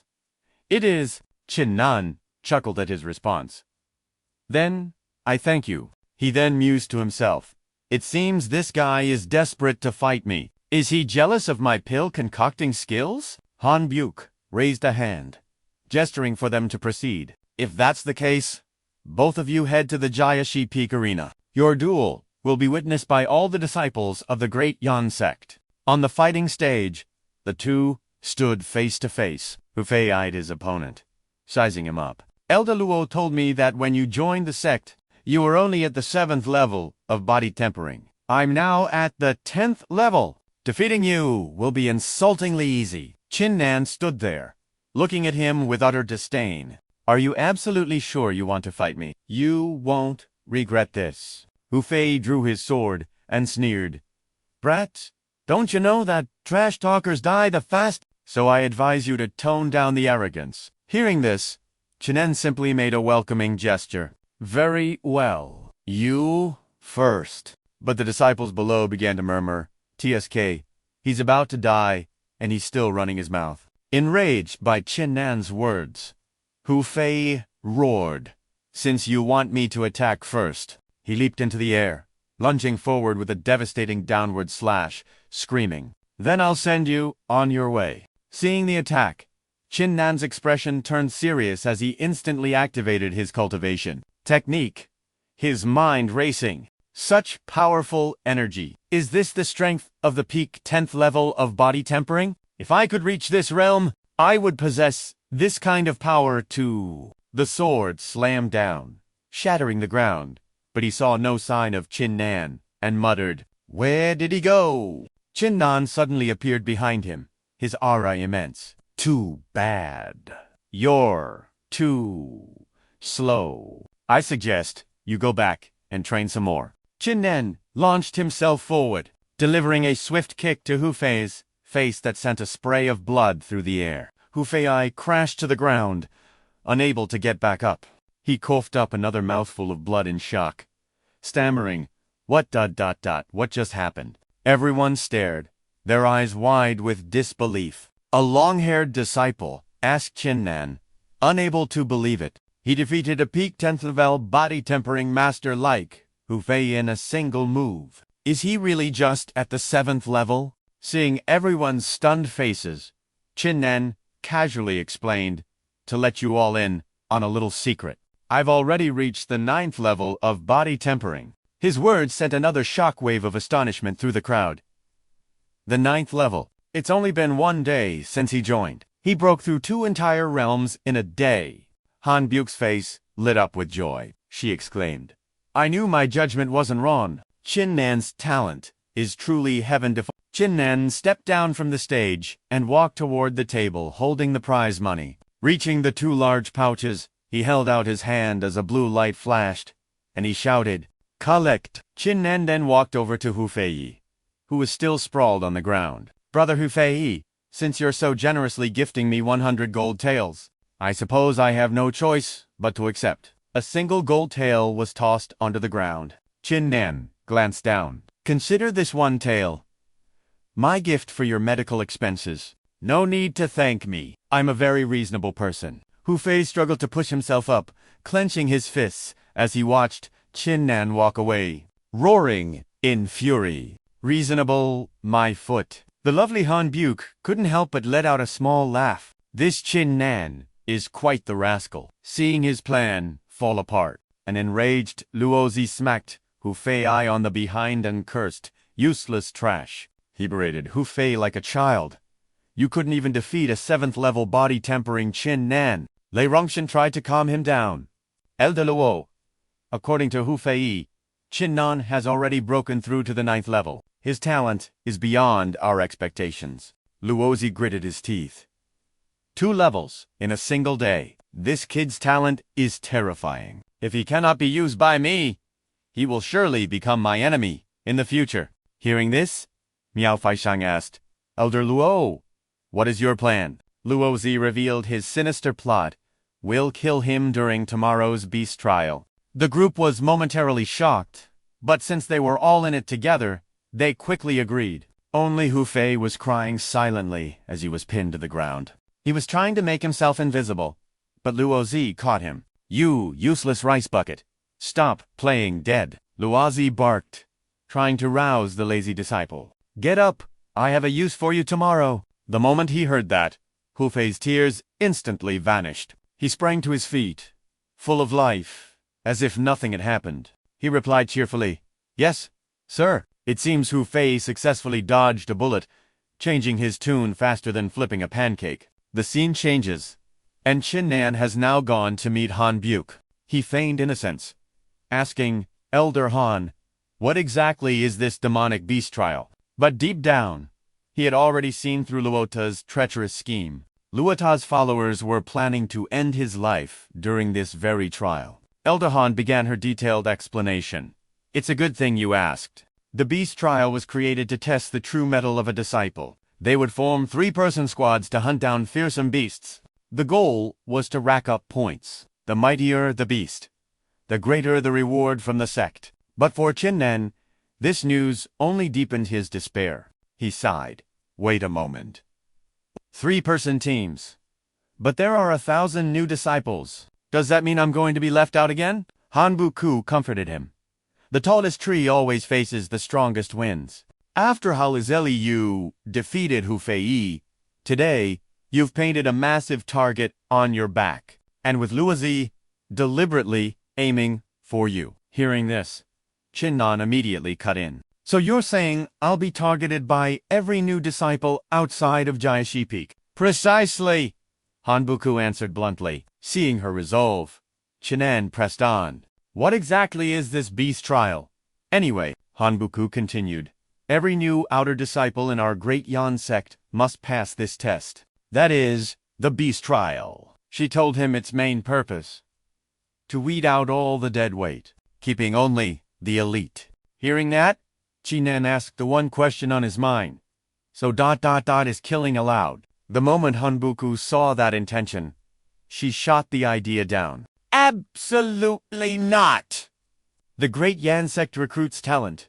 We are not some demonic cult. How could we allow disciples to kill each other at will?" She placed a hand on Qin Nan's shoulder reassuringly. "Don't worry, your life won't be in mortal danger. All participating disciples receive a teleportation array talisman. When facing a life-threatening situation, just activate it and you will be instantly transported out of the trial." But this news only made Qin Nan's heart sink even further. He rubbed the shoulder she had just touched, letting out a heavy sigh. Mistaking his attitude for worry, Han Buku offered a cheerful word of comfort. "Relax.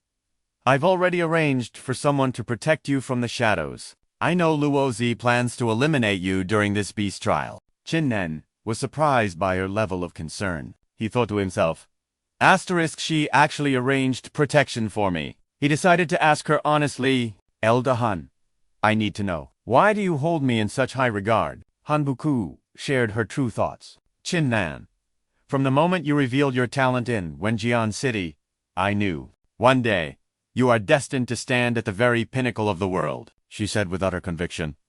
"Our Jiaxi Peak, and even the entire Great Yan sect, could be transformed because of you." Hearing her high praise, Qin Nan almost blushed like a shy maiden. To be praised like that? It's a little embarrassing. But unexpectedly, Han Buku slapped him on the shoulder. "I'm kidding! Our great Yan sect has countless prodigies. While your talent is outstanding, do you have any idea how many geniuses like you we have? If not 100, at least 50, she continued. "Once you manage to get on the great Yan sect's heavenly ranking, perhaps then you can carry the sect's future on your shoulders." Her words gave Qin Nan pause. He murmured, "The heavenly ranking." Han Buku then instructed him, "All right, that's enough for today. Get some rest and prepare for the beast trial tomorrow." With that, Han Buku departed, leaving Qin Nan to his thoughts. He watched her figure fade and thought, she isn't wrong. The great Yan sect will change because of me, Qin Nan, The next day, the grand plaza of the great Yan sect was packed. Every new disciple had gathered here. The crowd was buzzing with nervous energy and whispered prayers. "The beast trial is finally here.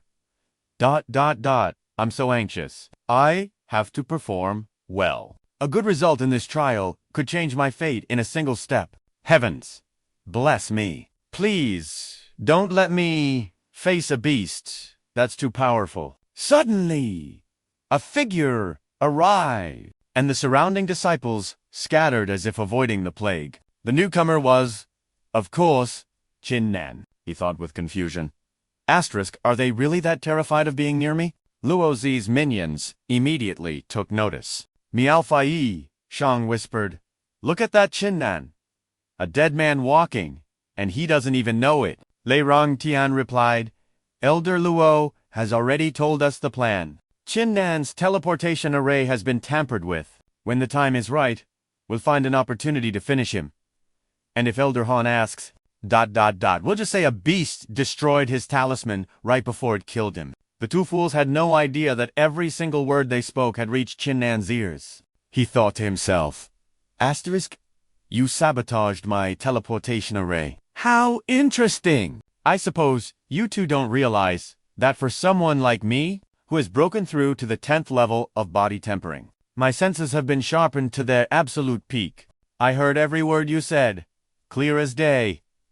Qin Nan sneered. When the time comes, we'll see just who ends up dead, at whose hand. By now, the plaza was completely full. An instructor stepped forward to announce the team rosters. I will now announce the group assignments. He read, Team 1, Duji, Juan Kuang, and Xing Zhao.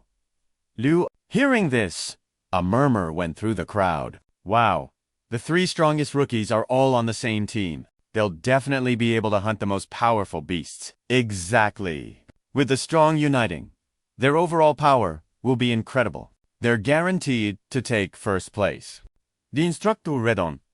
Team 19, Miao Fei Shangyi, Lei Rongtian, and Hu Fei. Hearing this, Luozi's underlings broke into smug grins. Miao Fei Shang turned to Lei Rongtian and said, "Just as we planned, with the three of us together, dealing with Qin Nan will be a piece of cake." Noticing the growing chatter, the instructor cleared his throat loudly to quiet them. He glanced at his list and said, "As for the final team." Hearing those words, a sense of dread washed over Qin Nan. He sighed. "Why do I have such a bad feeling about this?" The instructor announced, "Due to the uneven number of participants, ... and with only Qin Nan remaining, he will form a team of one. Consider this both a challenge and an opportunity. We hope you can seize this chance and perform admirably." Qin Nan. Hearing this, the crowd erupted in fresh whispers. They chattered amongst themselves. A one-man team. He stands no chance against our three-person squads. That's right. He'll have to spend all his time hunting low-level beasts just to survive. The pressure was mounting. Qin Nan wiped a bead of sweat from his brow and lamented inwardly. Of course, this would happen. Asterisk, is this the kind of special treatment the main character always gets? This is too much. Finally, the instructor boomed. The assignments are complete. Let the beast trial ... begin. As soon as he finished speaking, the seal to the secret trial realm began to open. The crowd stared in awe at its immense height. Even Lei Rongtian couldn't help but think to himself, Asterisk, such towering walls, just to provide a trial ground for disciples. The great Yan sect's wealth is truly bottomless. A sect elder stepped forward to explain. Stepping through this gate will mark the official start of the trial. If you encounter mortal danger, you can use your teleportation array to escape the trial grounds. Lei Rongtian's faction eagerly charged ahead first. He barked at those behind him. The gate is open. Let's move. As Lei Rongtian passed Qin Nan, he didn't forget to leave a chilling warning. Qin Nan, try not to get eaten alive by a beast. That would be far too boring. I want the pleasure of tormenting you with my own two hands. Seeing this, Miao Faishan advised his leader. Let's focus on hunting our own beasts for now. After we've secured enough points to avoid elimination, then we can come back for Qin Nan. Hearing this, Lei Rongtian immediately agreed. Fine, we'll do it your way, you short-statured fatty. With that, the demonic beast trial officially began, and the disciples poured into the grounds one after another. Outside the secret realm, two trial organizers lamented, "We spend a whole year capturing these beasts, just for these brats to hunt them down. I really can't stand it." The other side, "Come on, this is our job. If we don't do this, we'll be eating dirt." but one of them was a born troublemaker. He had prepared a special surprise for the disciples inside. After all, a man who doesn't stir up trouble is no different from salted fish. Though I may be a minor figure, I too want to do something grand to prove my existence. I will have no regrets, no matter how terrifying the consequences. His companion was stunned. He asked in a panic, "My God, what are you planning to do?" But after that grand speech, the man simply replied, "That, ... is something I cannot tell you." As he spoke, a dangerous glint appeared in his eyes. He thought to himself, "I can't let you know ... that I secretly released a heavenly thunder tiger within these walls." Meanwhile, Qin Nan was examining tracks on the ground when he noticed something was amiss. He crouched down for a closer look. He mused. These tracks, they belong to a man-beast at the 10th level of body tempering. They're still fresh, which means it can't be far. With a determined glint in his eyes, Qin Nan decided to follow the trail. Perched on a high branch, the young Meng Yun had been observing his every move. She murmured, "Because the beasts are so powerful, most disciples hunt those with a lower cultivation level than their own. This Qin Nan is at the 9th level of body tempering, yet he chose a 10th level man-beast as his first target. His decision caught her completely off guard." She mused. "No wonder senior sister thinks so highly of him, and even sent me here for his protection. It seems he truly is extraordinary." With that, she descended from the tree. Meng Yun watched Qin Nan's departing figure with keen interest. "But I'm not one to blindly follow my senior sister's orders. If you want this young lady's protection, you'll have to prove you're worthy, Qin Nan." Then she turned and asked, "Isn't that right, Zhao Bai?" Just then, a cat with snow-white fur emerged from the bushes, meowing in response. Back with Qin Nan. It seemed he had also found something. A massive demonic beast flashed past him in the distance. Qin Nan ducked behind a bush to observe. He muttered, "Damn, a beast this huge, ... Hunting it down will take some serious effort." Qin Nan gripped the hilt of his sword, a grin spreading across his face as he charged. "You fiend!" But the demonic beast had already sensed his presence. It bared its fangs and brandished its claws at him. The creature then gave him an unwelcome shower of saliva. Qin Nan wiped the disgusting fluid from his face and cursed. "What is that smell? Brother, did you have dung for lunch?" To his surprise, the beast seemed to understand his words. It flew into an immediate rage, startling him. Qin Nan drew his sword defensively. "So touchy, are we? I just said a few words. Is this really necessary?" But this beast was tougher than it looked. Qin Nan had misjudged it. He realized, this is bad. It's stronger than I anticipated. The beast then landed a heavy blow to his stomach. The strike sent Qin Nan flying, crashing hard against the ground. Yet after being slammed into a large boulder, he seemed completely unharmed, even letting out a smirk. "Is that all you've got? If I don't use my ultimate move, you'll think I'm truly this weak, won't you?" Balancing on one leg, his entire body seemed to crackle with electricity as spiritual energy surged through him. Without a trace of fear, he blasted straight towards the beast. He swung his sword, preparing to unleash his full power. Sword of the fleeting blood. He plunged the blade deep into the beast's head, leaving it powerless. It could only roar in agony as blood poured out relentlessly. "You are already dead." Qin Nan followed up with 2 more razor-sharp slashes, successfully finishing off the beast. It collapsed to the ground, its life extinguished. High above, the 2 judges observed everything, nodding and taking notes. Qin Nan, 1-man beast, 10 points, holding his finely crafted sword with its golden hilt and dragon scale pattern. Qin Nan let out a weary sigh. Is this all a 10th level body tempering beast can do? What a disappointment. A girl with pinkish purple hair and captivating ruby eyes named Meng Yun, holding Zhao Bai, spoke up. "This kid has some real strength. He's actually surprised me." Zhao Bai licked its paw disdainfully. "Humph.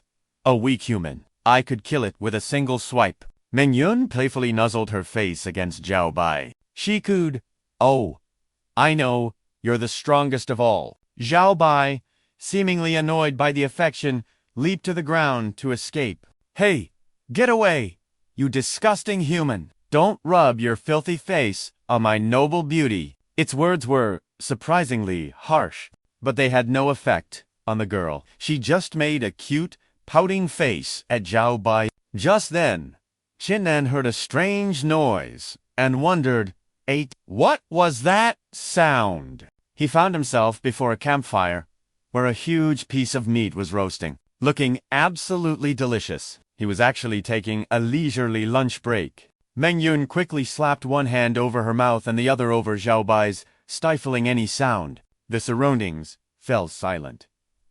Qin Nan was puzzled. Huh? Did I just imagine that? She leaned against a tree, sighing in relief. Good. He didn't spot us. Otherwise, my promise to Boku would be exposed. She turned to Zhao Bai, clenching her fists in frustration. But look at Qin Nan's attitude. He kills one measly beast, and he's already celebrating with a feast. How is he ever going to get a high score like this? Doesn't he know everyone else is risking their lives hunting beasts right now? Who has time to rest? Zhao Bai crossed its arms and judged. I told you! He's a good for nothing. Only a fool would be so arrogant. Meng Yun, however, disagreed. The two elders commented, why did Han Boku even pay attention to that brat? She clearly misjudged him. Elsewhere, in a lush garden, bathed in sunlight, Qin Nan was resting under a large, ancient tree. He mused. I left in such a hurry this morning. I didn't even have breakfast. Now that I'm full, I suppose it's time for the hunt to begin. Qin Nan clenched his fist, and a golden light pulsed from his hand. He went to see his clan's old ancestor. The ancestor asked him, Kid, ... Are you sure you want the formula for the 100-beast pill? Qin Nan's reply was firm. Yes. The spirit beast trial doesn't forbid the use of elixirs. ... And my specialty is alchemy. If I can use the 100-beast pill to attract the beasts, my hunting efficiency will increase dramatically. The old ancestor warned him, but you must think this through. Once you use that pill, every spirit beast within 100 miles, ... regardless of their strength, will target you simultaneously. Are you certain you can fight one against 100? Despite the warning, Qin Nan's resolve did not waver. Tomorrow, I'll be a one-man team. Compared to the 3-person teams, I'm already at a disadvantage. If I don't use a few tricks, I might not survive this trial. But even if it's 1 against 100, I have to try. The ancestor clapped slowly, his expression a mix of praise and mockery. Excellent. To challenge the impossible. I admire that spirit in you. The formula for the 100-beast pill, ...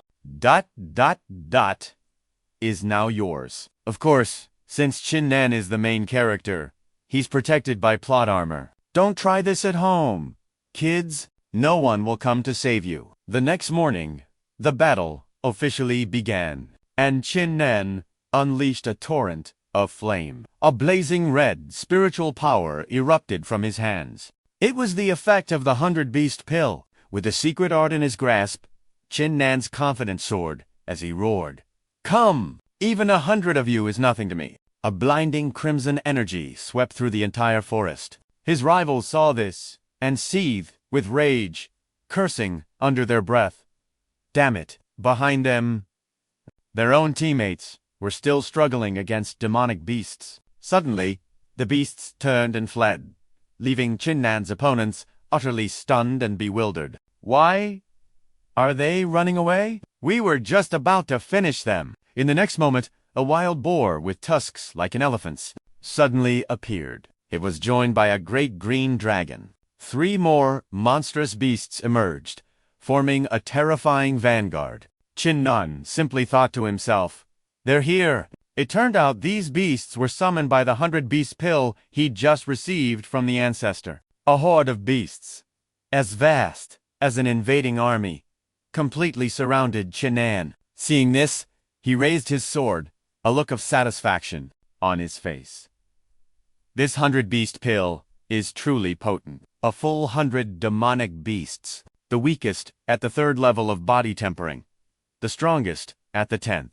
What is Qin Nan doing? His own allies were frozen, unable to comprehend the situation. Looking at the scene, Qin Nan must have used some item to lure all the nearby beasts. The referee accompanying the girl began his analysis. Should we report this to Brother Yan? She wondered. He replied, no need. A small matter like this doesn't require his attention. I'm quite curious to see ... If this Qin Nan can truly fight 1 against 100, how can we miss such a thrilling show? He spoke with a casual air, but every word dripped with anticipation. She nodded in agreement. Senior brother is right. The sky remained a serene blue, with clouds drifting lazily by, completely unaware of the earth-shattering battle about to unfold. If I can slay all these demonic beasts, my accumulation points will skyrocket to the top. I might even absorb enough blood essence to break through to the martial Dao realm. Qin Nan vowed, a burning desire blazing in his eyes. With that thought, he moved. His sword swung in a flawless arc, cleaving down on a demonic beast as he roared. Die! The blade crashed down upon the monster's head. A 3rd level, body-tempering beast. 3 points, he shouted. He launched another strike, and the beast was utterly overwhelmed by his relentless assault. He calmly declared, again. The pitiful beast was finally sent flying, collapsing in defeat. He cried out once more, again.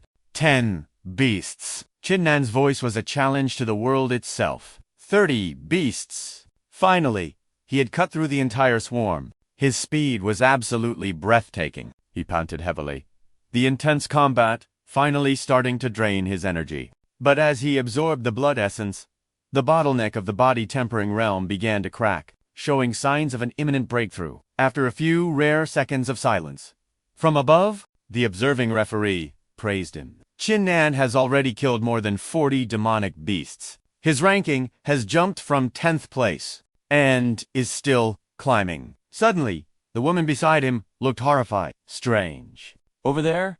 That's a heavenly thunder tiger. In a low-level trial like this, how could such a powerful demonic beast appear? She asked, in utter disbelief. He just chuckled coldly. Perhaps the beast catchers were feeling lonely and decided to create some fun for themselves. She covered her face in frustration. They're all insane. We should just ignore them. Even if they cause trouble, it's their responsibility. We just need to record what happens, he said calmly. 3 riders were surrounding the heavenly thunder tiger, a beast as massive as a mountain. Its body pure white and its head covered in sharp spikes. Arcs of terrifying lightning crackled around its body. It glared, ready to send all 3 of them to the afterlife. This heavenly thunder tiger is only a juvenile, but its strength is at the 3rd level of the martial Dao realm.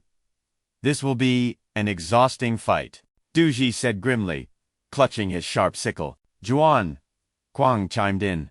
How will we know if we don't risk it? If we kill this heavenly thunder tiger, we'll be number 1, he declared, his ambition burning fiercely. Xing Xiaoyu, the only woman in the group, added more fuel to the fire. If we take 1st place and prove our talent, the sect will surely pour resources into training us. How can we pass up such a crucial opportunity?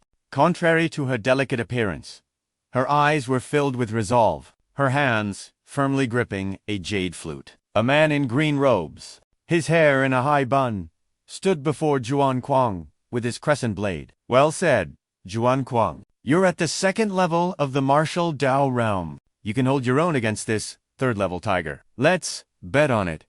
Together. Let's give it everything we've got. The 3 of them roared in unison and charged forward, weapons raised, determined to subdue the heavenly thunder tiger. Kill! A wave of red aura pulsed out just in front of the beast. It snorted, and suddenly, its eyes ignited with a furious, crimson glow. A ferocious roar echoed, jaws wide, revealing massive fangs. It charged the fleeing party with insane speed. Its expression twisted. What's going on? Why has the Thunder Roar tiger suddenly gone berserk? The man in blue took a defensive stance, replying, I don't know. Did we somehow provoke it? But we haven't even made a move yet. Sheng Zhao Liu pointed frantically as the beast bolted into the woods. Everyone! Look! The Thunder Roar tiger is getting away. Taion Quang cursed in frustration and gave the order. Damn it. After it. Today, we must kill the Thunder Roar tiger and secure the #1 spot. Meanwhile, Qin Nan wiped a trickle of blood from his lips. At his feet lay the demonic beast he had just obliterated. As expected, none of them are a real challenge. Green blood dripped from the edge of his blade. A satisfied grin spread across his face as he felt the breakthrough in his Dantian growing stronger. The remaining beasts charged him in a frenzy, but he stood his ground, ready for a fight to the finish. 3 more at the 10th level of body tempering. Qin Nan stomped, launching himself forward with a confident cry. Sorry to keep you waiting. Now, it's your turn to meet your maker. 2 lightning-fast sword strikes descended, sending the beasts flying amidst a cloud of dust and debris. Qin Nan landed gracefully. He had just defeated the final 3 10th-level body-tempering beasts. He clenched his fist as a red aura flared around him. A victorious smirk appeared. Yes, ... This bloodthirsty sensation is exactly what I needed. Suddenly, he froze, a realization dawning on him. Qin Nan immediately sat cross-legged, sensing the final shackle on his Dantian was about to break. And then, ...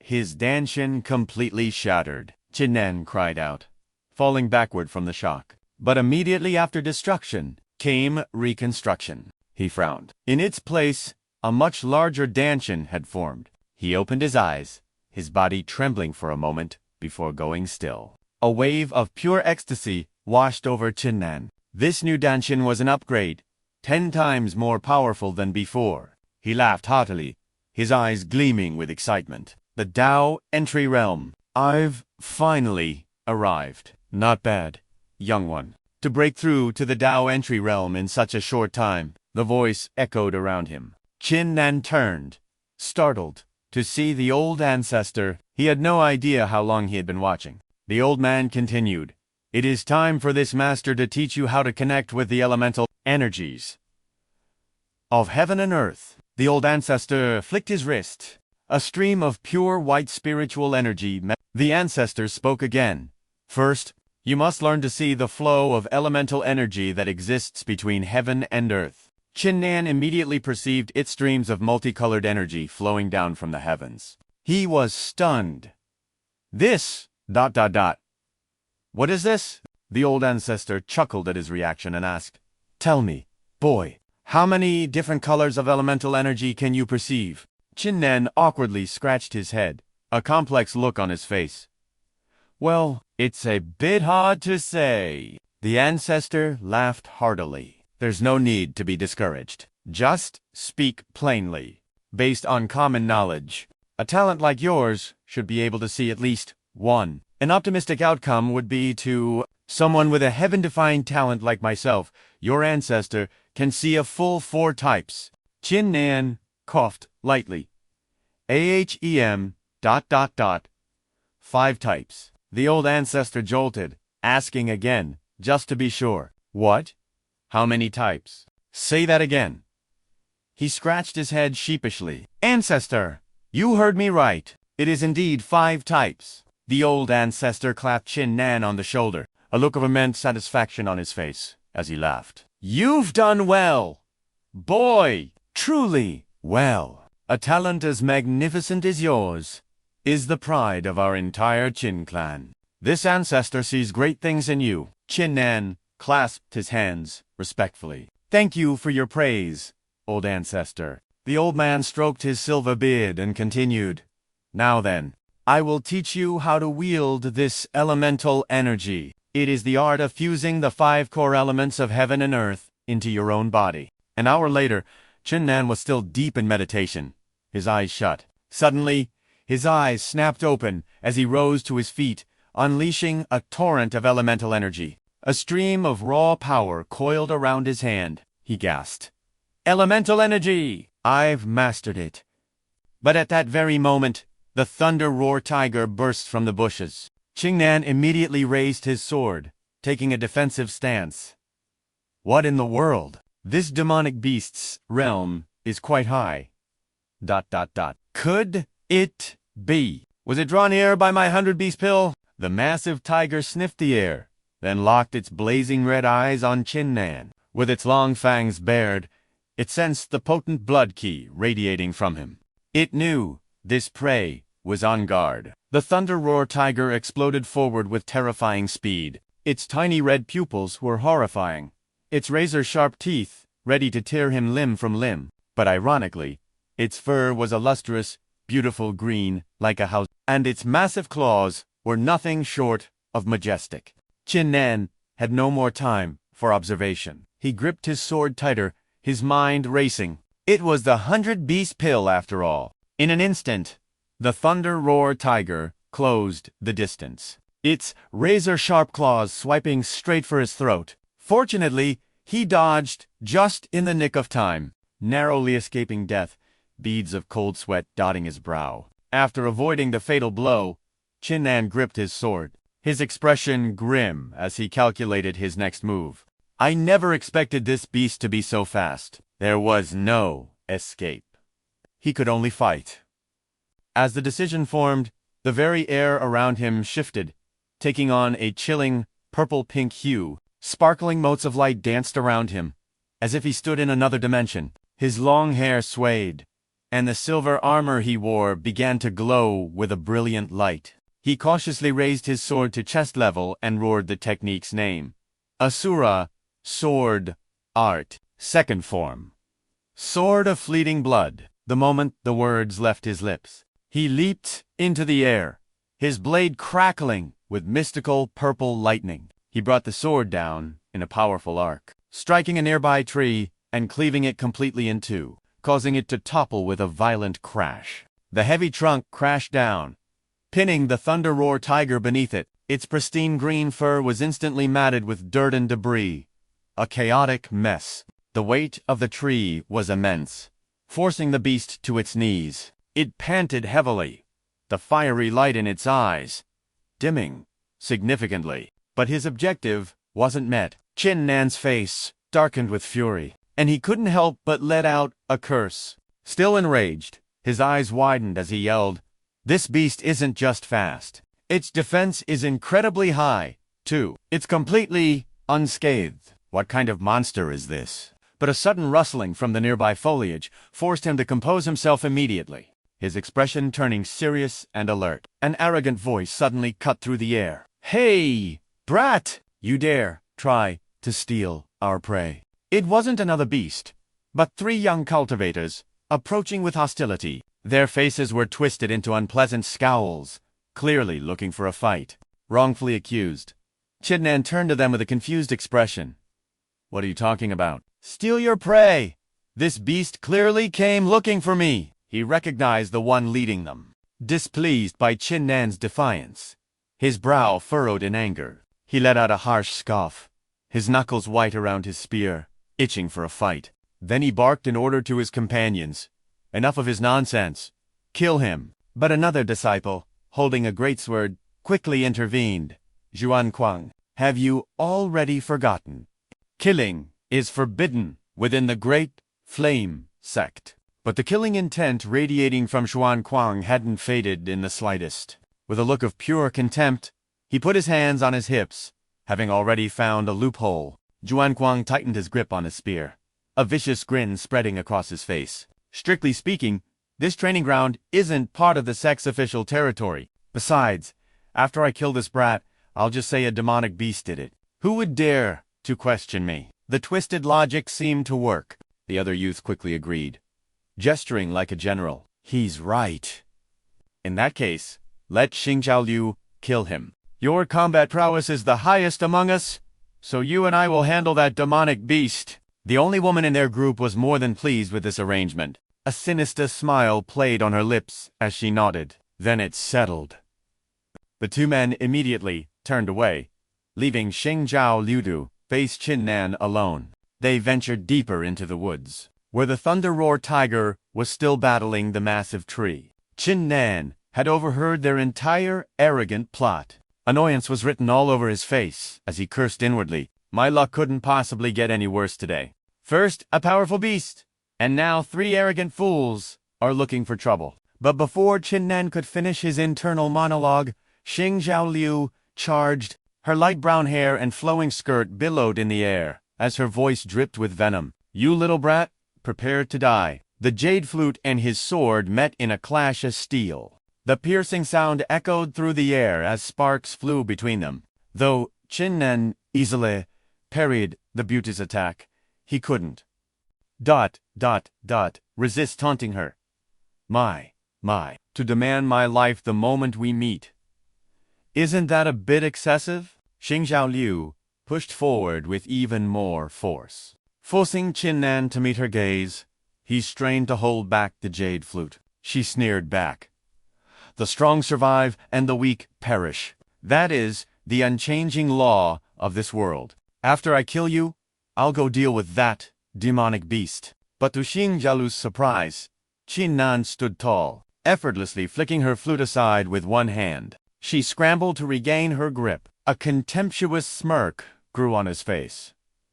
Kill me with just that flute in your hands. His words seemed to trigger her rage. She leaped back to create distance, readjusting her bamboo flute.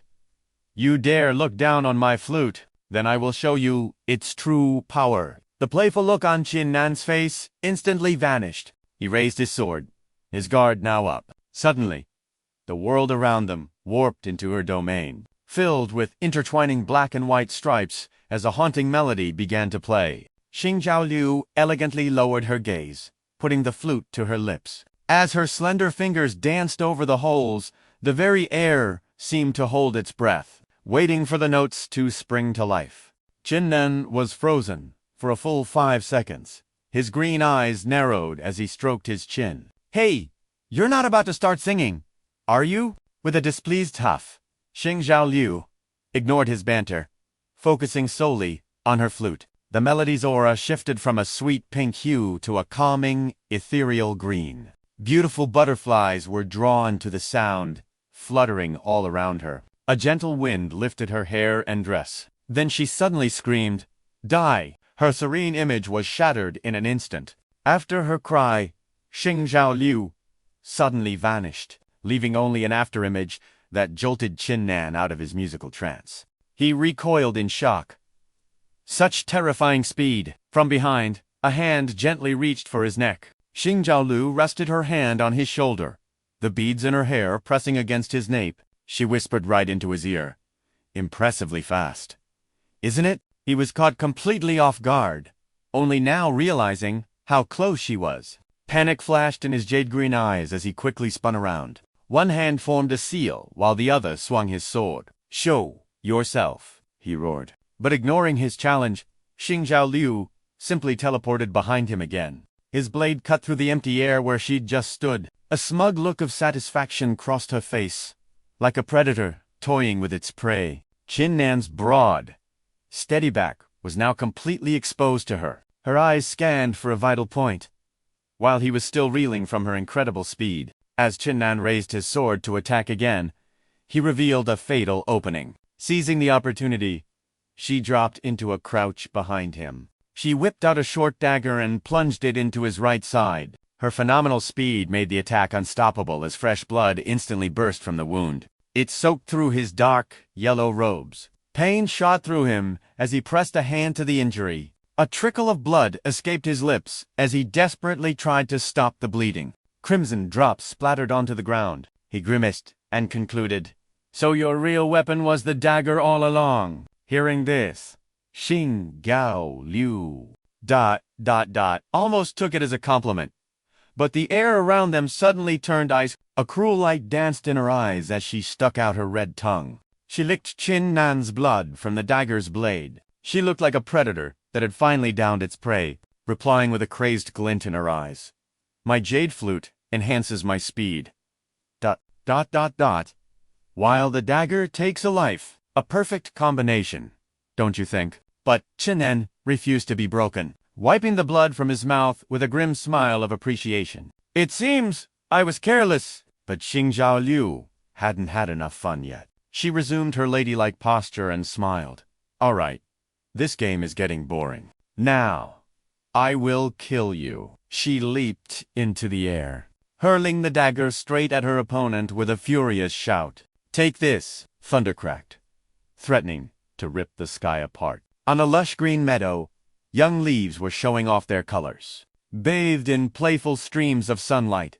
But deep within that peaceful forest, a fierce battle was raging. The Thunderroar tiger had been driven into a frenzy, its eyes blazing with crimson fury. It bed a mouthful of razor-sharp fangs, its massive body crackling with lightning-based spiritual energy, a truly majestic sight. Two young men stood, who barely reached its legs, trying their best to subdue the monster. It lowered its body and then lunged toward the two, a terrifying growl ripping through the air. Its sharp claws shot forward, nimbly blocking their escape routes. Chuan Kuang held a golden chain in one hand and his spear in the other. He stared down the Thunderroar tiger with extreme caution. His companion was just as prepared, holding a golden chain and a long saber, watching the beast as he said to Xuan Kuang, "This demonic beast, ... The beast's frenzy only made it stronger." Chuan Kuang leaped forward as a powerful crimson aura erupted around him.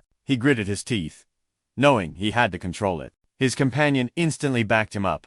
All right, and charged the spiraling beast. A demonic red light flared, and in a flash, the two of them had it completely restrained. They bound the thunder lightning tiger with golden chains, pinning it to the ground with massive stakes. Xuan Kuang finally relaxed, breathing a sigh of relief. Finally, it's taken care of. The young man, looking for conversation, brought up Qin Nan. That kid is probably dead by now, right? Xuan Kuang smirked with satisfaction. Among the new disciples, Xing is undoubtedly the most lethal. I fear even I would have fallen to her. But a sudden noise caught the green-robed man's attention. He whipped his head around. A terrifying explosion rocked the trial forest. Flames shot towards the heavens with an unnatural fury. The horrifying sight left them stunned. Before they could even celebrate capturing the tiger, a cold sweat broke out on their backs.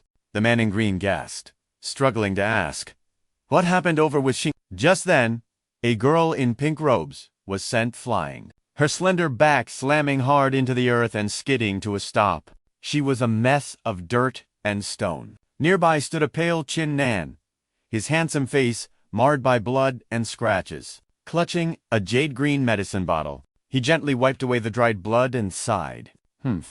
Good thing I refined plenty of wood-healing pills. Otherwise, I truly would have died here. Nearby, Xing Zhaoliu coughed up a mouthful of dark red blood. Her delicate lips were cut, her eyes glazed over with exhaustion and pain. A deep crimson stain spread from her chest, a clear sign of severe internal injuries. Staining her robes red like a blooming peony, she pressed a hand to the fatal wound, gasping for breath against a tree as she questioned Qin Nan. What was that attack just now? Qin Nan's complexion had already improved greatly. With his sword sheathed, he could even afford a small smirk. I just came to understand it, he replied cryptically. Suddenly, two figures rushed towards them, intent on rescuing the dying Xing. It was her two companions, fresh from their battle with the Thunder Lightning Tiger. They both gaped in utter shock. The man in green cried out, "Xing Sha!" Seeing her fellow disciples, tears of grievance streamed down her face. Witnessing her tragic state, Xuan Kuang immediately knelt by her side. He asked gently, "What happened here?" The other man clenched his fists in silent rage. Xing Zhaoliu, her face covered in grime, Wiggly warned them, "Be careful, this brat is no simpleton ... He even took my dagger!" Xuan Kuang's face darkened as he shot a threatening glare at Qin Nan. His voice twisted with fury. "HMPH, you dare harm my sh—" The moment he finished speaking, he leaped into the air, his robes fluttering wildly. He brandished a sharp spear crackling with golden lightning as brilliant azure spiritual energy radiated outwards. "Today, I a cultivator at the second level of the entry Dao, will teach you a lesson. Qin Nan wasn't angered by the threat. Light glinted off his armor as a wave of fire swept from his sword, his long hair flowing in the sudden heat. He smiled provocatively. If you refuse to listen to reason, then allow me to show you a new technique I've just learned. Zhuan Kuang unleashed the blood sword of mortal life technique, aiming a direct blow. But Qin Nan swiftly raised his own blade and parried it with ease, realizing a direct assault wouldn't work. Zhuan Kuang's eyes turned bloodshot, veins bulging on his forehead with savage intensity. His fire attribute is too strong, he thought, but he gave Qin Nan no time to rest. Power surged through his spear as he snarled, "Let's see then. Dot, dot, double quotes, dot, dot, dot. If your fire attribute is stronger, or if my earth attribute is overlord's strike." With a stone-cold expression, Zhuan Kuang thrust his spear forward. Thick earth energy swirled around the weapon, amplifying its power. But before the attack could fully manifest, he suddenly stopped short. His earth attribute was being suppressed by something far stronger. The two opposing elements clashed without mercy. Qin Nan simply looked at him with a mocking smile. Did you know that the water attribute ... counters the earth attribute? Hearing this, all the color drained from Zhuan Kuang's face. His jaw dropped in disbelief. He stammered in utter shock.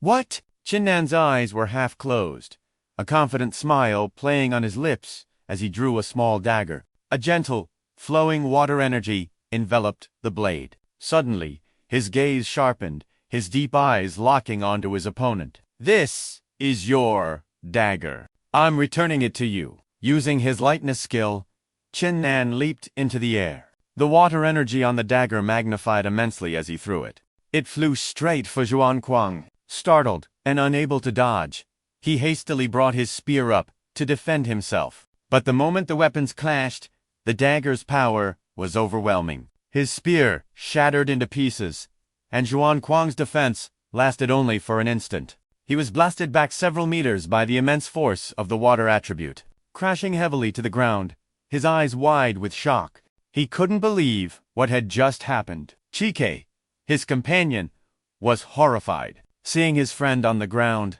he called out with a trembling voice, "Zhuan Guangyi." Gripping his blade, his brow furrowed with hatred, he was about to charge forward for revenge. "You bastard, I'll kill you." Hearing this, Zhuan Kuang struggled to sit up. His face was ashen as he clutched his wounded chest, yelling hoarsely, "Don't go! You can't beat him!" His friend wasn't convinced. "But are we just going to let him take our Thunder Lightning Tiger?" Zhuan Kuang remained on the ground, too injured to stand up. His expression was full of unwillingness, but he was resolute. "We are no match for him today. If we keep fighting, we'll both fall at his hands. A true gentleman knows revenge can wait 10 years. A vicious light glinted in his eyes as he continued, "As long as we're alive, there will always be a chance for payback. We're leaving." But before they could even get up, a sword appeared out of nowhere, pointed right at their faces.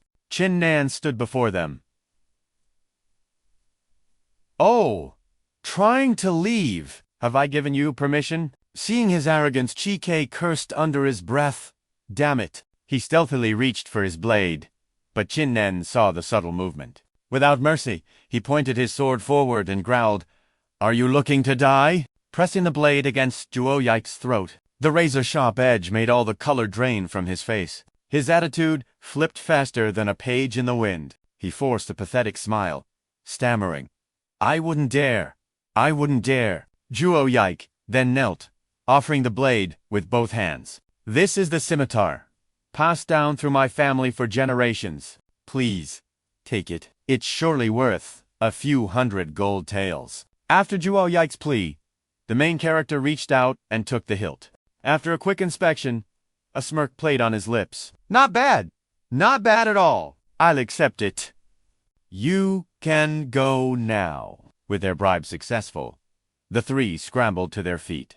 Bowing repeatedly and muttering their thanks, they made a hasty retreat. Watching them flee, Qin Nan smirked. One problem solved. Now, it was time to deal with that demonic beast. If I can kill it, that top spot on the leaderboard might just be mine. He had waited since the sky was thick with clouds, until they finally began to part. Deep in a desolate part of the forest, the thunder tiger was bound by heavy chains, but even they seemed insufficient to restrain its power. The beast appeared deceptively calm. Qin Nan observed, "I fear these chains won't hold a beast of this caliber for long." Suddenly, the thunder tiger let out a deafening roar. Its eyes turned blood-red as a violent aura of lightning erupted from its body. The binding chains were rendered useless, shattering like mere toys. Link by broken link, the chains flew apart. Now free, the thunder tiger's gaze locked onto the man before it.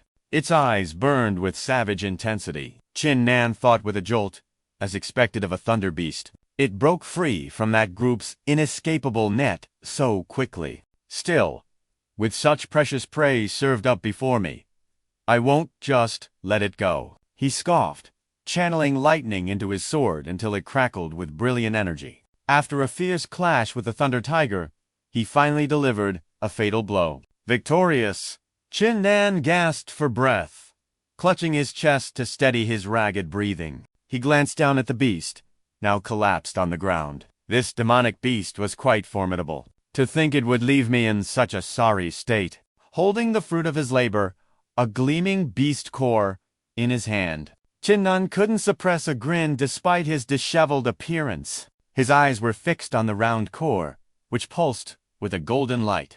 I was lucky to extract a beast core from this thunder tiger. They say you'd be hard-pressed to find a single core among 10,000 demonic beasts. For me to obtain one now, my fortune is truly heavy. Absorbed by the beast core, he was completely oblivious to the eyes watching him from a distance. A group of figures was staring intently in his direction. Hiding in the bushes, they peeked out with calculating expressions. Hu Fei gently tapped Lei Songshan on the shoulder. He whispered, "Hey boss, look at Qin Nan's condition. That brat is seriously injured. Now's our chance to strike." Lei Songshan's face twisted into an arrogant smirk. He raised an eyebrow and sneered.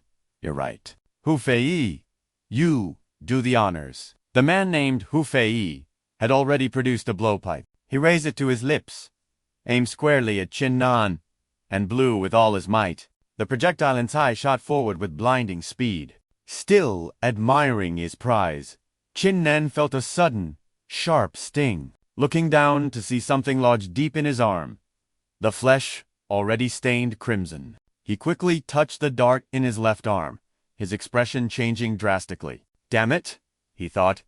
"This dart is laced with a powerful sedative." Immediately, Qin Nan's vision began to blur. As he was about to pass out, he saw 3 figures approaching, a hazy, looming danger. He couldn't resist for long. His eyes fluttered, desperately clinging to the last shreds of consciousness, but in the end, his body gave out and darkness claimed him. Meanwhile, the 2 senior and junior disciples acting as judges, had witnessed the entire event unfold. The young woman beside her senior brother spoke with concern. "Qin Nan has been hit by a poisoned dart. He's about to die. Aren't we going to save him?"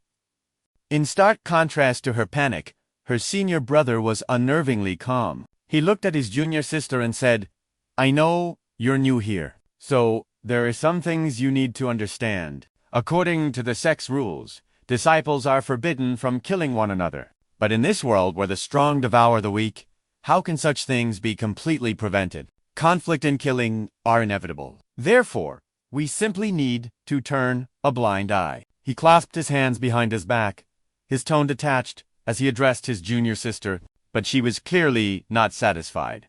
Her brow furrowed. She clenched her fists and stammered, "But if we don't intervene, he'll really die."